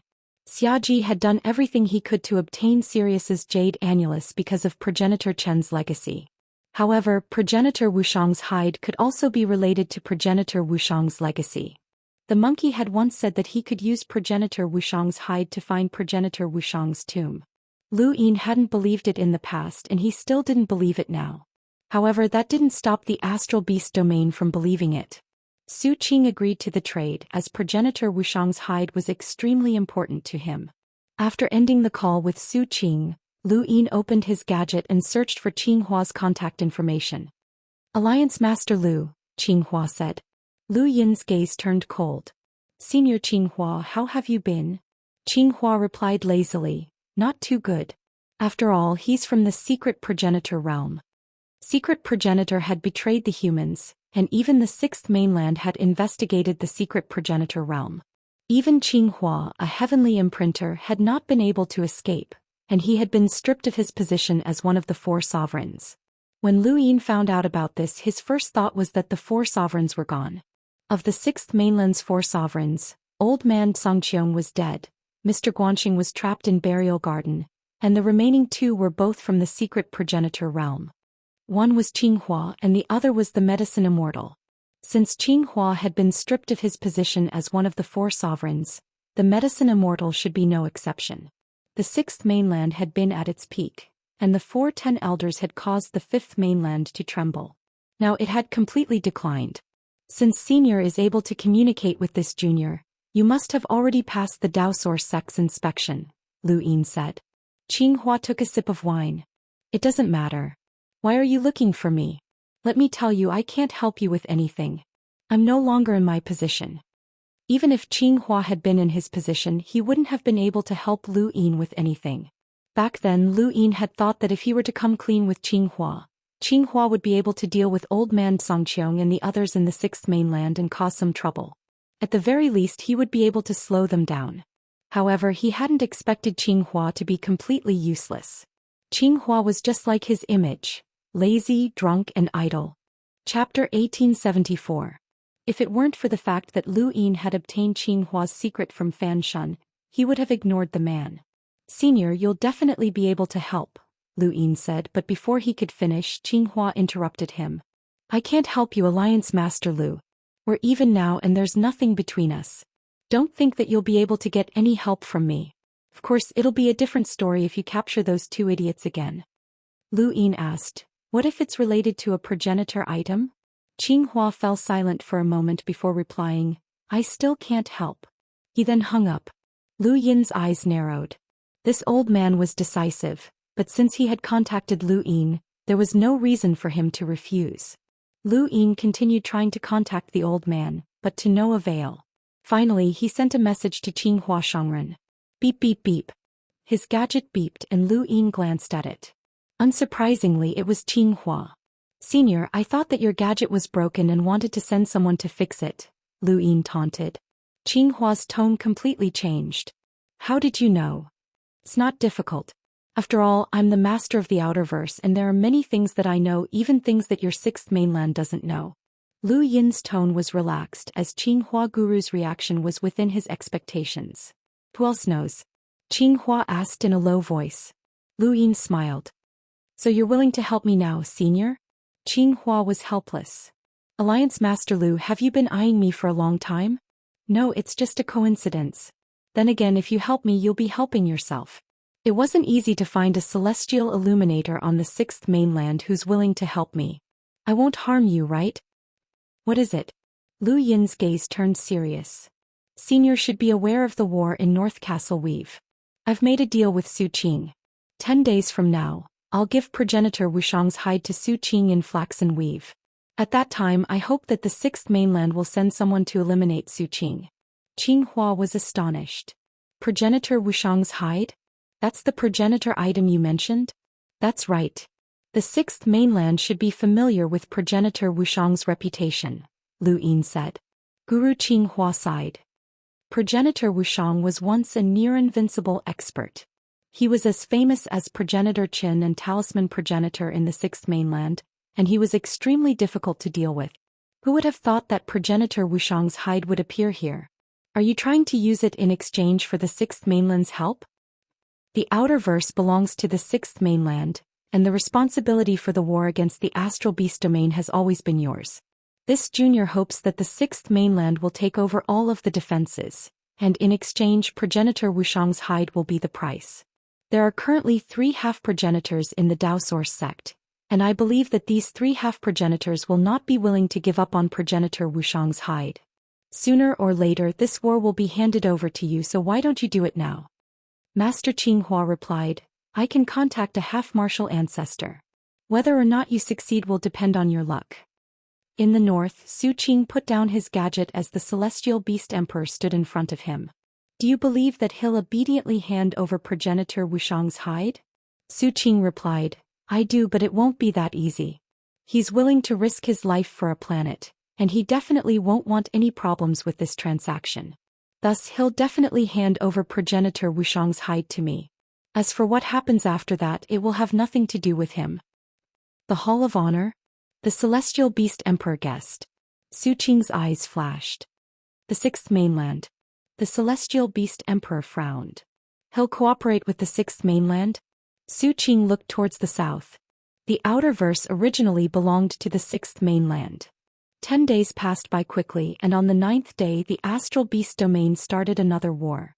The scale of this war was no smaller than the previous one, but Su Qing was missing. Lu Yin was not surprised that Su Qing would start this war, as he wanted to use this war to keep Elder Zhou Xian, the 2nd Night King, and the others on the battlefield. He wanted to prevent these people from hiding in Mount Supreme and ambushing him in Flaxen Weave. He had suffered once and he would not suffer a second time. Dealing with smart people was troublesome. Not only could he not scheme against them, but he also had to be on guard against them. On the way to Flaxen Weave, Lu Huang was the only one protecting Lu Yin. On the astral beast domain side, all of their powerhouses aside from Su Qing were on the battlefield. At least that was the case on the surface.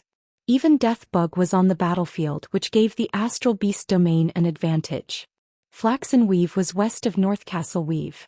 Under Lu Huang's protection, Lu Yin arrived at the westernmost part of Flaxen Weave, the Longxing system.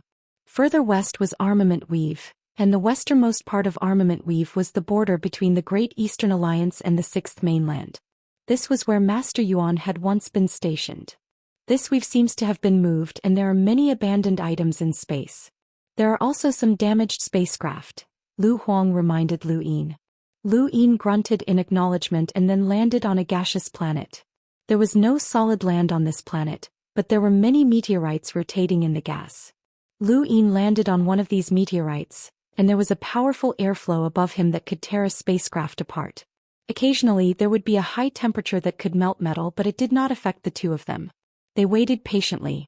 Half a day later, Su Qing arrived and appeared about 100 meters in front of Lu Yin and Lu Huang. He clasped his hands behind his back and looked around. Alliance leader Lu, you didn't prepare any traps for me, right?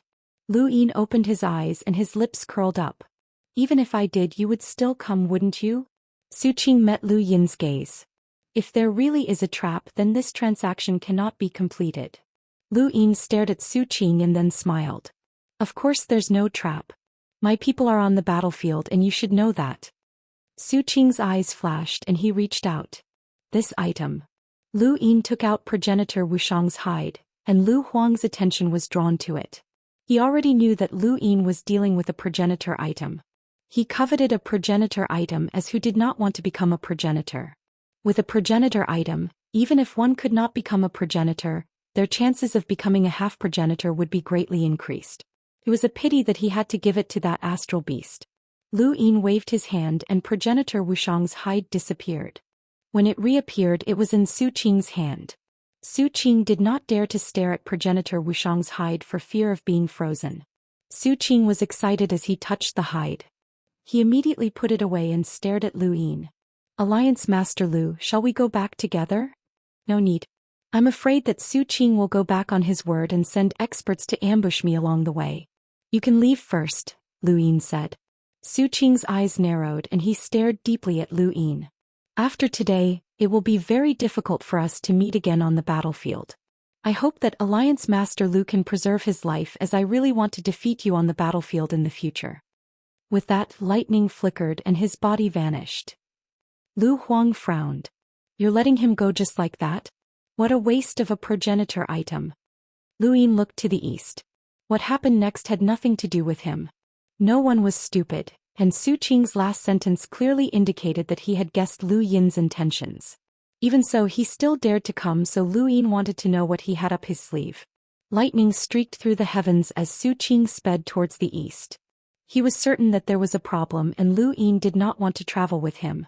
When he thought of this, his expression grew even more solemn, and he was just about to speed up when an incomparably large wooden staff appeared in front of him. Su Qing's pupils shrank and he felt a chill run down his spine. There was danger. The wooden staff suddenly shrank and smashed towards him. Su Qing reverted to his void thunderbeast form and swatted out with a claw. There was a loud bang and the space around him rippled before shattering. An old man walked out. He was slovenly dressed and it was Guru Qinghua. Guru Qinghua calmly looked at Su Qing. "You can't leave." He then raised his staff and lashed out. Su Qing's thunder exploded. "Guru Qinghua from the 6th mainland, you can't stop me." Lu Yin and Lu Huang watched from a distance. Guru Qinghua is very strong and can defeat Su Qing, but it won't be that easy to stop him. "After all, it's a void thunder beast," Lu Huang said. "It's up to you," Lu Yin said. Lu Huang's astral source transformed into a sword as he stared intently. Guru Qinghua was worthy of being a heavenly imprint, and even without the support of the imprint progenitor he was still able to suppress Su Qing and beat him to the point where he spat out blood. Su Qing roared and activated his life-bound thunder in an attempt to escape through the void. Flaxen Weave was right next to North Castle Weave, and with Su Qing's speed he could reach the battlefield directly. Even Guru Qinghua would not be able to stop him. At that moment Lu Huang slashed out for the 14th time. In order to break through a void thunderbeast's life-bound thunder, one had to be superior in terms of battle prowess or prevent the beast from using it itself. Lu Huang was Su Qing's nemesis. Su Qing spat out blood and stared into the distance with a sinister expression. "Lu Yin, you're despicable." Lu Yin raised his head. Despicable? Which of the famous war geniuses in the universe wasn't despicable? Shui Chuanshao, Wei Rong, Wang Wen, and even Su Qing himself? Which one of them was clean? This was war. Outside the battlefield there was also a battlefield. The wooden staff descended from above Su Qing's head. Without his life-bound thunder, Su Qing could not block Guru Qinghua. The staff did not seem to possess any battle technique, but Su Qing was unable to resist. Even Lu Huang was apprehensive as he stared at Guru Qinghua. Suddenly Lu Yin shouted, "Be careful." An incomparably large crack appeared behind Guru Qinghua's back, and terrifying rune lines filled the entire region. After that, everything disappeared. Guru Qinghua, the wooden staff, and Su Qing had all disappeared. Lu Yin and Lu Huang were both stunned. The sky was still the same, but there was now a creature with no end in sight. A void wanderer. Void wanderers were very common creatures, and they would definitely be seen during a war with the astral beast domain. They could freely travel through the void and view space as a plaything. However, this was Lu Yin's first time seeing such a large void wanderer.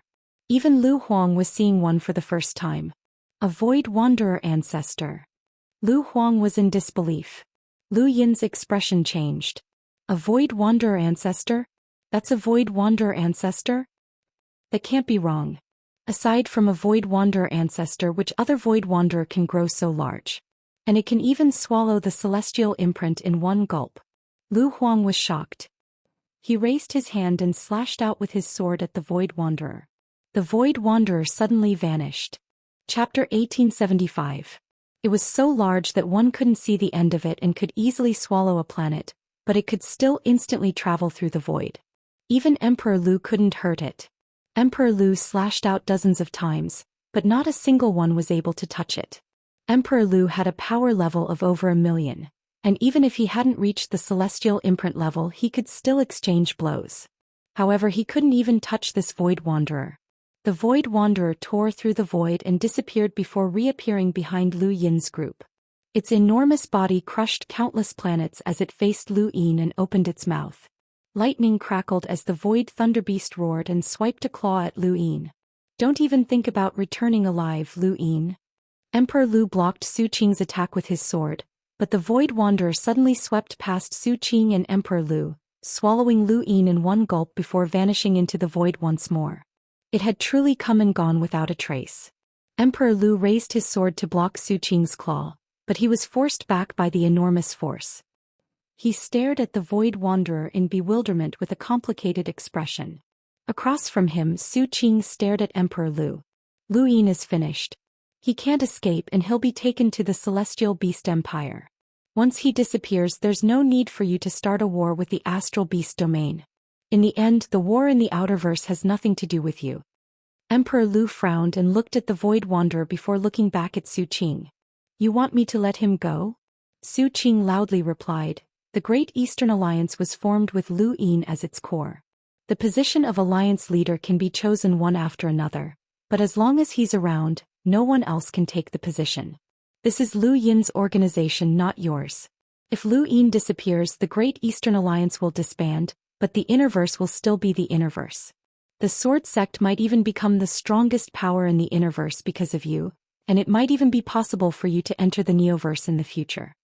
Isn't this what the Sword Sect has always wanted? Aside from Lu Yin, how many people would want this war to happen? If those people really wanted to start a war with the Astral Beast domain, how could they be beaten back so easily? Emperor Lu remained silent. You are a genius of the Sword Sect who created the 14th sword, and you might even become a progenitor in the future. Are you willing to be manipulated by Lu Yin? Is the Sword Sect? How can you face your Sword Sect's ancestors? Su Qing shouted. From Emperor Lu's point of view, it would be best to ignore Lu Yin. Who among the Second Night King Lu Qinjue or Ling Taizu would listen to Lu Yin? Su Qing was certain that as long as he could control Lu Yin, this battle would end. He knew that the deal this time was a trap, but so what? He was willing to take the risk. This was the fastest way to end the war. Within Su Fuyo's stomach, Lu Yin could not hear anything from the outside world. He looked around at his surroundings, but he did not know where Guru Qinghua was. He couldn't even find it through the rune lines. Even though the Void Wanderer was huge, it still had its limits. Lu Yin tried using the clear void palm to test the waters, but aside from creating ripples in the void, it did nothing else. Even Qinghua Shangren couldn't escape in time, let alone him. Who would have thought that Su Qing was hiding a Void Wanderer ancestor? In the outside world, Emperor Lu had been persuaded. He had listened to Lu Yin because he wanted to repay Kun Zei's kindness, but the Sword Sect had joined the Great Eastern Alliance because of Lu Yin, so he had already repaid the favor. Now on the battlefield, Emperor Lu had come because he could not refuse, and he believed that he could protect himself. He was not confident that he could rescue Lu Yin, but for the Innerverse this outcome seemed to be better. However, he had followed Lu Yin for quite some time and he understood the man well. Was Guru Qinghua really his backup? Guru Qinghua. The celestial imprint powerhouse was powerful enough, but Emperor Lu still felt that there was something else. Emperor Lu Yin has been captured and the Great Eastern Alliance has been disbanded. There's no point in fighting anymore. Retreat. Su Qing shouted. Emperor Lu stared at him. Why don't you have the Void Wanderer devour me as well? Su Qing's eyes widened. You're courting death. Emperor Lu tightened his grip on his sword. I want to see if the Void Wanderer ancestor can really devour me. Devouring Guru Qinghua is already its limit. He then raised his sword and slashed at the Void Wanderer. Su Qing was furious as Emperor Lu's guess had been correct. The Void Wanderer ancestor was powerful because it had lived for so long and was infinitely close to becoming a half-progenitor. However, as a Void Wanderer, it did not have any offensive abilities. Its only use was to control super powerhouses, but Guru Qinghua was already its limit. Lu Yin was not a threat to the Void Wanderer ancestor, but if Emperor Lu and Guru Qinghua joined forces, then the Void Wanderer ancestor might not be able to defeat them. This was also the reason why the Void Wanderer ancestor had not devoured Emperor Lu. There was a loud bang as Su Qing and Emperor Lu collided. You will die on the battlefield if you don't repent. Su Qing then shouted, return to the Celestial Beast Empire. This was an order to the Void Wanderer ancestor. The Void Wanderer ancestor twisted its body and was about to leave. Emperor Lu raised his brows. He wanted to save Lu Yin, but at the same time he did not want to save him. He was conflicted, but now that the Void Wanderer ancestor had left, he was powerless to stop it. That did not mean that he did not want to save him. A Void Wanderer could travel through the void. After one round, it would arrive at the border between Flaxen Weave and North Castle Weave, and after a second round, it would appear on the battlefield. The Sword King's enormous body towered in space, and he could crush a spacecraft as easily as crushing an ant. However, when the Void Wanderer ancestor appeared, its enormous body shook the entire battlefield. In comparison, the battlefield was much smaller. Elder Zhou Xian, the second Night King, and the others all looked up in shock. The Void Wanderer ancestor was about to make a third round, which would allow him to enter the asteroid belt and then pass through Iron Blood Weave to enter the Primal Zone and return to the Astral Beast domain. Suddenly, the Void Wanderer ancestor stopped moving, and it even let out a pained cry. Countless Void Wanderers froze on the battlefield and then fell to the ground, easily trampled to death. What's going on? Elder Zhou Xian was puzzled. Everyone looked at the Void Wanderer ancestor and heard its pained cries. The Void Wanderer ancestor suddenly opened its mouth and threw a wooden staff at the Sword King. The Sword King swung his sword horizontally, but it did not shatter the staff. Instead, it sent the staff flying. Guru Qinghua charged out of the Void Wanderer ancestor's mouth, and a green light flashed as Lu Yin was grabbed by a middle-aged woman. At the same time, they charged out of the Void Wanderer ancestor's body. Elder Zhou Xian and the others' eyes widened. Lu Yin. No one had expected Lu Yin to appear from within the Void Wanderer ancestor's body. Lu Yin panted heavily after being grabbed by the middle-aged woman. Fortunately, he had a backup plan, or else he would not have been able to escape. The middle-aged woman wore a green robe that resembled a leaf. This robe was unique to the Mavis family, and her name was Mavis. She was a super expert of the Mavis family, second only to Cloud Shadow. Her power level was over 1,000,000. Even the Mavis family, which had a deep foundation, did not have many powerhouses with power levels over 1,000,000. Su Qing knew how to hide and Lu Yi knew how to attack at a critical moment. Mavis was one of his hidden powerhouses. After returning to the battlefield from Earth, Mavis had arrived, but she had not acted immediately. The Mavis family had allied with Lu Yin. Of course, Lu Yin would not forget about them. Up until now, Lu Yin had recruited 6 powerhouses with power levels over 1,000,000. They were the second Night King, Emperor Lu, Master Yuan, Elder Zhou Xian, Mavis, and Guru Qinghua. The Astral Beast domain was not weak either. They had the Celestial Beast Emperor, Su Qing, the Sword King, and the Void Wanderer ancestor. In a single battle, there were more than 10 powerhouses with power levels over 1,000,000. This was a rare occurrence in human history. There were more than 20 envoys, which attracted the attention of the entire Fifth Mainland. Alliance Master Lu, no wonder you asked for help from the Mavis family. The scale of this battle is not small, Mavis said in shock. She looked at the second Night King, Elder Zhou Xian, the Sword King, and the Void Wanderer ancestor. She was inwardly amazed by Lu Yin's influence.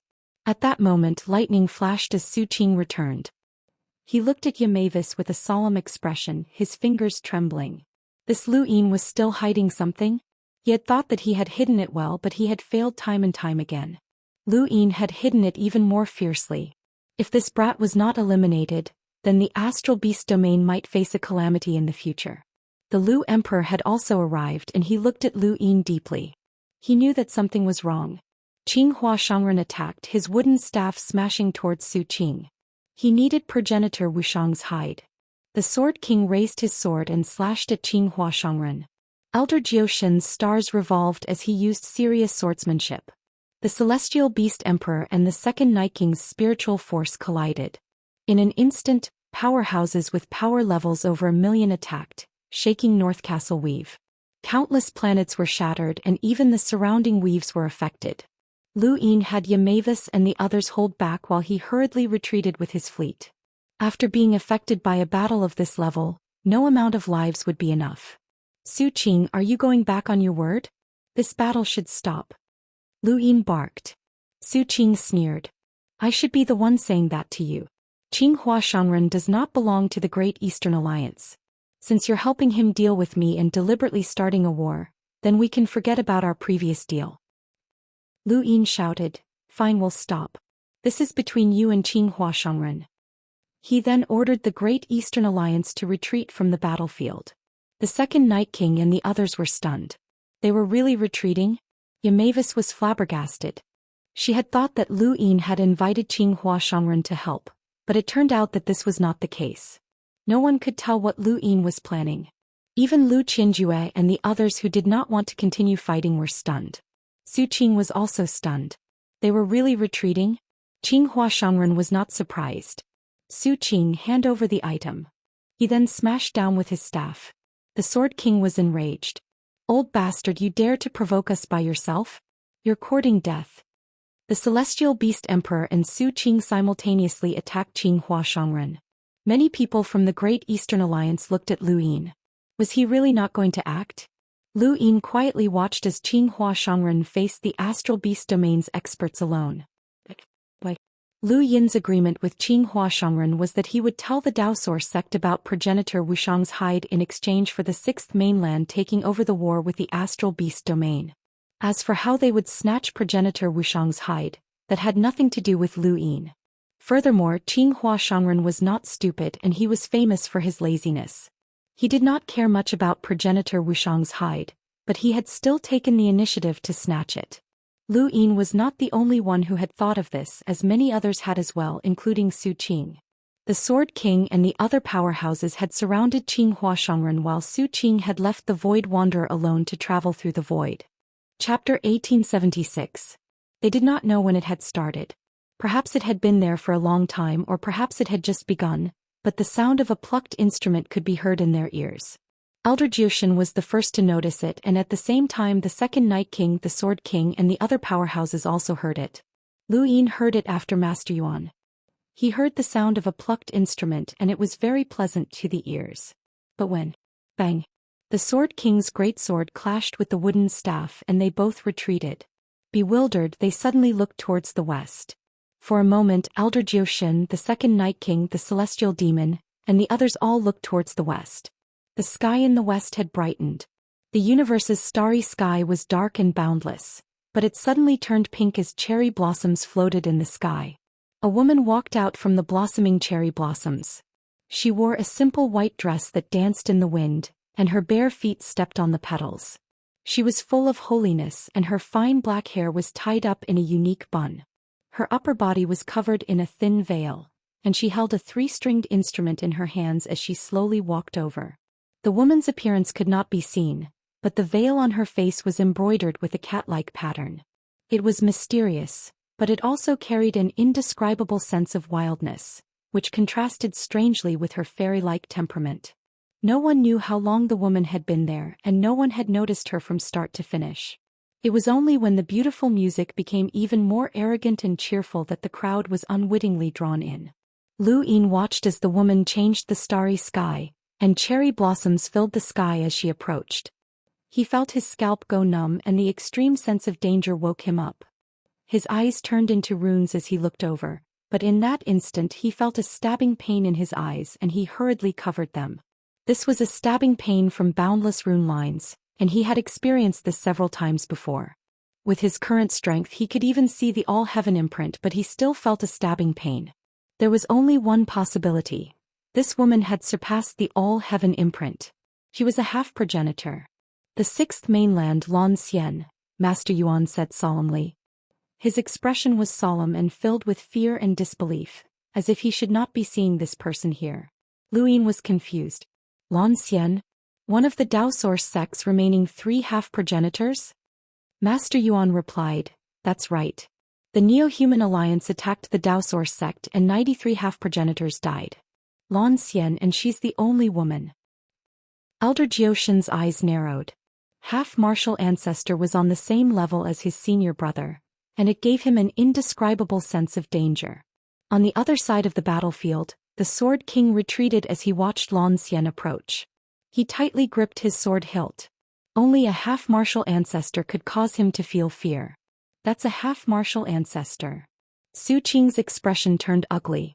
One of the Sixth Mainland's 3 half-progenitors hidden within the Daoist sect has actually appeared.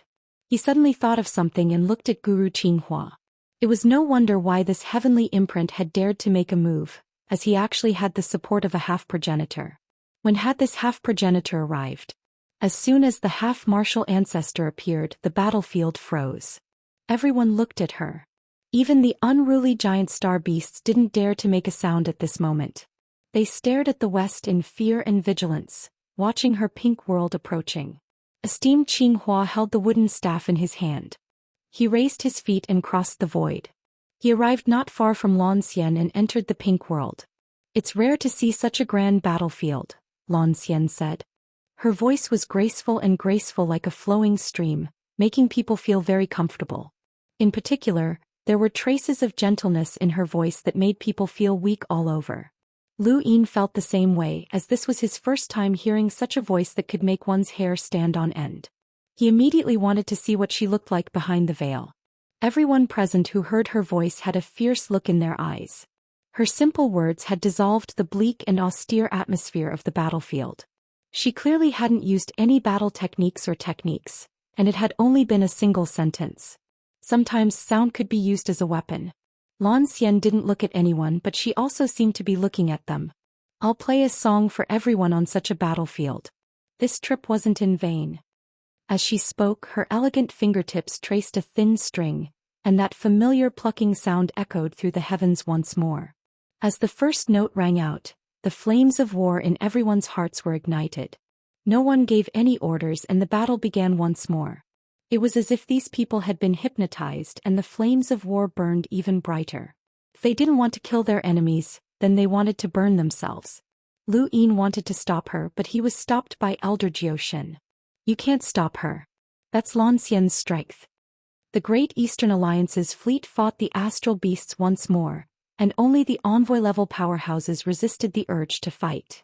However, as the plucking sound grew louder and louder, the mountain god couldn't take it anymore, and he charged towards the battlefield. Elder Zhou Xian did the same. Ling Qiu, the Sea King Lu Qinjue, and the others all rushed towards the battlefield. The emissary beasts from the astral beast domain also charged towards the battlefield. The flames of war burned in Lu Yin's chest, and he had a desire to fight that he needed to vent. He almost charged into the battlefield as well, but a trace of reason kept him from doing so. Fortunately, Elder Zhou Xian held him back, or else he really would have charged out. Lan Xian really was playing a musical accompaniment to the battle. A single plucking sound had ignited the flames of war and left behind countless corpses in space. Qinghua Shangren looked at the distant battlefield and then glanced over at Lu Yin. Lu Yin happened to be looking at him and he opened his mouth to say something. Qinghua Shangren was helpless and he whispered, Lan Xian. Lu Yin was the one who proposed the matter of progenitor Wushang's hide. He wanted the Sixth Mainland to take over the war with the astral beast domain. His meaning was simple. Lan Xian's actions were equivalent to using the Great Eastern Alliance as cannon fodder to fight the astral beast domain to the death. This was something that Lu Yin would not allow. Despite Qinghua Shangren's warning, Lan Xian did not stop, and the plucking sound grew louder and louder. Spacecraft after spacecraft exploded, and corpses littered the starry sky. Lu Yin was furious. If this continued, then the Great Eastern Alliance would be wiped out and his plan would not be able to be completed. No, absolutely not. He looked at Elder Zhou Xian and the Second Night King. If he let them take action, they might be able to stop Lan Xian's music, but that would be equivalent to starting a war with a half-progenitor. This should be a matter for the astral beast domain. As he watched Lan Xian standing in the midst of the pink cherry blossoms and controlling the battlefield from afar, Lu Yin gritted his teeth, opened his mouth and recited the primogenitor's scripture.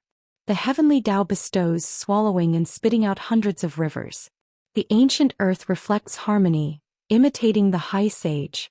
The heavenly Tao does not, transforming qi into harmony. Leaping across the starry sky to lie down. Communicating with people is harmony. Swallowing and spitting out hundreds of rivers. Leaping across the vast expanse to lie down. As he recited the primogenitor's scripture, the hazy sound turned into strands of silk just like Lan Xian's music. No one had noticed it, but it had always existed. It was like the teachings of the great Tao, and it involved everyone's spiritual force. It also had a strange rhythm that came from ancient times. The sound was not loud, but everyone could hear it, including Lan Xian. The sound of the plucking suddenly stopped and the string broke. Lan Xian looked confused. What was that sound? It had pierced through her inner world and resounded in her mind, replacing all thoughts. She was momentarily at a loss. Suddenly, the Void Wanderer ancestor shuttled out from above and charged towards Lan Xian. In the distance, the Sword King, the Celestial Beast and Su Qing all attacked at the same time. They did not know if Lan Xian was an enemy of the Great Eastern Alliance, but she was definitely their enemy.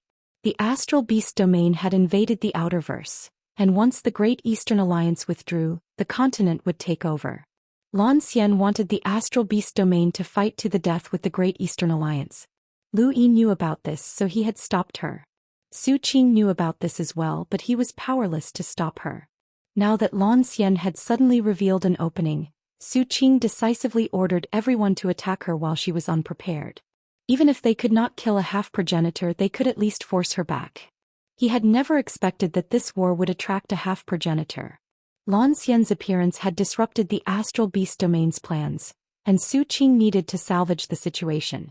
The cherry blossoms welcomed several attacks, all of them vainly attempting to destroy this seemingly peaceful paradise that was actually causing war. Guru Qinghua retreated. Lan Xian looked up. Her eyes were beautiful and bright, but they were also cold. As she watched the attacks approach, cherry blossoms danced beneath her feet, and the area expanded to encompass the battlefield. Everyone appeared in that paradise, including Lu Yin's group.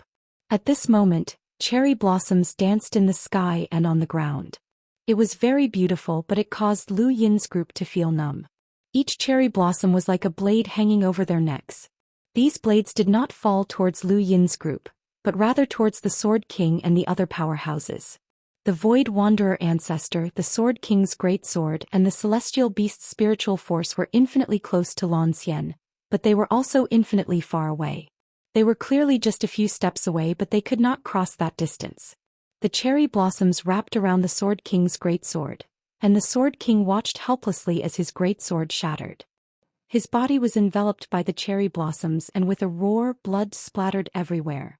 The Sword King's body was cut open by the cherry blossoms, and his entire body was torn apart. The Celestial Beast was in a similar situation. His spiritual force battle technique, Divine Explosion, was blocked by the layers of cherry blossoms and did not injure Lan Xian. Beneath his feet, however, the cherry blossoms were like sharp blades that almost cut him in half. In the blink of an eye, the two powerhouses were heavily injured. This was the difference between a half-ancestor and them. No matter how strong they were powerless against a half-ancestor's inner world.